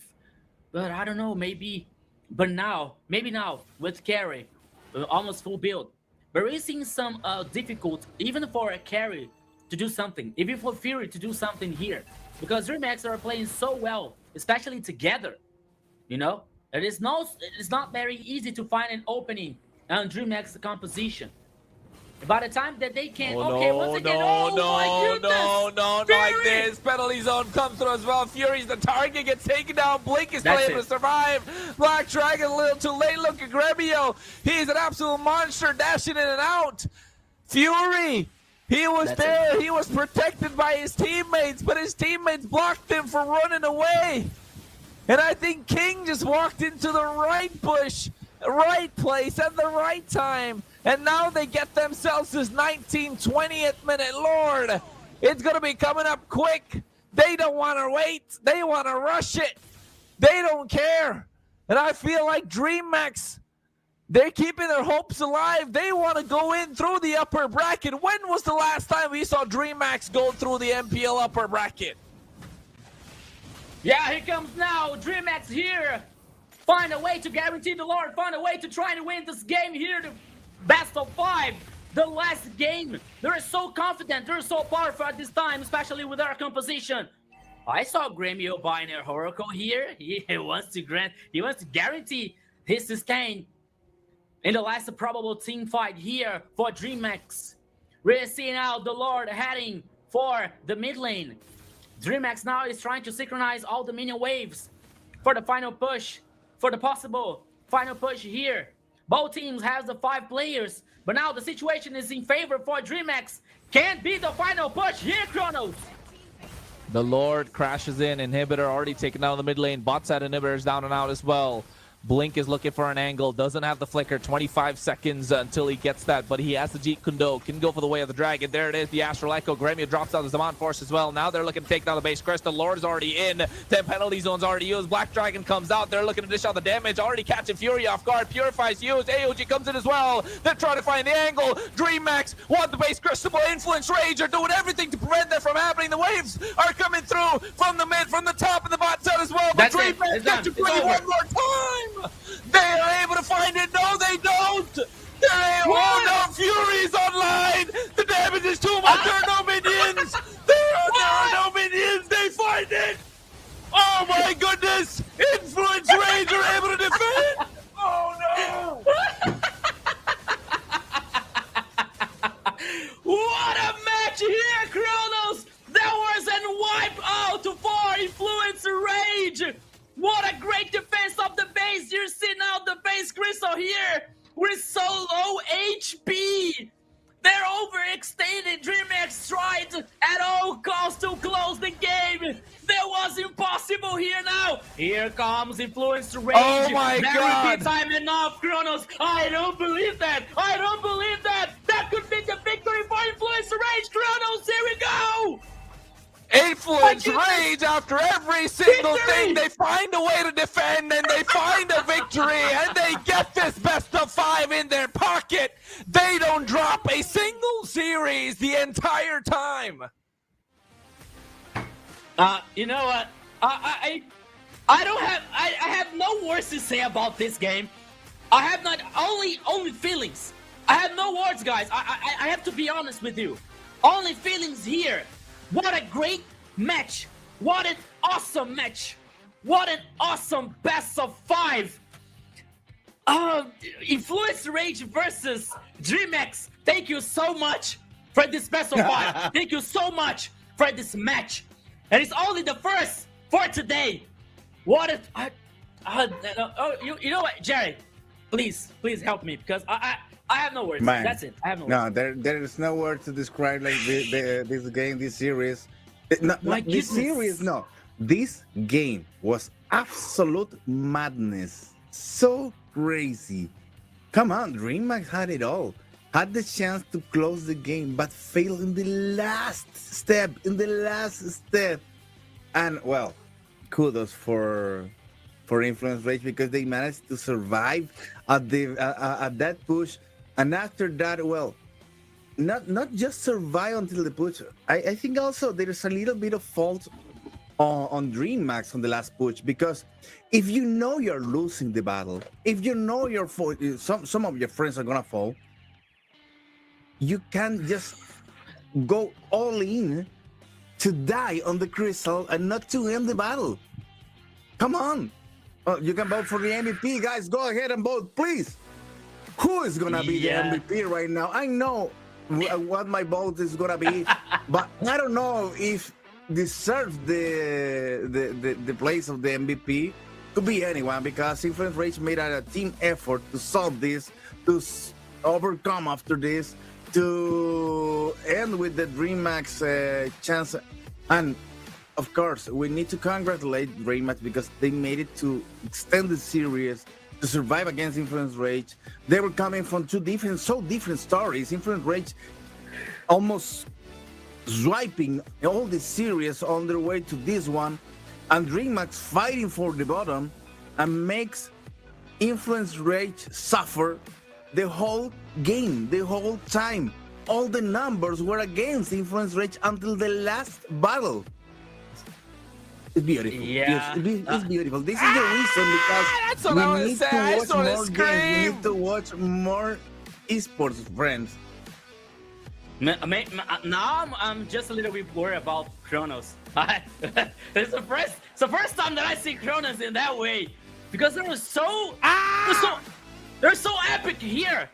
They were so unbelievable, because all the roads here led to DreamHack to win this game, to close the game. Look, see they the were crystal desperate base. to break the crystal. So desperate that they didn't even realize that the minions wasn't there. They're waiting. I think that they were waiting for the next minion wave, but they didn't have the patience to wait and trying to focus the crystal base once again. They lost. I think they're lost in that time. But everything was so in favor to DreamHack to close this game. We were saying the whole game here that the situation for Influence Rage was so critical, especially for Fury. And after I said about Fury's situation, he was killed. He was taken down. And they were saying like, okay, that could be the chance. That could be the gold chance here for DreamHack to close the game. They guaranteed the Lord. They synchronized the minion waves to have the final push, and the whole base was open. But once again, they didn't have the patience for waiting the next minion waves. And it was so close for DreamHack here. I think that sometimes there are some games that the heart and the feeling, they speak louder than the strategy, than the reason. I think, and that was one of the games, because they just DreamHack they just needed to wait the next mini wave, and they didn't, and they died. They were wiped out, and there was the chance for Influence Rage to win this game. But you know what? We saw that Influence Rage can bleed. Influence Rage, we can say that they are still the best team on this competition so far. But we saw here a DreamHack playing as equal, and even better, have the chance to close the game. I think that this final game here, DreamHack lost more to themselves than to Influence Rage, So it's a thing that DreamHack that can be proud. It's a thing that DreamHack can be happy about that, because they played so well, and they know they are capable of more. They are capable of doing more on that competition. It's not the end of the line for DreamHack. They're heading for the lower bracket, But I believe that now they are more confident than ever, Kronos. Ladies and gentlemen, are you not entertained? Are you not entertained? That is what I can say. Make sure you drop a like. It doesn't cost you a lot. There's about a little more than 150 people watching. The best you can do is just drop a like because that definitely helps out MPL LATAM. It definitely helps out us as casters. And I really wanted to scream, but it's what, 1 a.m. at my place. If I scream, my neighbors will call the police. But hey, I mean, I just didn't want. I just couldn't hold myself in. I just couldn't hold myself in, just because of the fact that Influence Rage threw the game multiple times, but DreamHack just threw harder. They just threw more. It's like it's DreamHack said Influence Rage, oh wait, you're throwing the game for me? You know what? Let me double throw the game for you. Because in the end, they had it. I'm looking at the replays again and again. It's just that it's like you guys mentioned. It was just one more wave they had to wait. It was literally 1 second. They just had to wait for 1 or 2 seconds more, and then they would have been able to get that. They would have been able to get the victory. They even used the winter crowns. They dropped an emote. They had enough time to drop an emote rather than taking out the minions and let the minions walk in. And that sort of slight bit of overconfidence really costed them. And I think that should have been quite easy win. Because DreamHack, like the name says, they gave dreams and hopes to Brazil. They gave dreams and hopes to their fans. And if I'm not wrong, they have the biggest fan base out of all the teams here in MPL LATAM. And they just crushed their dreams. Just like that, of being one of the top teams to move into the upper bracket final. However, Syndra picking up the MVP on the Selena, he was working overtime. It felt like he was laboring for the entire team of Influence Rage. 404 on a KDA. I just thought he died multiple times. 42% damage as well. Was there in 100% of all the kills that the team took part in. They are down in terms of the lords they took. They are down in terms of the turtles. They are down in terms of the towers. And they're down in terms of the kills and the gold. And Syndra was the one pillar that they relied on to try and get everything done. He was dashing in and out. You can see here as well, the last clear, they just needed Syndra to help use those abyssal traps to dash in and out to clear the waves. And that was enough for Fury just to dish out the damage. You see, I was wondering what is in DreamHack's mind, seeing the minion waves heading out at this moment. You see the minion waves, but all the players of DreamHack are dead. You know, they didn't have the patience. And we see like, okay, what is happening? What is going on? We just had to win. We just had to wait this minion wave here to guarantee the victory, to close the game. But it didn't happen, Jerry. Victory for Influence Rage. And here comes Syndra. As a voting system, the casters, I saw many casters voting for Fury. But the fact is, the last team fight, the defense for the Crystal Base, Syndra made a triple kill. He was the responsible. He was the point, the key for Influence Rage, defend the base at all costs and reverse that situation, you know, and all led to victory for Influence Rage. The referee, the audience was split. The observers was like the whole vote, and he got 7 out of 10 for the mid laner of Influence Rage. What a match, ladies and gentlemen. What a life. What is life? Life is beautiful. That's it. That's all I have to say. And you know what? We still have one best of 5 ahead. Between Black Sentence and Alpha 7. So come on. 5 hours more, guys. We were thinking, and also other thing. 5 hours more. We were thinking that DreamHack is not gonna be easy for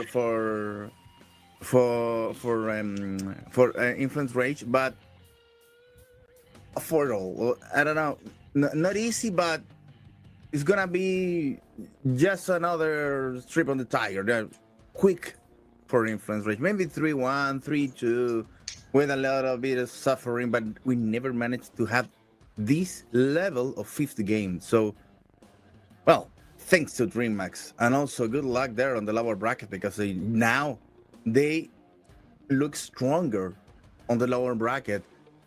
Okay, let me check, but because they are gonna be playing against Alpha 7, right? ULF. So no, ULF. I think that ULF. Yes. ULF. Oh, come on, ULF. beware. I think They're they're- starting I to think they feel look- the shield on their backs right now after this game. They look Yeah. absolutely strong. They look Yes. Yeah. absolutely strong, if you ask me. Yes. Very, very strong. It's a team And, to fear. Yes, yes.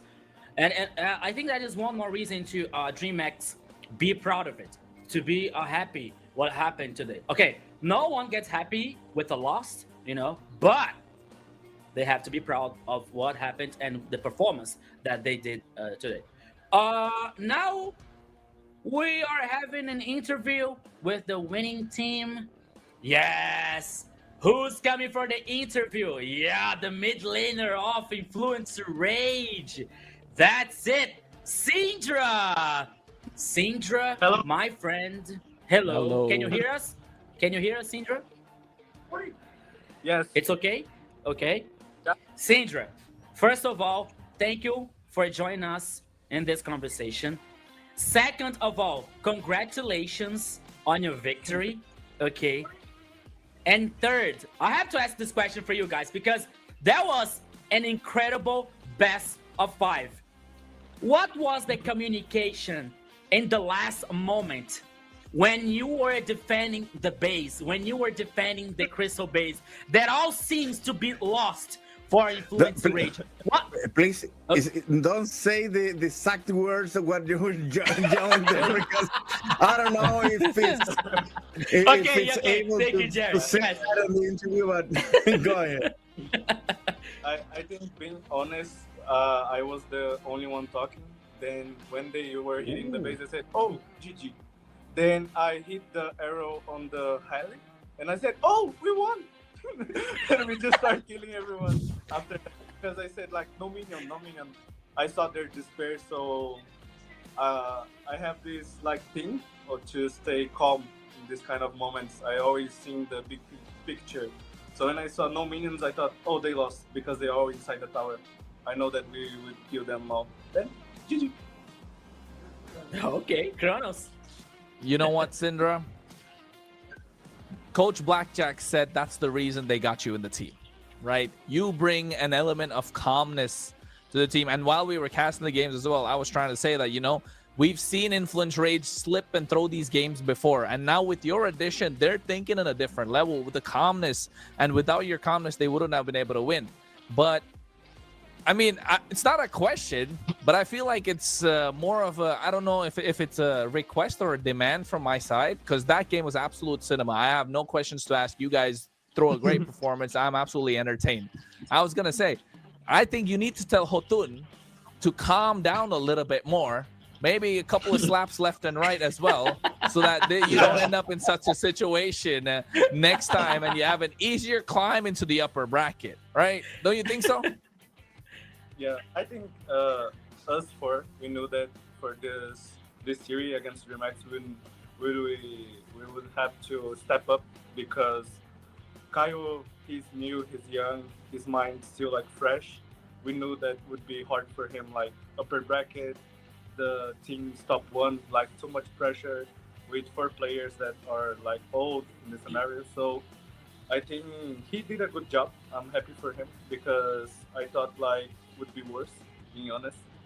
I think he was really great for like first guy playoff upper bracket against DreamX, like against King.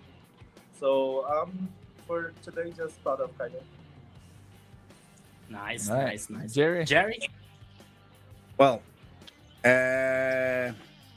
somehow the guys already stole my question with the what were you thinking? I was gonna say, but what were you saying during that crucial moment on the crystal? But I'm gonna aim for the future. I'm gonna aim for the future. What about the games to come? What changes are you well? I don't know. I know that's soon, but what changes you think is needed to be done just to not be so scared again? Because I know maybe you don't want to be that in the lower bracket on any circumstances at all. I think for us, we just need more consistency and discipline. That's all. I think that's enough for the win. Discipline. All right. That's a One good. last That's a question, good Sindra. call. One last That question. wasn't your finger. So Who's that? Who's that? Who's that? the team is agree. One last Yeah. question. One last question. Who do you think was tougher, Dream Max or Alpha 7? Neither. Neither. Oh, this guy. Aura farming, right? Neither. Okay. Okay. You know what? For that, Syndra, here you go, my guy. I'm on your side. Let's do it. What? Yeah. UK. So, Kronos, do you Cedra. have another one? No. I'm done. I'm done. I enjoyed, my friend. That game was Yes, we're absolute done. cinema for me. Please put on Yeah. such a show again in the best of 7 later on when you're facing maybe Alpha 7 Esports next week. I think it's gonna be Alpha 7, but then again, I just feel like it's such a tough game. And okay, you know what? I have one more question. There's only one spot, right? One spot for M7. You know, I think all the casters kind of know it's gonna be Influence Rage versus Alpha 7 in the finals, and to a certain extent. Are you looking forward to that game, or are you like taking it one step at a time? Are you guys preparing, or is it just that, you know, when we get there, you're going to be confident that you're going to be able to beat them? Because that's what they were last season. But in the grand finals, I don't know what happened. They got too aggressive. But now with you being there, are you able to, you know, change the mentality of the team? I think for me, step by step is the right thing to do, because you cannot go further if you're still here on this moment. So just game by game, we're going for the win. Okay. Syndra, once again, thank you for the conversation. Congratulations for the victory and good luck for the future of Influence Rage. Thank you. Bye, my friend. Yes. Bye. Bye-bye. Yeah, guys. So that was it, Syndra, the mid laner for Influence Rage after this epic best of 5. After this insane best of 5 here against DreamX 3-2, and it was only the first MD, the first best of 5. You know, I think Yeah. that Kronos is trying to say something, but I think that he's aware muted. that he's muted. Okay. Yeah. I was, I was trying to say that was as MLBB lovers, as avid lovers of MLBB and gaming, that was an amazing game, an amazing series. As casters, I just hope the next series is 3-0. But come on. Come on. Hey, no. There's a Come thing. on. Well, Come on. next series, it's gonna be Black 5 Santas games. against Alpha 7. So I think I'm Black going to be here Santas- till 5 a.m. yeah, Black Santas is bringing so many a lot of surprises the last time. So I don't know if we're gonna be ending quickly. I think that maybe it's a 3-2 again. But we Yeah, I have a think it's a surprise 3-2. before that. But We- all depends on Alpha 7, because you know what?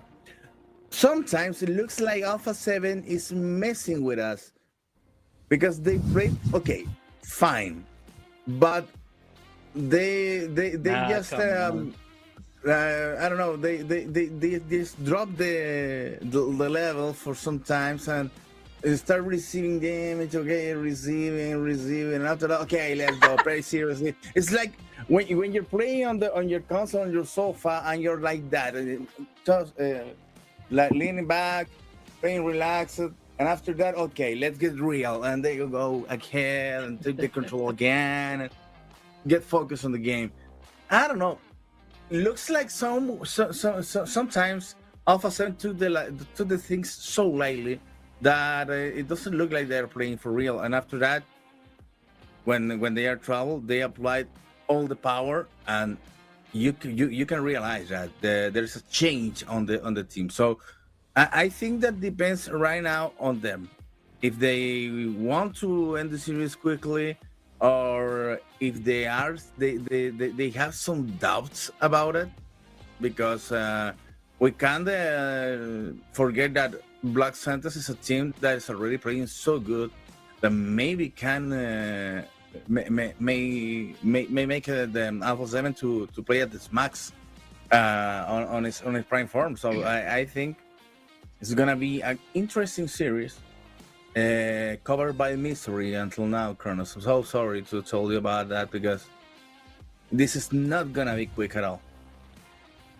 I know. I know it's not gonna be quick. I told you guys it's gonna be a long night tonight. And I think I have a feeling Black Sentence Esports and Alpha 7 might be even more entertaining. Even more.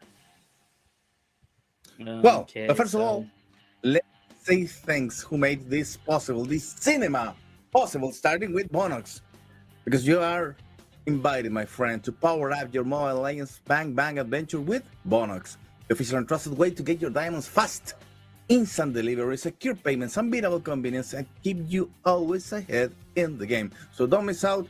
I use the code BNXMPL and grab 5% off on your next top out today.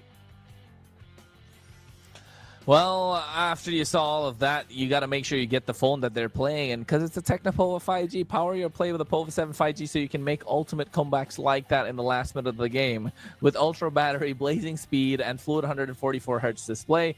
Built for true gamers. Don't wait. Experience the future of gaming performance now.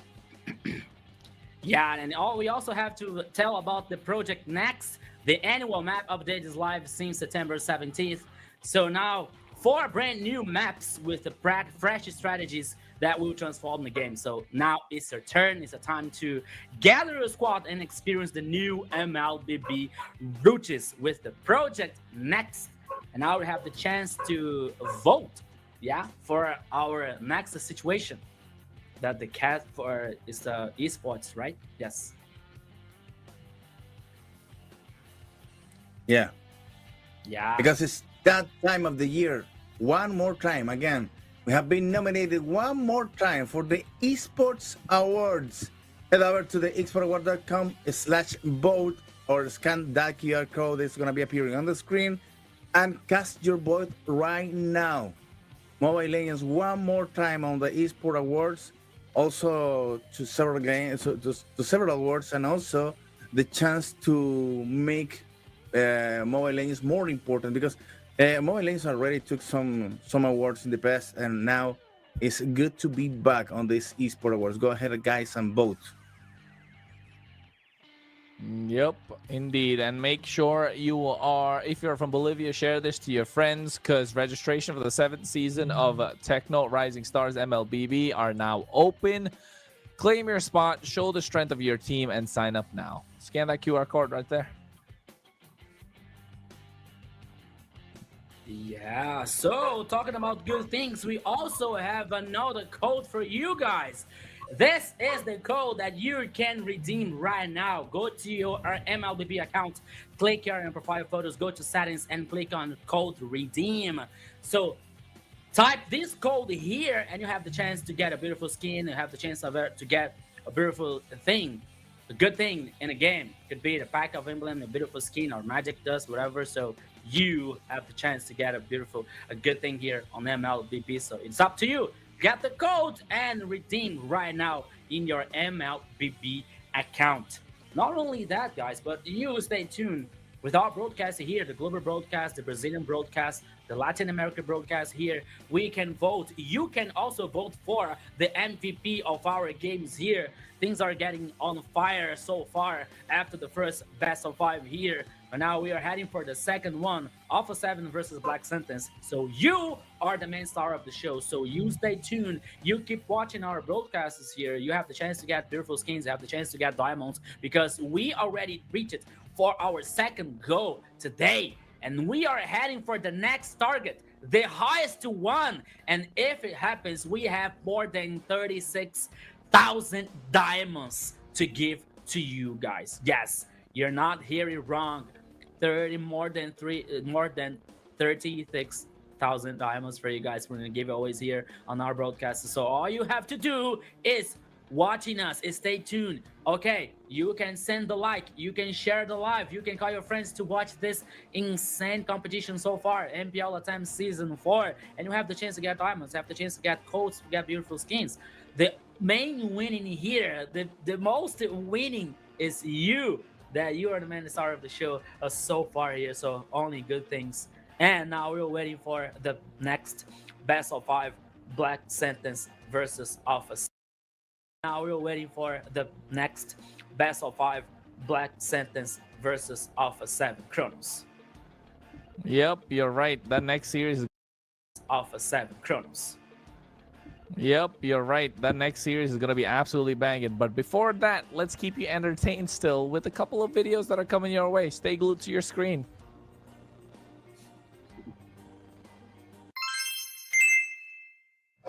E aí, rapaziada, meu nick é Biel, eu sou novo assistant coach